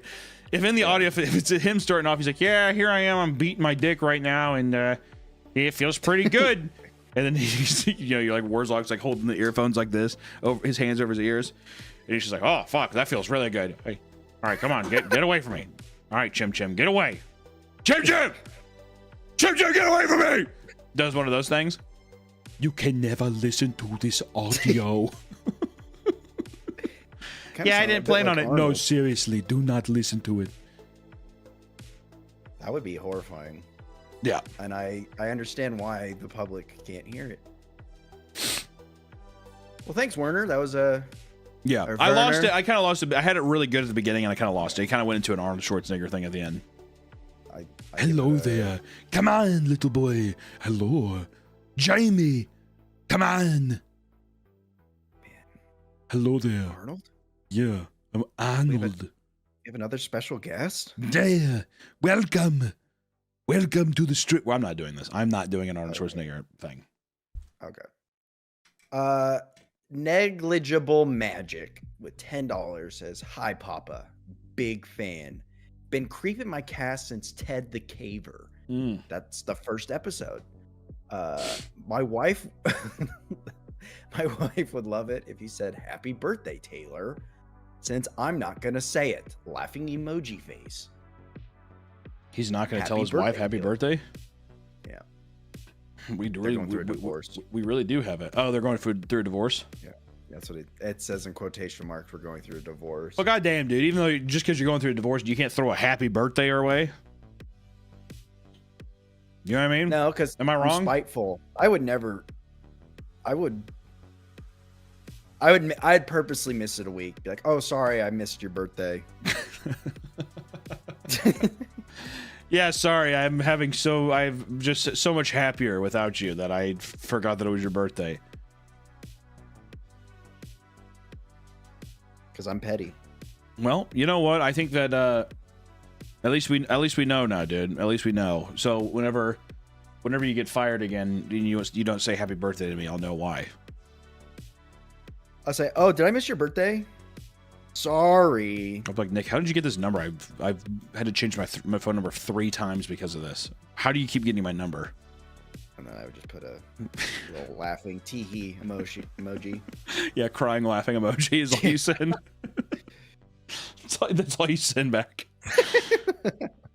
All right, that's our stream for today, y'all. We're heading the fuck out of here. I'm getting out. We're leaving. Yep. We'll see you next Friday. It's always fun. Bye-bye, everybody. Bye-bye. Bye-bye, bye-bye, bye-bye, bye-bye. Bye-bye, bye-bye, bye-bye. Welcome back to the Papa Meat channel. How you doing? How you doing? Coming and setting down because today we're going to be talking about Kickstarter. Crowdfunding websites have been prevalent for years now. Many nonprofits, startups, and even lone individuals have turned to them for help making their creative dreams a reality. Hell, I know I did. 6 years ago now, I did a Kickstarter, made a show. Not sure if anyone remembers it, but it was a show nonetheless. And we did it, and we hit the goals, and I found out that that was not that's not a normal thing. A lot of Kickstarters don't usually go that way, which luckily I didn't ask for. I feel like a whole hell of I should have asked for way more, which also hindsight, making an animated show is way more expensive than what I asked for. I digress. Now, just about anyone can have an idea and see it realized without having to have an abundance of capital or influence. So as long as you fit your campaign into Kickstarter's guidelines, you're good to go. There was a period of time too, back in like the early 2010s maybe, there was like an overabundance of people doing it as like a get rich quick scheme. I feel like now it's become a legitimate way of, I see, God, dude, self-published books, unbelievable. Board games, holy hell. Comics and books and that kind of stuff, oh my God. Kickstarter is like the best. Whether it's a piece of luggage, a new piece of technology, or a video game, many people have built entire franchises that have started out on a Kickstarter page. Indie games like Shovel Knight raised over $300,000 in 2019, creating a hit game that has now evolved into an entire series, which if you think about it, $300,000, you know, I think for a lot of people, I mean, it is a lot of money, but god damn, I mean, so many games, it's like 20 million, you know? I mean, I got 300K and be able to make that is pretty impressive. Even just this year, games like Gundos are soaring over their Kickstarter goals, showing just how much people are willing to open their wallets to a project that they believe in. Not all projects go smoothly, however. You may have heard of infamous campaigns like the Coolest Cooler, which raised a staggering $13 million, only to fully shut down years later after a litany of poor management decisions, and that's kind of what you get into. Also, too, that's kind of a double-edged sword sometimes. You reach a goal, and if it goes way over, you're like, I have no idea how to scale this, and then you become an entrepreneur versus a guy who's like, it was a pretty cool cooler. Put a speaker in the cooler, it's pretty sweet. With people's generosity being the focal point, you probably aren't surprised that there are all sorts of stories in which people take advantage of it. So today we're going to look at the wild world of Kickstarter, from product failures to full-on scams, and even we have to throw in a couple of mental breakdowns. For the very few Kickstarters that are actually practical, there are thousands of ridiculous projects that either fix a niche problem or do like nothing. They don't do a single thing. The Licky Brush, for example, is a piece of rubber shaped like a tongue that you put in your mouth so you can lick your own cat. Which I don't know, like, why would you want to do that? It's a novelty product. Yeah, but what's the novelty? Like, the issue is not grooming your cat, but it's the idea of like, even if it's protected my mouth, do I want to lick my cat? It's for people that are like is it role play stuff? It's like, I want to show my cat how it feels when he licks me. So you put the thing in your tongue and you pretend to lick him, and it's cute. You guys bond over it. You like that, Samuel? The project received over 2,000 backers and raised $52,000, and it even appeared on Shark Tank. What did they say on that? What did Mark Cuban say about that? Did that motherfucker not get out of that deal? I want to know what happened. But 300K, that's too much, and for those reasons, I'm out.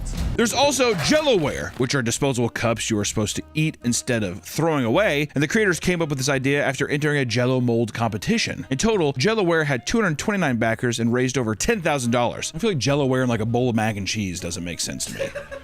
You know, if it's supposed to be like a bowl, I mean, I guess with a drink, but even then it's like, does it get Jellowware? Yeah, it would get sticky. How would it not? You're holding it, you know? This message is sponsored by Raycon. Spring is here, which means it's time to refresh your routine and spend more time outside. Whether you're on your daily walk, running errands, or just soaking in the sun, baby. These are open earbuds that let you stay connected to your surroundings while enjoying your favorite music or podcast. Raycon's essential open earbuds keep your ears open while still delivering crystal clear sound. Whoa! Regular earbuds block out everything, but with Raycon, you can stay aware of traffic and your surroundings without sacrificing sound quality. And with the open ear functionality, their earbuds are designed to be taken outside. They're perfect for a workout or just for a run. And their super lightweight design means that they won't slip out when you're moving fast or breaking a sweat. Raycon also has multi-point connection, allowing you to switch from your phone to a tablet or PC with ease once it's time to work again. But the best part is that Raycon delivers premium audio quality at half the price. Plus, the open earbuds case has a 36-hour battery life, giving you non-stop listening throughout your day. I love using Raycons when I'm at work listening to my favorite smut podcast. No one in the office can hear what I'm listening to. It's awesome. Join over 3 million customers that love Raycon and try them for yourself. The essential open earbuds are perfect for refreshing your routine this spring. Go to buyraycon.com/PapaMeatOpen to get 20% off. Thank you so much to Raycon for sponsoring this video, and hey, let's get back to the video. Then there's also Fish on Wheels, and it's a fish tank on a low-powered RC car controlled by the fish inside, because you know they have sentience to do that. The fish tank had a camera that looked down inside the tank so to pinpoint the fish's position and control the vehicle. The developers initially wanted $70,000 and only raised about $6 grand before the project ultimately failed. This was probably because the tank couldn't be filled too high, otherwise the frequent jerky movements caused by the fish panicking inside would spill water all over your floor. I like how it's like it would spill water all over your floor. That's the biggest people's concern. It isn't that the fish inside's being jerked around and probably gonna fucking die as well. I saw a video, something similar, but they put a snake and gave it legs. It's like in a tube and it could walk around. I feel like it would hate that. That goes against everything that it knows, right? Why would you need that? Another failed project is Paul, the sexiest smartphone charger on the planet, which is just a foam bust of a man's body with the phone charger at his penis and a wall charger coming out of his asshole. The creator was seeking $8,000 in funding, but received only a little over $2,000 with a total of 12 supporters, which I will say is still a lot. I like how it's just like, we're gonna give you half a mannequin, and you can like, I guess you could fuck this if you want, or you can like finger his asshole. And some people are like, all right, fine, dude. I mean, $2 grand isn't nothing to sneeze at, right? I don't know. There's also the Thinking Egg, which had 4 versions, each raising well over $200,000. So we could say almost about $1 million in total. It's literally just a wooden or like metal egg that you're meant to fidget with while you're working at home. It's literally just like a stress. It's not even a stress ball. It's just, you're supposed to just like. Oh, it's like those orbs. Yeah, but they don't look as cool. Those orbs where you're like. Functionally, there is no difference between the versions except the material they're made of. And on their official website, they charge $17 per egg. You can just go to the store. You can go to the store, play around with a regular egg, and then you get to eat it. That's like, just to be honest, I mean, like, if you're talking practicality and stuff, and if you're like, well, I mean, the convenience of it, I'm like, you can just get a carton of eggs. How often would you play with the egg? And at that point, too, you know, dude, I'd get like, you can get anything. You can get an orange, you peel it and eat it. Like, oh, my fat ass is just like, can you even eat the egg? You can't eat the egg. Get a chocolate egg. Eat the chocolate egg. Yeah, a little Kinder egg with the cream in it. I never liked the Kinder eggs, I'm being honest. Yeah, the cream is not, like, burns my mouth. Well, it doesn't burn my mouth, but it like, I don't know. It's like so, it makes me so thirsty. You know what else the ones I didn't like was the chocolate oranges. You like the peels? I never tasted that good, did it? Was this just, are we just talking Creators can get inspiration from literally anywhere, like the creators of the Grilled Cheeses Grilled Cheese Press, who came up with their idea after watching an episode of their favorite show, Glee, titled Grilled Cheeses, which clearly many thought the concept was amazing because the Kickstarter was able to reach its $25,000 funding goal. This is something my grandma would like, I feel like. Yeah, it's a grilled cheese. Well, now you can trick old people. Mom, look. I think that, yeah, so that's the thing, is people probably got it as a practical joke, trick their grandmother and be like, oh, I love it, like grilled cheese. They probably wouldn't even eat it. There have been thousands of ridiculous products on Kickstarter, but many don't compare to the No Phone. Nearly 1,000 people paid a total of $18,000 for a 3D printed rectangle to combat cell phone addiction. They created a pretend phone to act as a surrogate to any smart mobile device. You can clutch your comfort without having to actually use it, which just sounds so pathetic, doesn't it? Ah. Apparently there's a study that shows that 3 days without your cell phone has similar effects to cocaine withdrawal. I believe it too. You know what? Maybe I'm knocking the rectangle too quick. I mean, like it's like a thing of non-alcoholic beer, so you can still have the simulation or like the I don't know, the normality of drinking when you're trying to get sober. One upgrade consists of a stick-on mirror so you can take selfies. Though it was fully supported, many of the comments were disappointed, saying they either never received the product or their mirror came scratched. Oh, come on. Are you fucking kidding me? My mirror. In 2014, the Air umbrella was advertised as a compact and lightweight alternative to the traditional umbrella. Instead of deploying a fabric material to protect you from the rain, it would instead blast a circular stream of air that would keep you dry without taking as much space. Does it mean it's just like above you? Yeah, so like the rain comes with like... At that point too, I mean, like, is an umbrella that invasive? Also, how loud is that? I mean, to make it an actual dome, it would have to be insane. It would be insanely loud, right? The design wasn't without flaws, however. No. Not only would the battery life only be between 15 to 30 minutes, but one could assume that the water being pushed away from you would just be fired onto everything in the person's vicinity, aka the people all around you, or I mean, everything's getting wet beside you. And as it turns out, these initial problems were far too difficult to rectify, and fears of it doing harm to customers led to them being unable to release the product. They would issue an apology and attempt to refund their supporters, but delays in doing so would cause a tidal wave of furious backers, labeling them as scammers. I mean, we'll try to get there. I'm not doing it. They are assuming people will just forget. It's been 10 years. I mean, come on. Yeah. 100 grand. I mean, there's got to be some crazy backers in there. With all of these, there's like, you know, like $10,000 reward tiers. I have a feeling it was like in a metal tube. Like the thing's gonna lodge into your neck. Some Kickstarters can feel downright pointless. For example, a Kickstarter campaign titled "We Demand Peace in the World Now" details the development of a smartphone app that will bring everyone together. Basically, people would download the free app to show that they demand peace in the world. And according to them, the app would feature their song "We Demand Peace in the World Now" and a video of Peace Flash Mob, which honestly I think could do nothing but spread more hate, more vitriol. If I saw that video, I'd be like, I think the world's in a pretty fucking good place. If this is what peace in the world, I don't want that. If that's what peace in the world is, no thank you. Their goal is to have people around the world memorize this dance as well as the lyrics to the song, so they can start organizing their own flash mobs to spread the idea of peace. Their ultimate goal was to convince people to all do this song and dance one Saturday a month for at least a year in cities all across the world. This way, they could tell their government that they will not tolerate any of the wars, and the fighting and killing must stop now! Despite their best efforts, only 18 people backed the project. Out of the $30,000 they wanted for this app, only about $2,300 was raised. Which also begs the question as well, Nick. Instead of it being an app, couldn't this just be a YouTube video that you hope goes viral? We can't make money on it that way. Exactly. How am I going to make the ad money from the app? Make the ad money on the app, and then also, yeah, is it really a movement if people don't have it downloaded on their phone? That kind of stuff. I mean, think about how bad flash mobs already were. I mean, who wanted that? Whoever saw a video and they're like, okay. People don't realize this, but we're about ready to transform this busy square into a dance party. Well, it's because of High School Musical, I bet. Like what? They saw High School Musical was so popular, so it's just like, let's just bust out in song and dance in the middle of... When you're in high school, did you guys film a flash mob for your senior? We didn't do a flash mob, but it was one of those fucking videos that was like, it's like a person starting in a room and it's like a camera following them and they're like, you're singing a song to it. And they go to every room and people are like singing the song and like dancing and stuff. It's so fucking cringe. But everyone did it. I don't know what the fuck it was. I guess that's kind of a flash mob. Oh yeah, I thought that's what a flash mob was, but. Flash mob is like, you're having a cup of coffee in like at a town square. And all of a sudden, all the business people walk around, stop, and they just start dancing. Like, that's a flash mob. It's a mob of people doing that. To me, a flash mob is like, you kind of spring it on random people that don't know what the fuck's going on. All I know is in my school, they did that Bon Jovi song that... I think we did Dog Days Are Over by Florence and the Machine. How does that one go? The dog days are down. Something like that. Of course!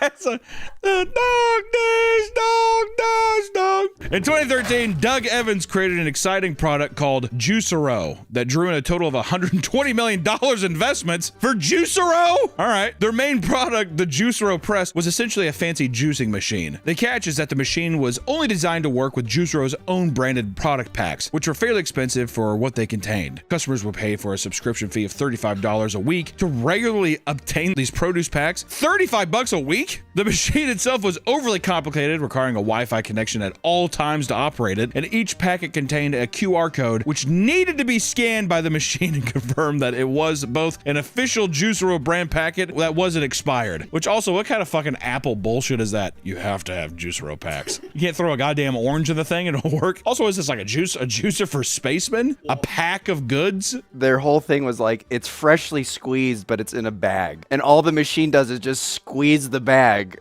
So it's already a bag of juice. Yeah, so you can literally just take the bag. Can you just, yeah, I was like, can you just go, Juicero, go! Just a good shit. My orange juice! At launch, the product cost a whopping $700. While the product was doing all right during its initial launch, they were still losing money due to the high cost of producing it. What is this machine made out of, dude? It's made of gold. All the wiring is gold. Things took a turn for the worst, however. No. When Bloomberg exposed them by revealing that the juicer itself was not necessary to consume the drink. Who thought that you needed I mean, it's a bag of juice.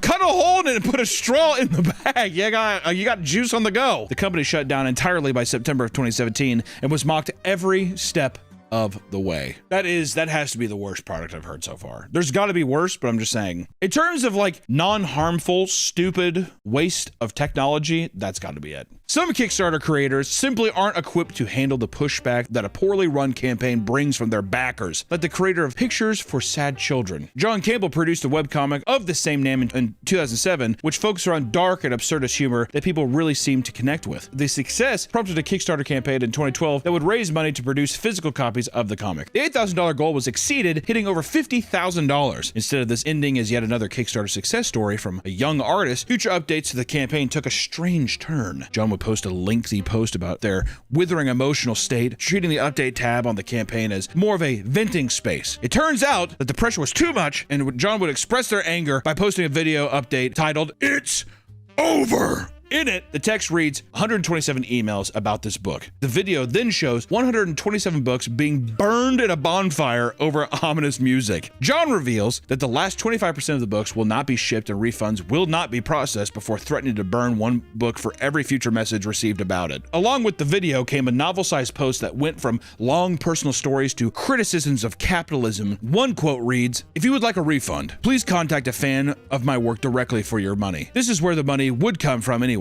I am cutting out the middleman." For the most part, John erased all social media, as well as the original webcomic archives. People still speculate about what had happened in the first place, with many assuming it was related to intense drug use or simply untreated mental health problems. Which, here's the thing. If this was like, which I don't know if this is the case, if this was a Tumblr artist, does it not make sense that your update page would read the same? Granted, I think if you have something where somebody's paid for it, you gotta fulfill the obligation. Even if you are super late, I think that as long as you're like, I'm getting to it, this was way more than I expected, I'm having a hard time with it, I think if you're transparent, honest, people will be mad, but I think it's like, I'm trying my best to do it, and you're trying to be honest with it. Going on a hate campaign and burning books because you're like, I don't know, upset with other people, no bueno. There's a lot of times I've seen, like I have a bunch of comic book buddies, like my buddy Jim Mahfood. He just did an amazing, like Batman parody that was just all like, it's like a savage Batman book. Put it up here, it was really good. He had a successful campaign and stuff, but he asked other Kickstarter people being like, what's the best way to go about this? You know, other comic book people. I mean, like I would just reach out to other people that have done that campaign. Also, you're human, dude. Mistakes happen. Once again, shout out Jim Mahfood and also Jake. Put up both of them. Two awesome comic book artists and also my buddy Baltimore. I have too many comic book friends. But I've known these people for a while and I love all of them. Baltimore, there's his art, it's very good. His comics are very good. Jake, he does a lot of my storyboard art, but also he's an amazing comic book artist. And Jim, there you go. Watch out for their Kickstarters, maybe they have one. I feel like a lot of the Kickstarters, it doesn't matter, who gives a shit. Outdoors for Everyone project was a failed Kickstarter created by David Mills. His goal was to allow old, disabled, or underprivileged people to enjoy beautiful nature settings they could never visit. Not by taking them there, but by creating gigantic, high-quality prints they could look at, which it sounds pretty silly, but I can see that being like a noble cause. You'll never go there. Don't, I mean, you look at that, it's pretty, right? You'll never be there, but this is kind of like it. These photos, which they refer to as big, awesome photos, would be displayed as an hour-long slideshow presentation. Oh, how insulting is that? When it was made clear that the crew would have to travel to all of these nature spots and national parks themselves to take the photos, people started to claim that this was all an elaborate play for them to fund a nationwide vacation, which does sound more likely. I will say this. There are things called translights, and there are like backdrops to shows. These, I mean, just to print, I don't know, like a 20-foot wide one, they could cost like 30 grand. So then if you want, and that's a high quality print that's like, you know, I would say it's like, it's not paper, it's actual fabric that's gonna last, you know, it looks good from a distance, all that kind of stuff, right? That you'll see in a show. $185,000 does sound like it's just like, this is for me and my boys to go take the photos for like a year. We can all take off our jobs for a year, we can get paid, we're not losing any revenue, right? Because if you're doing that and you're selling it to a person, what person's gonna wanna pay like 30 grand for a which is a giant photo? If you're trying to emulate it being like, oh, I'm looking out into a thing, yeah. Not just a frame picture. That'd be more of like a virtual reality thing. Yeah. It's just like, get a VR headset. Which even then, it's like, yeah, just put on a fucking Apple headset or whatever and just be like, holy shit. The project would only receive $1,453, and Kickstarter soon suspended the projects so backers would not be charged. People saw through that so clearly. I do like the angle though of people, you know 100% him and his boys were like, well, people are going to know that we're just like going around. It's like a vacation. Not if we tell them it's for disabled people. Not if we tell them it's for old and sick people. Among the many project genres Kickstarter offers, games are probably among the most, if not the most popular on the entire platform. In 2017, a new MMO project called Ash of Creation was launched, and over the last decade, it has raised over $3 million while in development. However, at the beginning of the year, the creative director and co-founder Steven Sheriff stepped down from his position due to the ethical conflicts with the board of directors. This led most of the staff to leave, and the entire project was scrapped, including the Steam page, which had already been selling an early access version. Since thousands of people had already purchased early access to the game, Steam had begun issuing refunds to anyone who bought it. For those who were still in the company, the board laid off the remaining staff and closed the studio. Many former employees later said they never received the final paycheck and sued for unpaid wages. This was like a big one. Because my buddies actually paid full price for it, and then it was only up for a month. No shit, Ashes of Creation? I think they're doing one last like pump and dump. Basically, they're like, let's release this in early access, get as many people to buy, and then just bail. And then Steam actually locked their funds, so they could not pull them out. Yeah, it's bullshit. There's so many different kinds of these games where I feel like it's released for a day. Well, are you talking about the one that was like released for a day and they just shut it down entirely? I forgot what its name is. I'm not good with video game names, but I feel like there's a ton of them that do this kind of shit. Also, I want to say $3 million over the course of 10 years is not a lot. They had to have probably some other kind of backing that they didn't tell people about. They had private investors come in. So that's probably why they also dumped it, because those private investors probably came in and they were like, we're gonna fucking kill you unless you give us money. Mythic, the Story of Gods, was announced in early April of 2012 as a mythology-based RPG. The company behind the game boasted that it had ex-Blizzard employees and even Disney and Pixar employees working on animations. It didn't take long for the game to gain traction and raise close to $5,000 toward its $80,000 goal. However, some people felt something was off. Yeah. A video game, first off, $5,000 is, I mean, is that gaining traction? I guess. But then also $80,000 to make an MMORPG? Definitely scam. That is, or no. It's like a little kid, like he made the Kickstarter. After doing a little digging, people found that the entire campaign was a mix of other games, projects, and businesses. For starters, the art of the game was stolen from other games, and the pictures of the company's office were real photos taken from random design companies. Furthermore, all of the reward tiers on the Kickstarter page were just copied from other projects. It didn't take long for news outlets to pick up the story and spread the word about the scam. Not even a month after it was announced, the Kickstarter was canceled, and the scammers disappeared. Thankfully, no backers ever lost any money since the project didn't reach its goal, so that's good. Molly Frederick had begun to create a high sci-fi board game called Catalica. Catalica, I like that.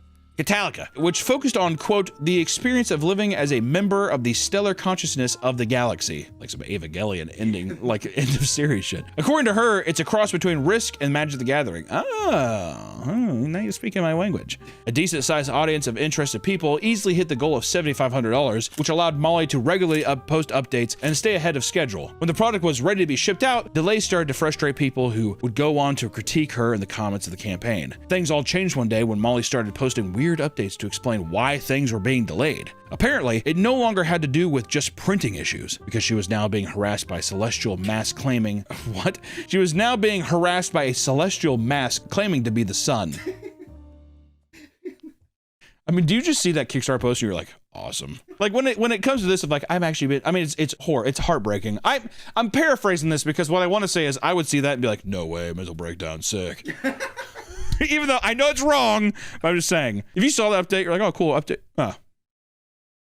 Not only was she being harassed by the sun all day, it was urging her not to release the board game for fear that it would reveal too many cosmic secrets. She also claimed that the US Navy was watching her because her board game referenced experimental plasma technology. A little bit of gang stalking in there too. I love that. I love that. Cosmic horror with just a dash of gang stalking. Many of the people in the comments were being supportive.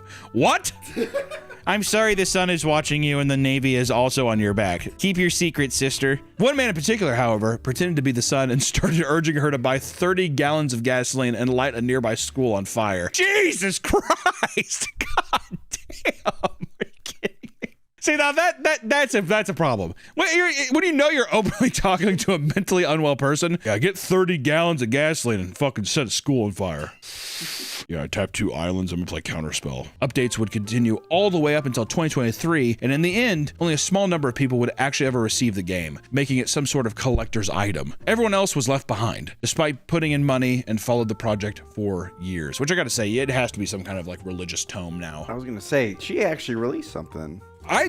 It's insane that the person who was talking to a celestial mass pretending to be the sun and being gang stalked by the US Navy actually fulfilled more products than 99% of the Kickstarters that like scam people. I admit that there was some good intention down there. Good on you, Mal. Yeah, I mean, it just sounds like she's having a mental... And yes, I mean, she was having a bit of a mental oopsie daisy, basically, yeah. Or do you think she was just faking it to get out? No.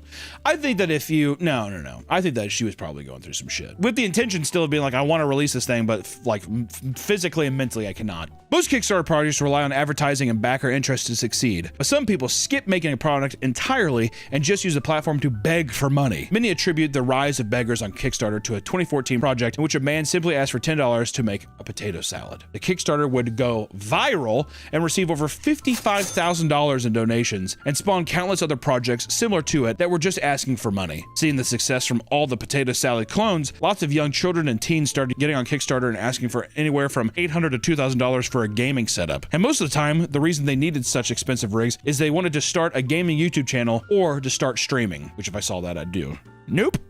I'd rather have a just kid be like, I just really want a good system so I can play games on the highest quality. I would be more swayed by that. Listen guys, crowdfunding sites are a wonderful thing. After all, there are all sorts of creative people who with brilliant ideas that simply don't have the money to make them a reality, or they don't have the means of getting self-started. They're not business-minded enough to take this thing to the next level. So sometimes Kickstarter can just be like, hey, this is my sick idea. Do you like it? Pretty cool. Because Kickstarter can be a little risky as far as getting refunded from an unfulfilled project, the many scam campaigns on the site may make you extra hesitant to open your wallet. But if it's a project you really believe in, maybe throw a few bucks into something if you think it's worth it. Because hey, sometimes the good shit will never be seen, right? You gotta kind of dig for the good shit. Thank you guys so much for watching today's video. We will see you in the next one. Bye-bye. Welcome back to the Papa Meat channel. How you doing? Come on and sit down because today we're going to be talking about Karens. You've probably been familiar with Karens, as they've been around long before the phrase was even popularized. Everyone kind of always had that little whispering name in the back of their head. Karen.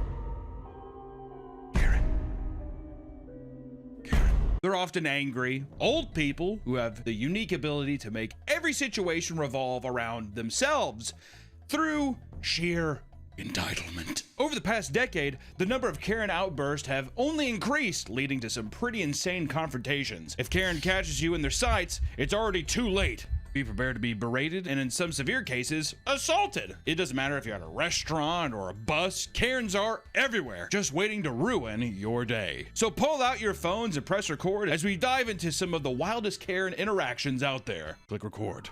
You'll need it for the authorities. They're on their way. I remember working at Papa Murphy's, and luckily I never got recorded, but a lot of people started recording. If you fucked up their pizza and they made us redo them. I would do this at the camera. They start recording at me. I just do this. What is that? And I'd say, fuck off, you old bitch. And I do boom, boom, boom. Everyone's like, And I'm like, I grab her. If you watched the news recently, one Karen in particular has taken the world by storm. At a Phillies game on September 5th, a home run was hit into the stands and fans began to fight over the ball. That's usually what they do. People rustle over it to see who comes out on top with the ball. Among the crowd was a man named Drew Feltwell, who was specifically at the game not only to celebrate his son's birthday, but to catch a home run ball and give it to him as a gift for his birthday. How wholesome is that? Here you go, son. I love you, Dad. You're my dad. You're my boy. You're a good kid. Drew succeeded, grabbing the ball and returning to his family in excitement. However, what was almost a wholesome and memorable moment for the young man soon turned sour, downright rotten. An older woman. I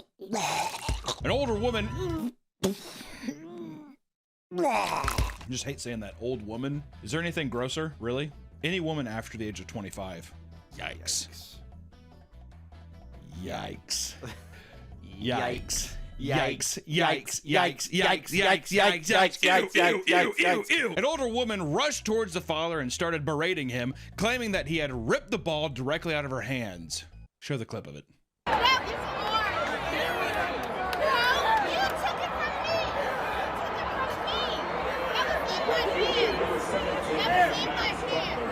I would have been like, you better get the fuck away from me. I'm gonna bust the teeth out of your mouth. You hear me, you old bitch? She'd say, oh, really? Oh, really? And I'd be like, I'm on the Jumbotron.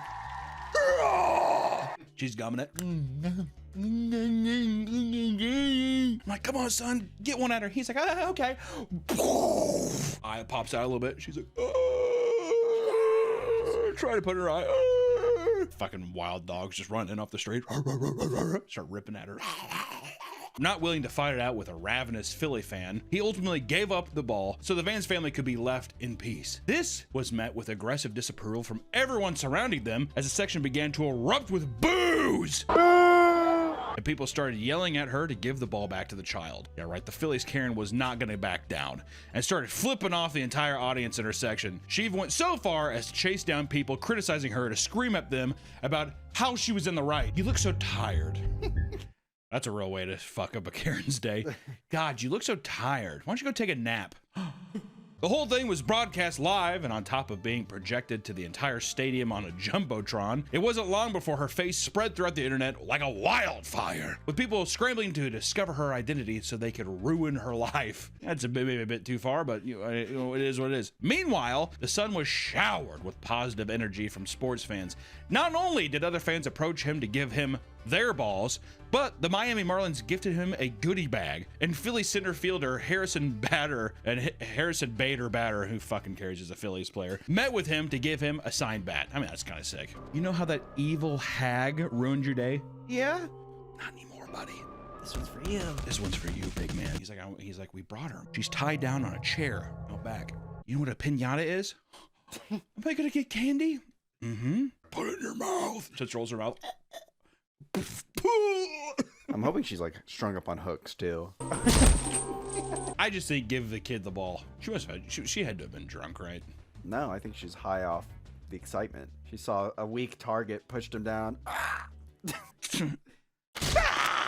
Well, she didn't even grab it from him. She like went up and she's like, you stole it from my hands. Or whatever. So it's like, well, I got it before you. I don't know what I'm supposed to say. No, it's supposed to be mine. Feels like very drunk energy to me. You're doing that. I'm supposed to get it. The family ended up on local TV stations for an interview where the father claimed that not only was the ball never in her hands, but he truly didn't even notice the woman at all until she suddenly started verbally attacking him. At the end of the day, he claims that he wishes no ill will on her. Well, yeah, dude, he clean shop. Hey, I hope nothing bad happens to her. Psych. Yeah, exactly. You know what's crazy is that I think this happened a week after some like Swedish billionaire stole a ball from a kid too. Some player was like throwing up a hat. That's what it was. He was putting a hat up to this kid. This kid was about to grab it, and the billionaire just like swiped it. And then he turned away, and the kid was like trying to grab his attention and completely ignored him. But the same thing, like people rushed to the internet, found out he's a billionaire. And then the funny thing is he first said like, He wasn't sorry, but then the next day he immediately like, Okay, fine, I'm sorry. Yeah, I didn't even notice the kid. What a fucking dickhead, dude. While the concept of a Karen is not novel in any way, people are convinced that the COVID-19 quarantine from a few years back resulted in Karens multiplying. That was the real pandemic, not the fake disease that the news wanted you to worry about. There was a divide. Cells dividing, manipulated. And Karens kept forming with that fucking stupid swoosh haircut. Little, like, lab fetuses sprawling out of... What if that was the real thing that China was doing? Oh, and they're gonna, like, airdrop them Exactly. in America? And they just, like, parachute drop them. Drop them like the baby Grinch in the movie, whatever, and those little things. Land down and start assaulting a child at a lemonade stand. Do you have a permit? This video is sponsored by Helix Sleep. Sleep is so important to your health and productivity, but many of us may be getting this part wrong from the start. If you're too hot at night, or if your mattress is old or damaged, it could seriously be impacting your sleep. And it may be time for a Helix Sleep mattress. Helix has 20 unique mattresses, all set to serve a specific purpose. And before you get a Helix Sleep mattress, they have you take a sleep quiz to find out the perfect blend of what you need. Are you a side sleeper? Do you have back pain? How firm do you like your mattress? The quiz is very quick, but it takes your answers to these questions that recommends the best mattress for you. I got the Dusk Luxe for my particular needs, and I've been getting deep, restful sleep each night. Deep sleep. It is amazing how much sleep can affect. Flight to Atlanta, the calm cabin was disrupted when an argument between an old man and a younger woman turned violent. The woman was in the aisle when she saw the man with his mask down. She asked him to put his mask back on, which he refused to do because he was just pulling down momentarily to eat. Would you get pissed off about that? No. I lived in Portland, Oregon at the time. Let me tell you, it was like a battlefield. I didn't like the old people excuse of like, I can't breathe with it. I'm like, come on. No, I wouldn't get mad. If you're eating, you're fine. I'll just walk away. I don't know. Well, she's in it. She can't. She's in a plane. Even back then, I'm like, even if you have this mask on, dude, you're getting like, and if you're getting sick if you're on an airplane. There's just no way. Especially whenever you see the people that. One thing that pissed me off is like, you're gonna get mad at this guy for eating a granola bar, but you're not gonna say anything to the guy who has it like down under his nose. Yeah. Whatever, like sneezing all over the place. But you know, that being down, he's eating his granola bar, and this sent her into a fucking frenzy. She demanded he put it on repeatedly before a stewardess had to come in and break up the fight. Before she could, the woman punched the man in the face. It's kind of awesome. You what? Fuck you! From there, all hell broke loose as she began to spit on people and fight the flight attendants. The whole time, the man was telling her she was gonna go to jail for assault as soon as she landed. Which also, he's kind of a bit of a male Karen too. Sir, can you put it down? It's kind of the battle of the Karens right there. I think that there could be a Karen too when someone's just like, hey, pandemic, can we like just cover your face up? I don't think I will. Hey, let me tell you, I'm hungry. To me, I'm like, that's some male Karen energy too. Or even you get socked in the face, you're like, you're going to jail. I'll call the cops as soon as I land, which I would do. Eventually, a passenger stood up and dragged her away from the situation. What's ironic about all of this is that while she was berating the man for not wearing a mask, she too wasn't wearing a mask herself, which I know I want to say sounds like a snarky little Redditor comment. But it is just kind of funny, isn't it? She was all upset about it, but you know what's even weirder? She didn't even have a mask on herself when she was assaulting 4 people. And even if she didn't hit them, that's basically assault already as it is. Why is no one saying anything? Where's my updudes? Can I get some karma? I saw so many fights break out over mask stuff. Well, I had to go to like the grocery store to get food. A lot of times, I really liked all the posts. I think we've said this, I've complained about this multiple times on this channel, but when people were like, we need to thank the DoorDash drivers for keeping this country well fed. It's true. I would have starved. I became pretty good buddies. I still hang out with the guy. Your DoorDash guy? Yeah. I used to get like Chipotle every day because I had like a studio outside of my house or whatever. I saw him so much, I'm like, if I got it, you got it, bro. Like, it's one of those things. Came up one time, we hung out in my studio, we just like watched Kenny versus Spinny for a while. It was fucked up. I was like, you gotta go anywhere? Yeah, I could take a bit off. I'm like, come on up. Just eat Chipotle. It was awesome. I'm a social guy too. I gotta have somebody to talk to. You know what I mean? And you see him every day too. Every day. To the point where we were like sitting outside, we were talking, you know, we're doing the social distancing thing. And after a while, I was just like, you just want to come on up, man. Yeah. It almost seemed like gay sex, is what it seemed like. After a while, I was just like, I mean, are we doing this, or? Did he deliver you a pizza? Is that what led into the gay sex? It was always Chipotle, which oddly felt more sexual than a pizza. how am I going to pay for it? I mean, the transaction's totally done. I got a tip inside. You got a tip inside you. You put your tip inside me. You want to go upstairs and play tummy sticks? That's romantic. Yeah, there's nothing more romantic than two gay guys saying, you want to play tummy sticks? Karens. We're talking about Karens. In 2021, 61-year-old Timothy Armstrong was drunk on a flight from LA. I like how this Karens thing is just going to be drunk people. That's just going to be every story. In 2021, 61-year-old Timothy Armstrong was drunk on a flight from LA to Salt Lake City. I would too. I would be too. Go back in that fucking, you just get berated by Mormons as soon as you land down. You step out of the plane. Take you to church this Sunday. He began to yell at an Asian woman on the plane to sit down, but she was only doing so because she had back issues. Goddamn! Sit your ass down! Stretch out her back. For fuck's sakes! He began to yell racist remarks, telling her and the flight attendant she didn't belong here. So funny plane. You get her off this plane! Who even are you? Have you seen Rush Hour? Shit! I need help! The woman refused, and as the flight attendants told him to calm down, he began to growl and chew on his mask.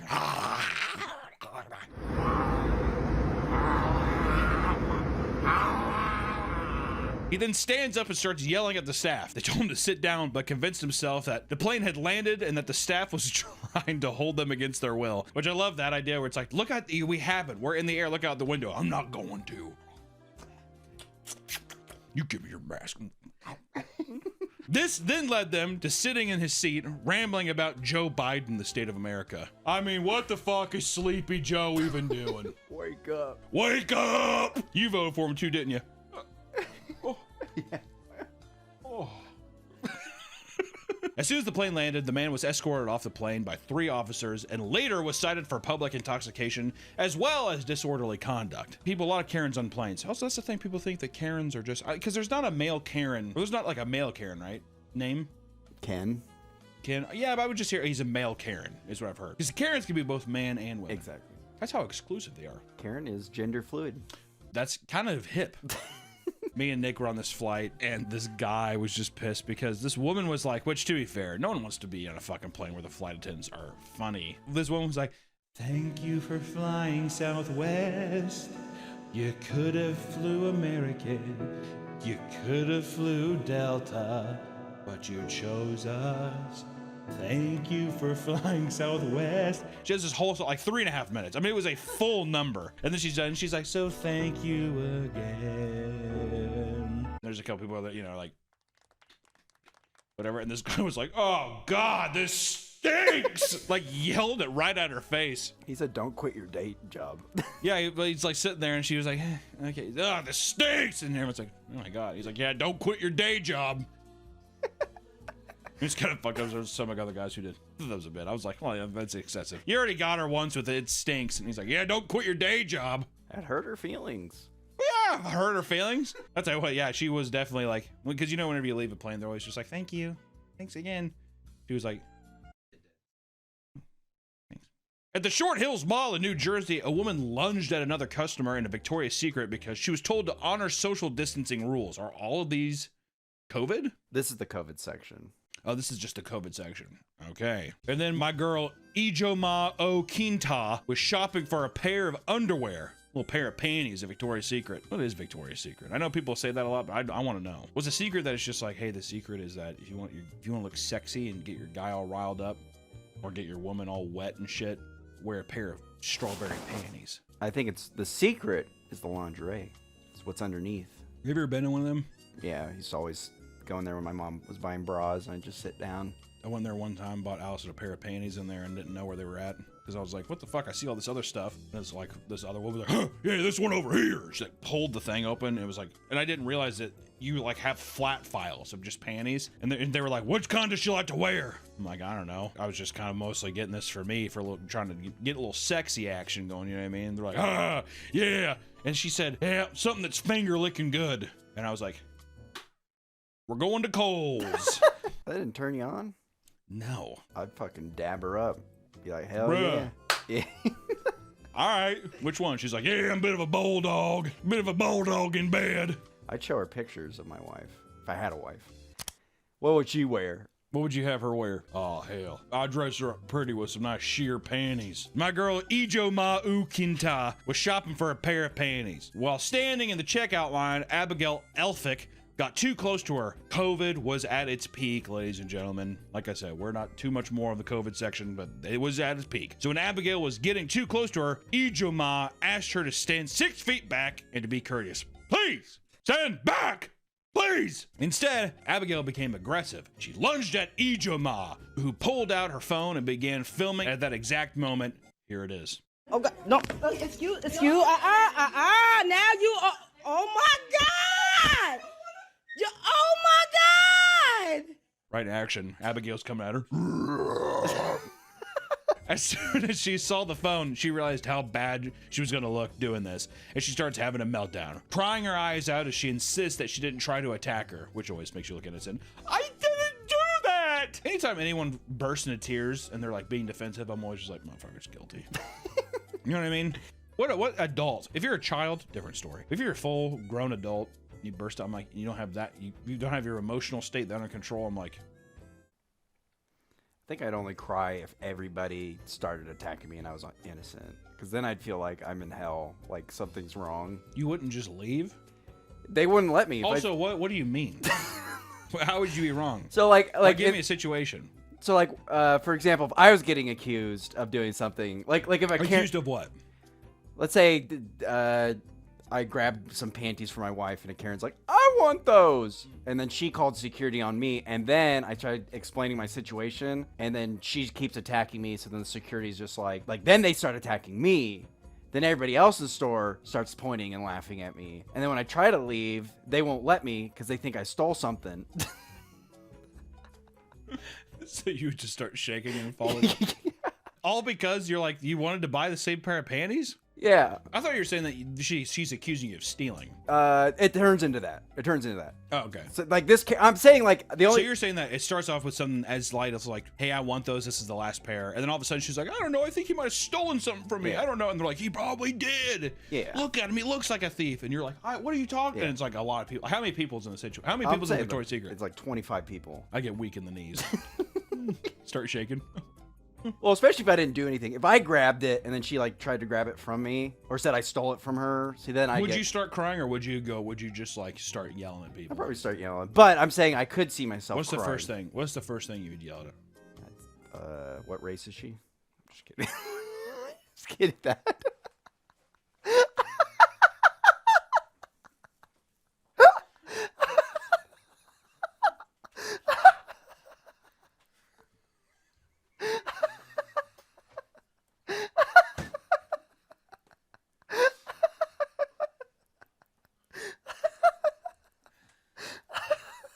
Oh boy. Good luck, editor. At one point, Abigail even collapses to the ground and pretends to faint. After a while, this turns into another outburst where she starts to shake uncontrollably while on the floor, screaming for someone to stop her from recording her. It's unbelievable. Abigail starts chasing her around the store, screaming as Ijoma laughs over the absurdity of the situation. The cops were called and they were escorted Abigail from the mall. And when the victim was called in for questioning, they didn't believe her story. Shortly after the incident occurred, both women sued each other, with Abigail claiming that the recording was motivated attack that caused her to have a mental breakdown. Who do you think won that lawsuit? The fucking goddamn old big old roly-poly on the ground, or the person who was just like, what a fucking idiot. I don't have to back up. She's behind the counter. I'm right here. You just back up. You back up for me.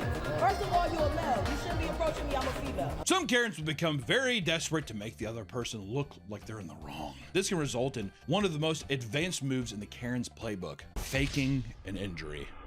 Love it. Do you ever seen that video of this girl being like, this girl being, you can't walk your dog here? He's like, oh, I'm just walking my dog. It's like a little dog. And she's like, it bit me. Yeah. He's like, what? He's like recording. He's like, what? And she's like, ow, ow. And she like falls down. What are you doing? I would then be like, well, you didn't realize this? I have a German Shepherd. And I'd be like, say some German Shepherd, Zeig! Whatever, and he like runs over and starts actually attacking her. Oh, yeah. You're gonna put down one of my pups. You're gonna put down this killing machine. You're gonna leave a mark for it. I've seen Karens do that with cars. They'll like stand in front of the car, and then they'll like, my hip! That's something my mom would do. Yes, I would. Thanks, Mom. You're welcome. Bye-bye. Okay, what a gross bitch. Despite Karens typically being filmed during the most obnoxious freakouts, they have no qualms with performing soccer player-esque theatrics to look like they're the ultimate victim in any situation. People know what they're talking about. Guy barely taps his foot, he rolls around.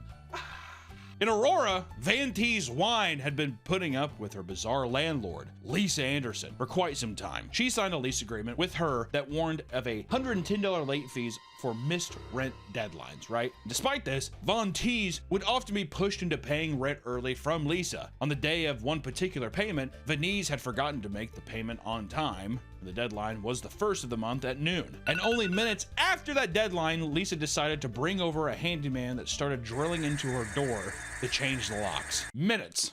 All right. She did this without warning, skipping the late fee entirely. And when Von Teese comes over to the door, Lisa pushes past her to enter the home. They begin to yell at each other briefly. And as Von Teese turns away for a second, Lisa yells, "Oh my God, she's choking me!" Oh my God, You just bars up. Really? God, she's hurting me. Before yelping and collapsing to the floor. Really? Really? Really? Claiming that she's being attacked by the woman. I'm being attacked! What'd you know what's fucked up? There's no way to prove it. Well, see, this is a situation where I'd start crying if people started believing her. I'm innocent. The problem with you, though, is that your knuckles would be all bruised. You'd have blood all over your hands. What are you? I'm innocent. I didn't do anything. Ow. And what she doesn't realize is that her son was filming the entire thing. Not only did Lisa go to the police to attempt pressing charges, she was found wearing a boot and crutches later on. Von Teese and her family moved out days later and also discovered that many other tenants were having issues with her as well. And the old boot and beat up technique, huh? She wouldn't be the first Karen to feign injury in an overdramatic fashion, because over in Texas, Chris Hampshire was driving home from Cedar Breaks Park in Georgetown when he accidentally drove down the wrong exit. The female gate attendant quickly approaches the car in hysterics before he could back out and leave properly. It was pretty much that, probably. In the video, the woman is seen calling the police while standing in front of the car, and her hand is on the hood and she refuses to let him leave, which I never understand that. It'd be different if someone's like, I'm not going. That's different, but someone being like, no! A human error? No! While frantically insisting that the police come down to help her, the man tells her that what she's doing is against the law. In response, she yells into the phone, "Man, he's running over me!" Man, it'd be so tempting to like just let your foot press off that left brake and just kind of barely tap that accelerator. Yeah, just give it a little whoop. Just like let your eyes roll in the back of your head. She starts screeching for help and slamming her hands on the car until the park ranger eventually steps in. She repeatedly screams at the officer that she's being assaulted and that Chris should be arrested. I want him arrested. I want him arrested. Chris notes that about a mile down the road, about 15 officers with sirens blaring sped past him, actually believing that a vicious assault was taking place. He was pulled over, but was let go as soon as he showed them the video. The park gate attendant was later fired. What do you mean? This is what I was paid to do, right?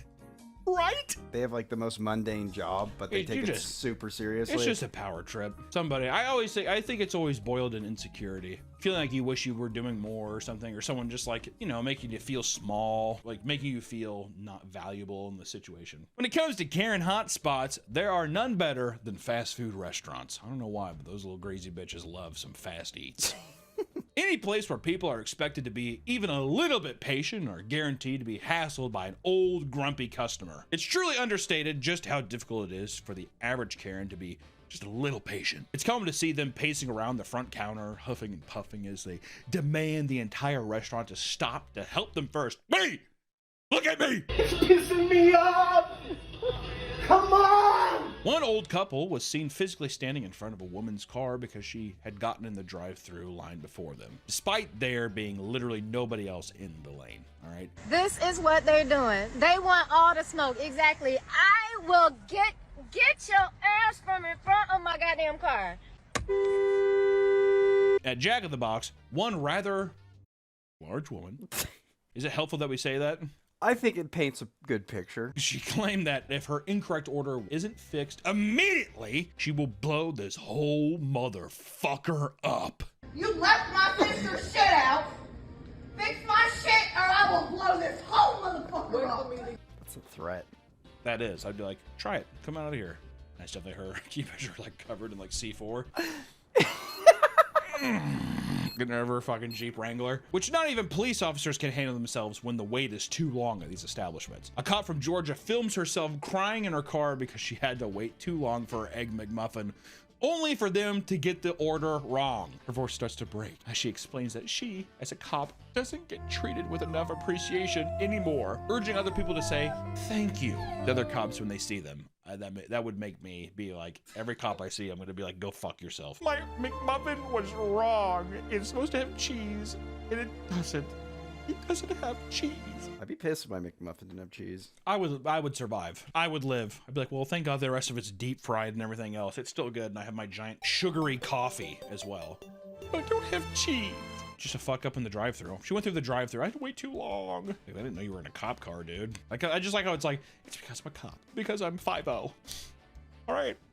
They hate me. You realize that I save your life every day, right? If you thought simply leaving a restaurant would keep you safe from angry, entitled people, you'd be dead wrong. Karens can be found anywhere. And today, they haunt streets of every single city in the United States. While walking home from a school, a young boy was stopped by a grown woman in her car. She claimed that the boy was cursing around the kindergartner, saying words like hell and fuck, and that he was in big trouble, which I just want to say, that's so fucked up. For an adult to go up to a child they don't know and be like, you're in big trouble. You don't fucking like, that's horrifying for a child. The kid pulled out his phone, awesome, to record and replied that he didn't know what she was talking about. In response, the woman called him a redheaded stepchild and told him that he isn't going to have a pleasant life because he lacks respect.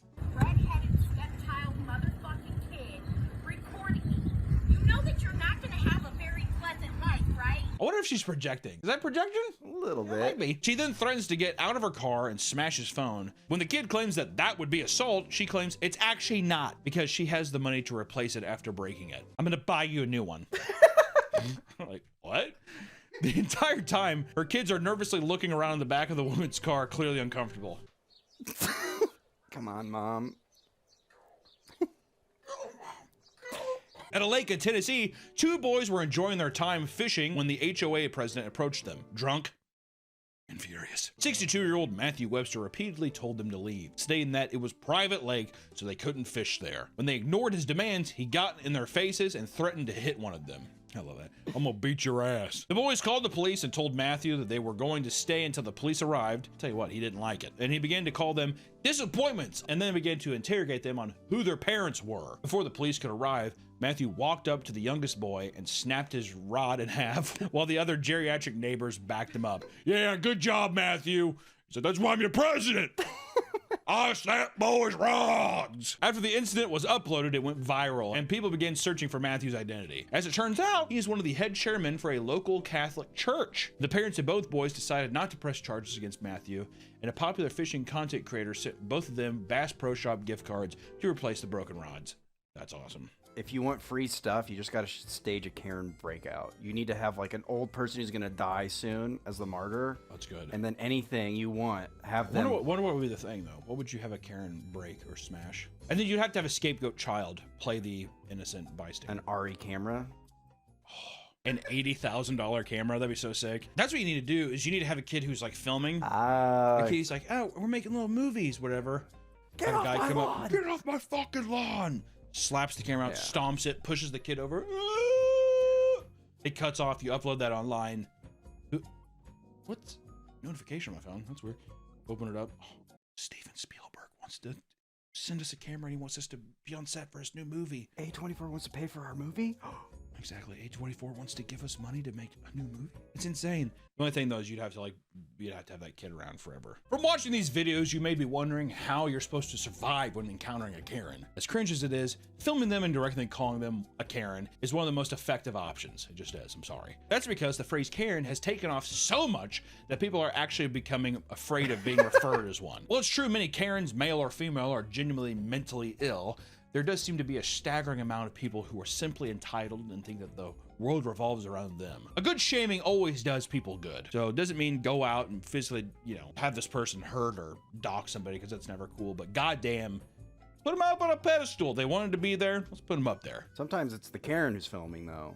So and if it's the camera, if it's the Karen filming, put on a nice show. We will see you in the next one, guys. Bye-bye. Today we're going to be drawing some nice, you know.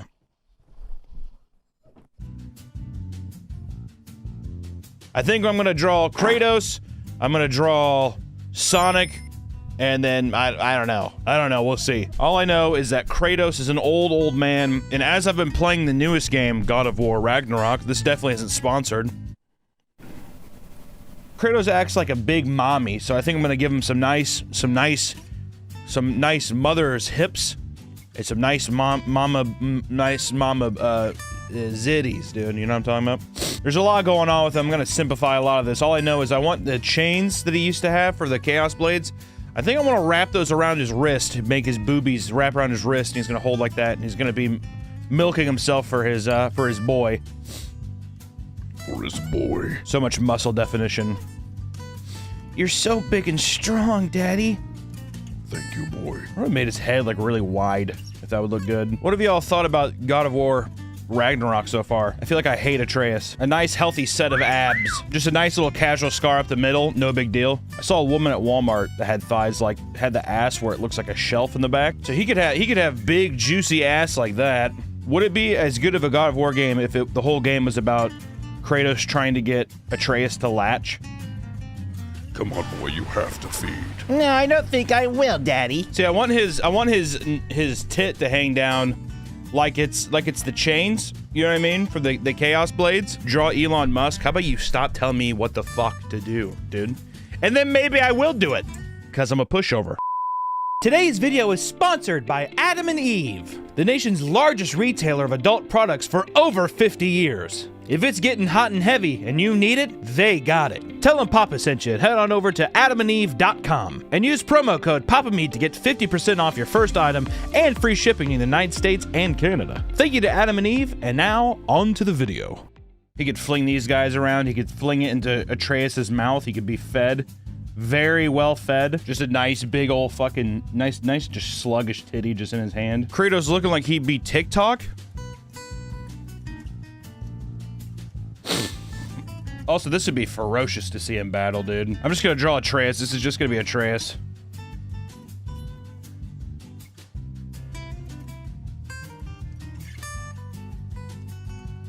That's Atreus. I feel like his eyes gotta be way smaller in the game. I feel like I can never see his eyes in the game. Make him eyeless. I can probably do that, actually. Oh, I have to find my boy. There's our Kratos.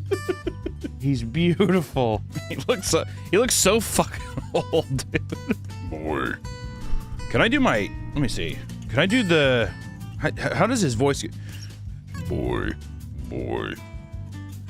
I have killed the gods of Olympus. Boy. I can't fucking get in that register very well. Boy. Bro so old he calls people honey at the checkout desk. He says sweetheart. He says sweetheart to all the Waffle House waitresses. The breakfast was absolutely phenomenal, sweetheart. Where's Kelly at? Where's she supposed to be? Oh, she's gone today, huh? Tell her I miss her. I always hate when I hear old people say that kind of shit. Tell her I said hi, I miss her. Oh, God. That head looks pretty good.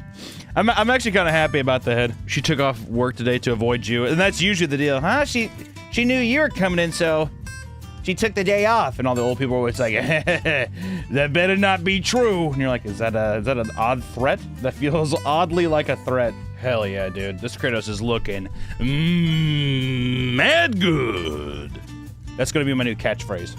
I used to have a friend in college that was like, this is a very odd segue into conversation, but I'm just looking at these giant milkers, these mommy milkers, and I'm thinking to myself, I used to have a friend who would he could only get off to pregnant women.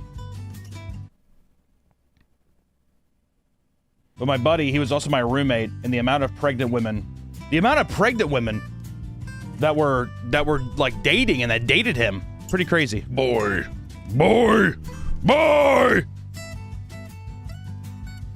Boy. You should make his fat Maya milkers pulsate and puss up every time he says boy. Let's color Kratos up, how about we? Got in a tight spot, yeah. Bussin' a game of pool. I heard David yell across the room, hey buddy, how about a helping hand? Truly, this, wow, I like whistled when I said truly. This really is a god of war. Like fucking whistled. You know, for a nice little Kratos, I'd say this isn't too bad. What do you guys think? Nice little Kratos meme. Let's do, Sonic Adventures just came out. Let's do that. How do we actually make Sonic appealing though to people in general? What if we gave him a better face? Who's sexy right now? Who's a sexy person? Sonic, but we gave him Timothy Chalamet's face. And then I think to make him extra sexy, all of his tendrils are just gonna be cocks. Uncircumcised cocks. Sonic's body is literally just this. And his fucking legs. Should he keep the Sonic eyes though? I feel like that would just be so fucked. Looks like a fucking alien, dude. Looks like a goddamn alien. But we gotta keep the sexy, cause see, Timothy Chalamet has really nice eyelashes, so we'll keep the eyelashes though. Hi, I'm Sonic. I definitely want to make the tendrils uncircumcised dicks. Like his sack is just kind of like, his sack is kind of attached to all these uncircumcised penises, you know? Does this look like Timothy Chalamet's face? But I kept Sonic's eyes? No. What? It doesn't? Doesn't look like him at all. Made it too swoop. Well, plus the eyes, it's hard to, you know. Well, I mean, his eyes aren't that far off from... God, that unsupportive bitch. You never believe me! Alright, hold on. I'm fucking up, dude. I'm fucking up. This looks shitty. God! Alright, this is looking fucking shitty. Just hold on. Oh, I'm Timothy Chalamet. This is my Sonic. This looks... this looks so stupid. I'm trying to make a more appealing Sonic for everybody here. And I'll be honest, I don't think I'm nailing the mark at all.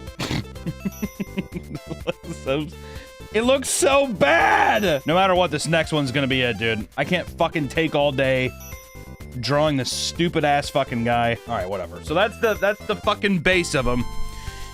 Is he wearing a diaper? No, it's just like his skin folds, dude. Okay, so we got at least a cheek structure here. Sonic already looking better. Not looking terrible. Nice little foundation on his cheeks here. Not bad. Not bad. So stupid. I mean, if you saw a Sonic in this, if you saw a Sonic look like this, would you be stoked? Imagine Sonic rolls up in the new game. He's like, "Hey, I'm Sonic." Would you guys be stoked on this design of him? He looks nothing like Timothy Chalamet, but I'm just gonna stick with it, and I'm just gonna make this more fucked up. So let's pretend that I didn't even use Timothy Chalamet as reference. I'm gonna put fucking balls at the end of all these little deals. For anybody who doesn't have testicles that's in the chat, let me tell you something. Balls are very oddly shaped. So you kind of got to get that lumpy mess. It's kind of like every ball kind of feels almost like a russet potato of some kind, like a small B-sized potato. A Yukon Gold, as they say. I'm coming to get you, Eggman! I feel like the balls hanging over the uncircumcised cock things are looking pretty good.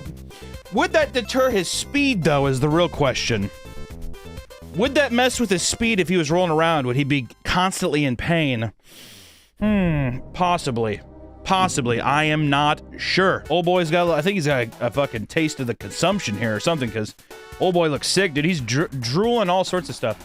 We have to make it abstract enough, though, so we can let it slide by. Not bad, dude. Pretty good Sonic.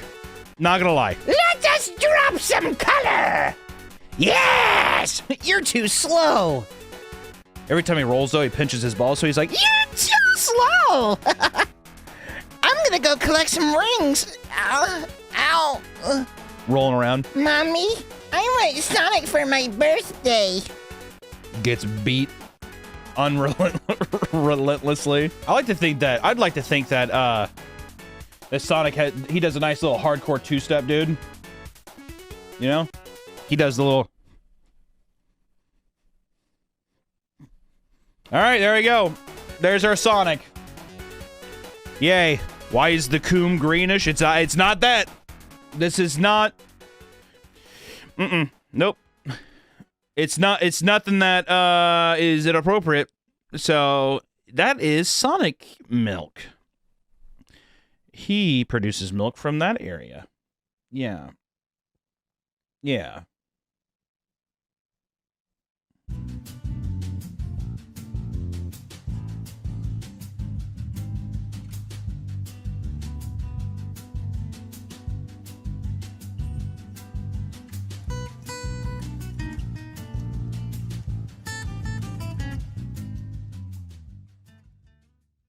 Welcome back to the Papa Meat channel. How you doing? How you doing? Coming on Sun Down because today we're going to be talking about Legos. There are many toys on the market that inspire children's imagination and creativity, but perhaps no toy is better at it than Lego. The literal endless possibilities these plastic blocks provide can entertain anyone of any age for hours on end. In fact, they've done so for decades. Plus, there are sets for nearly every large movie franchise, from Star Wars to The Goonies. Lego has a set for everyone. For everyone. Or they break your heart and they discontinue Bionicle. Oh yeah. How fucked is that? Bring back Bionicle. No, it's all good. I like the little Bionicles. You can say. God damn it. I keep I will say Bionicles, they took it from us too soon, and I will say the first run of Bionicles had the coolest container. The little fucking like bank orbs. Remember like the little bank teller things? They look like they're awesome. The unfortunate part is that while these toys are intended for children, no child can get their hands on any of them because scalpers and obsessive fans hoard them all. Once again, we find that the scalpers of the world ruin something else for the children. Not, you know what, and I'll say this, not even for the children, but just for somebody who's like, I'd like to put that together. Hell, I wouldn't mind putting the goddamn Goonie pirate ship together. Oh, you should have been here, man. The 46-year-old guys, well, they bought all of them. So they camped out at 3 in the morning. Early bird gets the worm. But to be fair, if I was sitting there and I'm like, they got all the DeLorean Legos, the Back to the Future DeLorean Legos, that's fine. I can live without that. But if I was a kid back in the day and they took all the Bionicles, I'd kill myself. That's not even me joking. I'd walk, if I'm in Walmart, I'd walk over to the gun section, I'd pull a shotgun out of the glass case, and kill myself right there in the store. Not to mention the fact that they are notorious for causing injuries due to their sharp edges. Gonna cut my wrist, kill myself. And are even known to do emotional damage. And are even known to do emotional damage, having ruined many relationships. Okay, I don't think we can blame Lego for that, can we? That seems a bit absurd. It's the partners. You gotta blame the partners. I mean, I think that Lego after a while could just be like, I mean, come on. Is this my fault? Are they from German? Is Lego German? That was Sweden. Or Sweden? What is Sweden? That can not to be my fault. Is that Swedish? That's PewDiePie. I'm from Sweden. What's up, Braz? Hello, Braz. That can't possibly be my fault, Braz. So sit down and grab those instructions as we piece together how the world of Legos came to be, baby. Give us a little Lego montage, editor. A man has fallen into the river. Hey! Would you ever step on a Lego before? Yeah, and I don't think they hurt as bad as people think they say they are. You don't think, really? Yeah, I feel like we're gonna get Legos for this video. Okay, if you don't think that, then we're gonna get Legos and you're gonna step on them. Editor, put in the clip of him walking on it. There you go.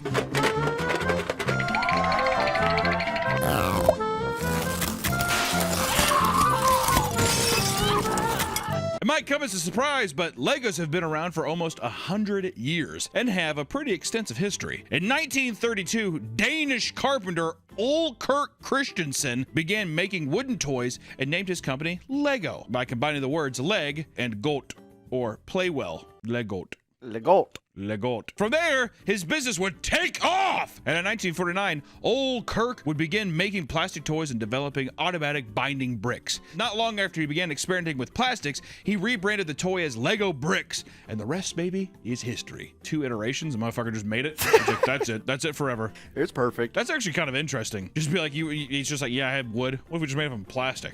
Okay. What if they bound together? That's it forever, by the way. It's kind of awesome if you think about it. It's like the perfect encapsulation of like a toy that's just, you can do whatever the fuck you want with it. This brick's a little wider. They are all the same size. They have a very high quality standard that they adhere to, and if they don't, they throw them out and they remelt them.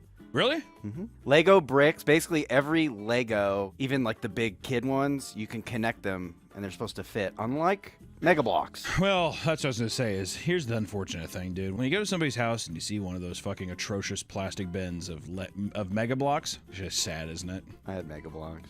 I know. Well, you also forced your parents to buy like a 2-story house and all kinds of stuff. They probably didn't have any money left for Legos, Nick. That's your fault. Mega Bloks had cool sets. They had Halo. They had like this dragon. It looked like shit. Even the Halo ones looked like shit. I remember when I was a kid, I got these Legos that were like samurai boats, and they were so fucking cool. They had plastic flags. I was like, holy shit. And then my cousin, who I'm not going to name or talk about him entirely, let's just say he came in and in a silent fit of rage broke them. And I went up to my mom and I was just like, if he ever comes over here again, I'm gonna fucking scalp him.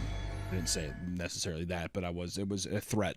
And then I never came over anymore. I one time on Christmas, the Halo Lego block set, I got that for Christmas. I took a nap and my friend came over and built the whole thing. He built my present. Okay, so how long were you asleep, Nick? 4 hours. So you took a nap. I'm just piecing this more of the more interesting part of this is, did you know the friend was coming over? No, he just showed up. And he's like, look at that, that's cool. They let him inside your house and just let him build your thing? There's a lot of questionable things. I feel like your family's just like, oh, please. You want to be our son? Could you be our son instead? This one sleeps all the time.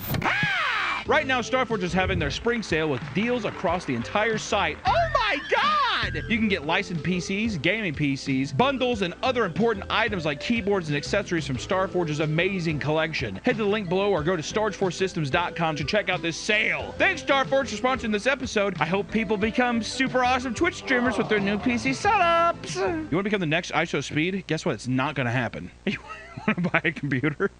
Now back to the episode. What started from humble beginnings slowly grew into a global phenomenon. In the 60s, LEGO added wheels to its sets and opened its first Legoland park in Denmark. Over time, they branched out and added more sets, including Pirates and Technic. Pirates and Technic, what the fuck does that mean? Technic is their like engineering thing. So you the nerd shit? Oh, fuck whatever. Drawing in even more fans. All right, I will say, when engineering majors fuck around with some Legos and they build some shit. There's a lot of cool videos. But I can't. I'm not smart enough, so I don't like them. Just give me pirates. God! This success all accumulated in 2000 when they were awarded the Toy of the Century. God damn.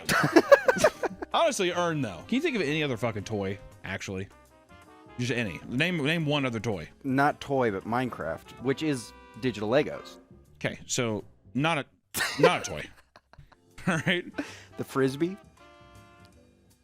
What the fuck? You know what's wrong with Frisbee? I have to have someone else to play with. What am I gonna do? Fucking throw it and go catch it myself like I'm a dog? Frisbee is also like the worst version of a boomerang. That's the Australians had to figure it out, dude. I don't want to have friends.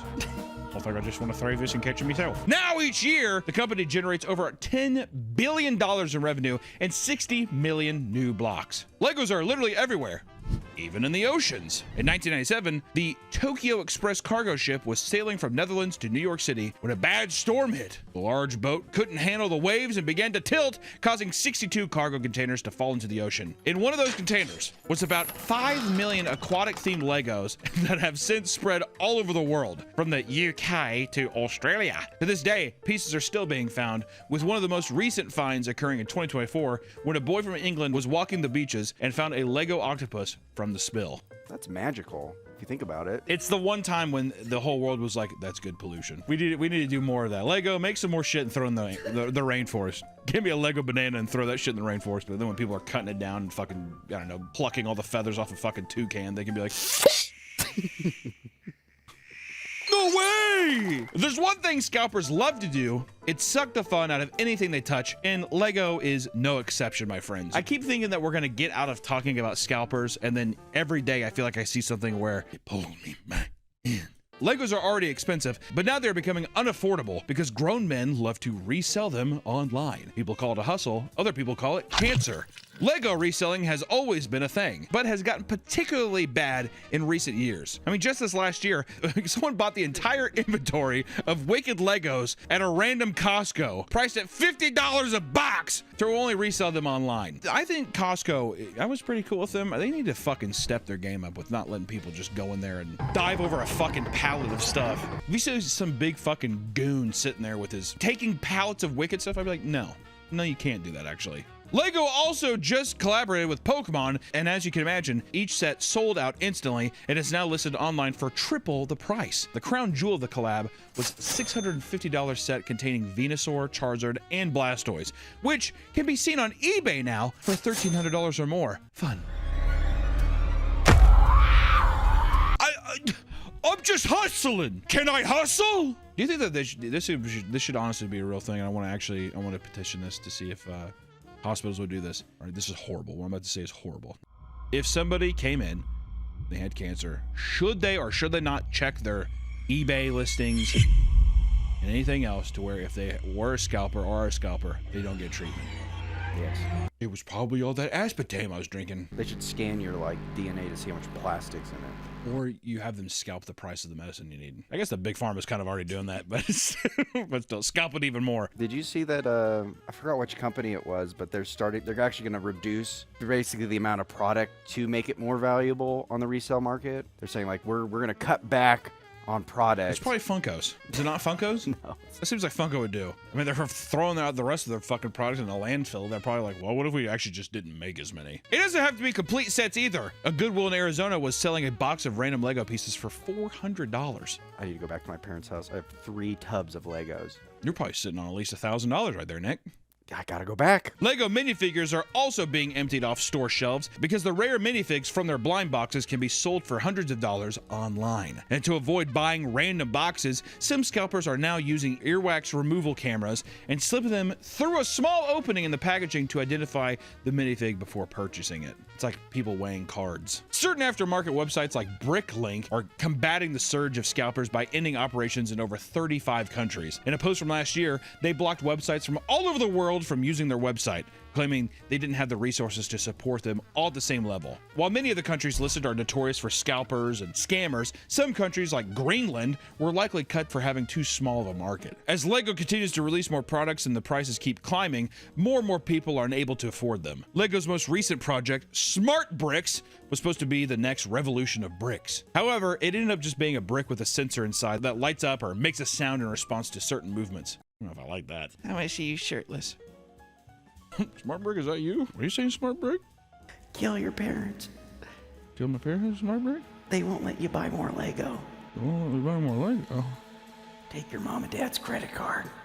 Go to Costco and get all the sets. That's not good.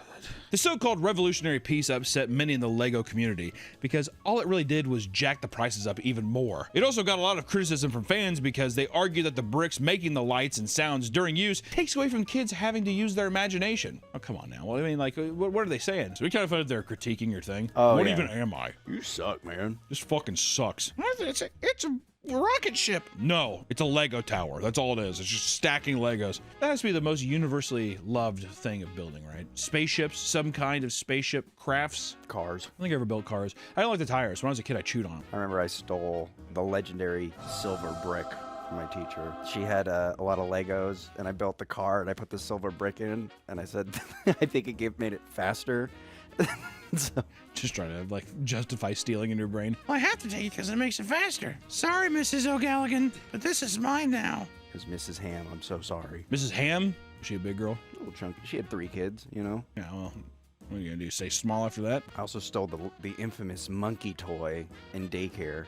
Everybody would play with it, and the one day, it took months for me to get my hands on it. When I finally got it, I took it for my own.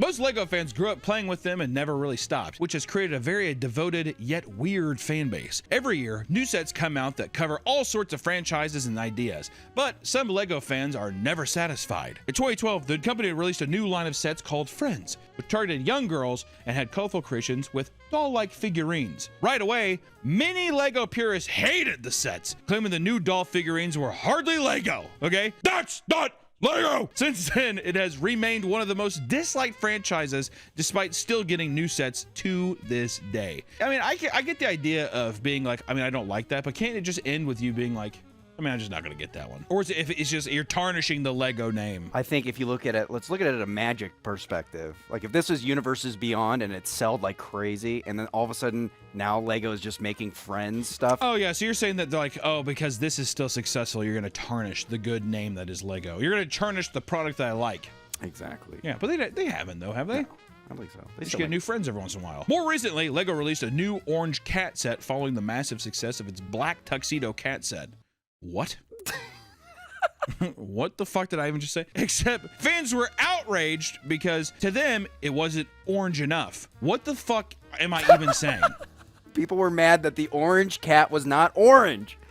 It was brown. Many were claiming it was too dark or not orange at all, and some were upset that it was in the exact same pose as the previous cat set. Others showed off pictures of their own cats and demanded that it be fluffier or have white stripes and make it more realistic. Who gives a fuck? Don't get me wrong, it's brown. It's not an orange cat. Paint the motherfucker if you have to. Well, that's not gonna stick to LEGO bricks. Oh, right. You're just them. See that like we would, but that's just not what happens here. So even if people don't like what's being released, most LEGO fans will proudly display their collection anywhere they can. Milos has the world's largest LEGO collection with over 6,000 sets. He couldn't just keep them in a warehouse or at his home. He opened his own museum in Prague to showcase every set he has owned since he was 5 years old, which I want to say, I love me a person who opens their own museum.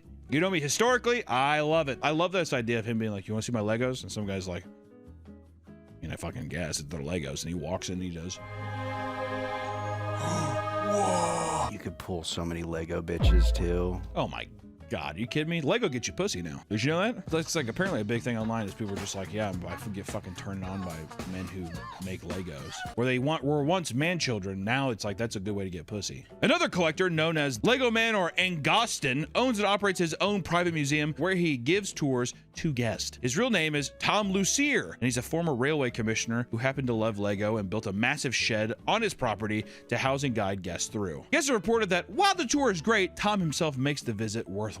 One guest claimed that while on tour, he told a story about how the Queen visited him in a hot air balloon and ended the story by saying, "What do you think of that then?" What the fuck are we talking about? Am I supposed to say, is this like a British thing? What'd you think of that then? Tom, I don't believe that the Queen visited you in a hot air balloon. I imagine he's a very charismatic guy and it's a cool thing to have. But what am I supposed to say with that? Who fucking cares? Another guest said that when they arrived, Tom was grumpy and grumbling because they arrived just before his lunch break. Why do we, yeah, I'd be fucking pissed too. Hey, can I have a tour? I was just gonna eat lunch. Yeah, but I really want to go. I'd be like, yeah, well, I'm really gonna eat lunch first. He's fucking old too. Yeah, he's an old man. Let him eat lunch. Well, I'm talking to you. Why are we trying to ruin this man? Though most people don't have full buildings dedicated to their collection, many like to post their collections online for the community to enjoy. The most common type of people to do this are divorced dads, with the majority of them posting in LEGO Star Wars forums. I believe this so much because when those kids fucking grow up, the Legos are the only thing staying. That fucking bitch took my money. She took the kids. But she left me with those Legos. You know what I'm talking about? Listen to Stain building fucking the Death Star. You don't think that's a good? You're no wife, no kids, and you have Legos that you paid for. Do you think that's good? I don't know, Nick. Say that out loud again. Say that out loud again and see if that sounds like a happy life. No wife, no kids, and you get to keep your Legos. Honestly, it sounds pretty good. That does not sound that bad. That's some of the shit I don't understand. I look at the Lego box, I'm like, who the fuck wants to build a goddamn flower and vase? I want to build the Taj Mahal.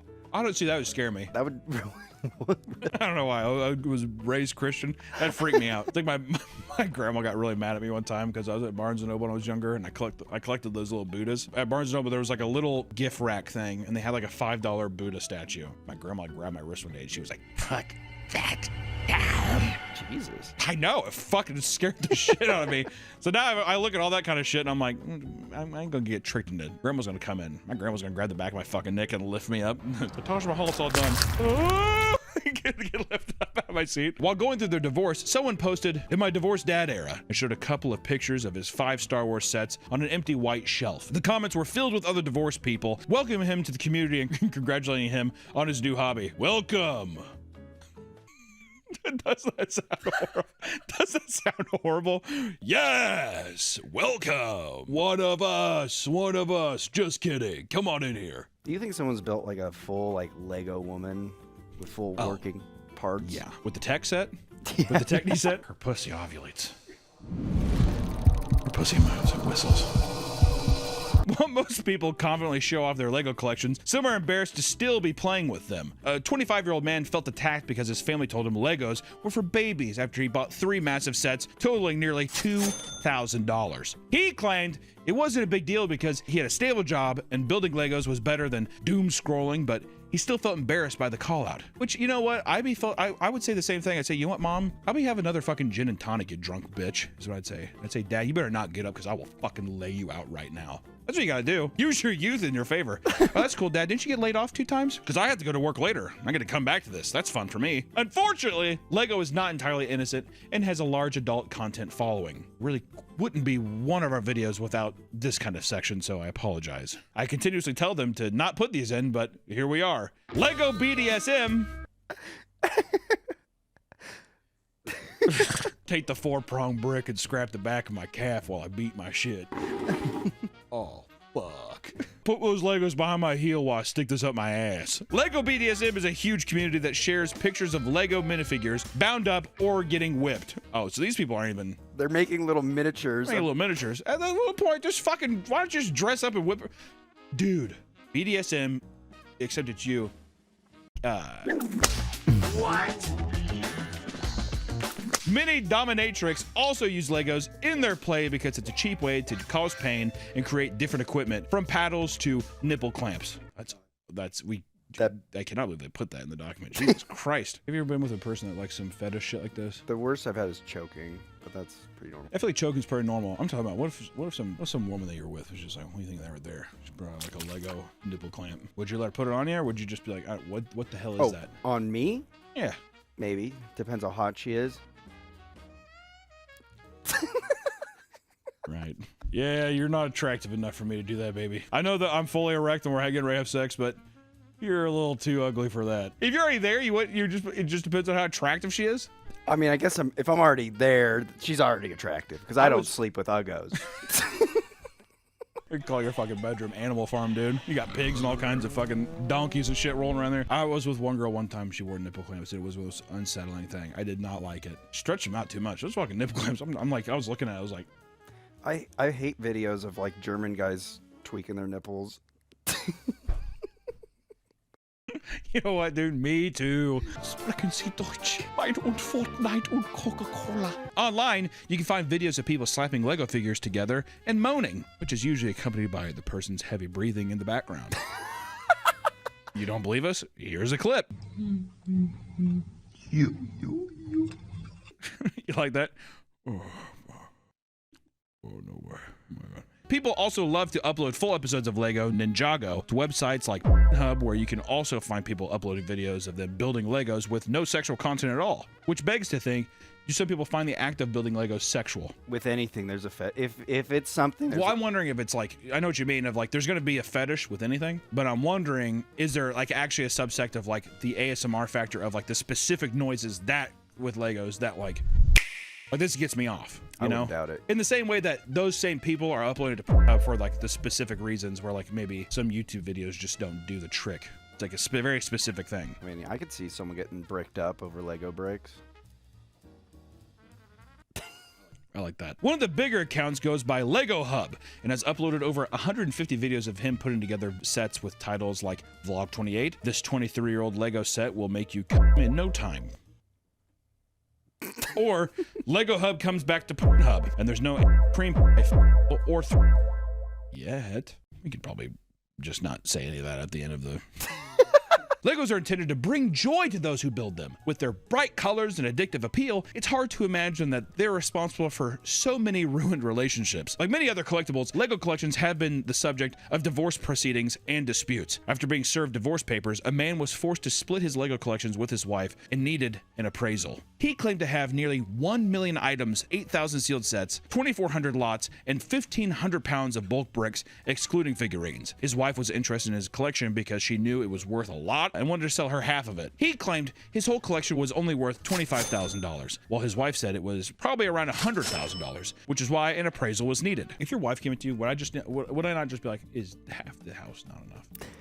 is everything else? Can a man not be left with his Legos? Keep the children. Leave me my Legos. Another woman cut ties with her sister-in-law after her kid trashed her son's Lego room. After going through a divorce, a woman let her sister-in-law and her 3 kids move into her home while she got back on her feet. God damn. You and 3 kids? How much room do I have? What are we in, a fucking mansion? Good lord. This is a single bedroom apartment, so you guys just have to be courteous of the space, okay? All right. You know, she didn't give a fuck. Her 9-year-old son, Jake, loved Legos and wanted to be an architect. So, to support her dreams, she and her husband converted an empty room into a Lego room where he could display his collections and build endlessly. However, this is where the problems start. Her sister-in-law wanted to use the Lego room and asked to clear out all of Jake's stuff, even though she had the entire basement to herself. Okay, first off, I'd be like, you're a guest in my house. Hey, Jake, so you're going to pick up all this stuff because I'm going to use it for Pilates. I'd say, how about you go fuck yourself? Isn't it? You know what Jake just said? It's just like, I'm only going to do it if you eat 6 of these bricks.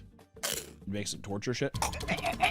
That would cut you up pretty good, right? But you'd gain my respect. The sister-in-law was also upset that her kids were not allowed to play inside the room. Things would take a turn one day when the sister-in-law let her kids in the room without Jake's permission, and they destroyed his massive city building he had been working on for months. See, that's why they didn't allow him in. Those are definitely some big old kids. Exactly. They're not even jumping, just walking, shaking the whole goddamn room. When the woman found out what happened, she kicked out her sister-in-law and her 3 kids and is now at odds with her husband and his family, who believed she overreacted. I don't think so. I think that she played it pretty fucking straight. Also, how disrespectful is that? You're a guest in my home and you do that? You let your pig kids run around the room and fucking knock over stuff? It's bullshit. At the whole goddamn Charlotte's Webcast here, and then you're coming in here messing up my son's. We built him a Lego room. This is his room. You have the whole goddamn basement to yourself. Some people, it's not enough. They want to take over. You're not telling me her pig kids? I think that's definitely not enough. Come on now. You think they're going to eat Jake eventually? No, they're definitely going to eat Jake. They're going to walk in. It's going to be like whenever you walk into an apartment and the guy's boa constrictor ate the guy who was sleeping or something. Legos have found all sorts of uses over the years, including building big displays that can be borderline deadly. In 2024, 10 people, including both adults and children, were injured and taken to a local Massachusetts hospital after a large Lego display fell onto a crowd. The game and arcade restaurant had organized a noon Year's party so children could still be awake for New Year's ball drop. The arcade staff had attached a large net of balloons to a Lego arcade replica, and when the balloons dropped, the roping pulled the display over the edge and onto the crowd. Thankfully, nobody was seriously injured, and most people recovered with ice packs. The biggest risk of letting your young children play with Legos is that they might eat them or stick them in their nose. One man did this and lived with the brick for 26 years. Over his life, Andy Norton had various congestion issues and even trouble breathing. While in the shower, he was blowing his nose when a small yellow Lego piece flew onto the floor and instantly cleared his nose. Andy grew up playing with Legos and remembered that around age 6, he and a friend shoved Lego pieces up their noses. For the most of his life, the brick was lodged inside of his head, and now that it's been cleared, he put it into a Ziploc bag and plans to keep it as a keepsake. I would too, dude. Are you kidding me? I fucking live with this in my head forever. It's awesome. Have you ever got anything stuck up your nose? Never did. Just my fingers when I'm fucking digging for nasty, tasty boogers. I put one in, it got stuck, and for some reason I decided to put another one in. The world of Legos isn't as colorful and pleasant as it appears. Beyond the surface, it's filled with injuries, scammers, and degenerate content. But mostly it is just a really nice company that makes a great product. Ooh. At the end of the day, Legos are popular for a reason. If you enjoy collecting them, there's nothing wrong with that. Just know that they are addictive. And if you buy one, it will either be the one-time thing or you'll be fully consumed by it. There's no ifs, ands, or buts. That's the way it is. You get one or you get a billion. We got the Seinfeld set. Made it drunk that one time when this channel was still pretty new. Maybe you go back and check out that video. Yeah, go watch it. Get it to 1 billion views. Huh? I don't think it's that good. Was it that good of a video? I think it was kind of a... Oh, I've had fun editing it. Oh, yeah, I forgot Nick edited that one. That's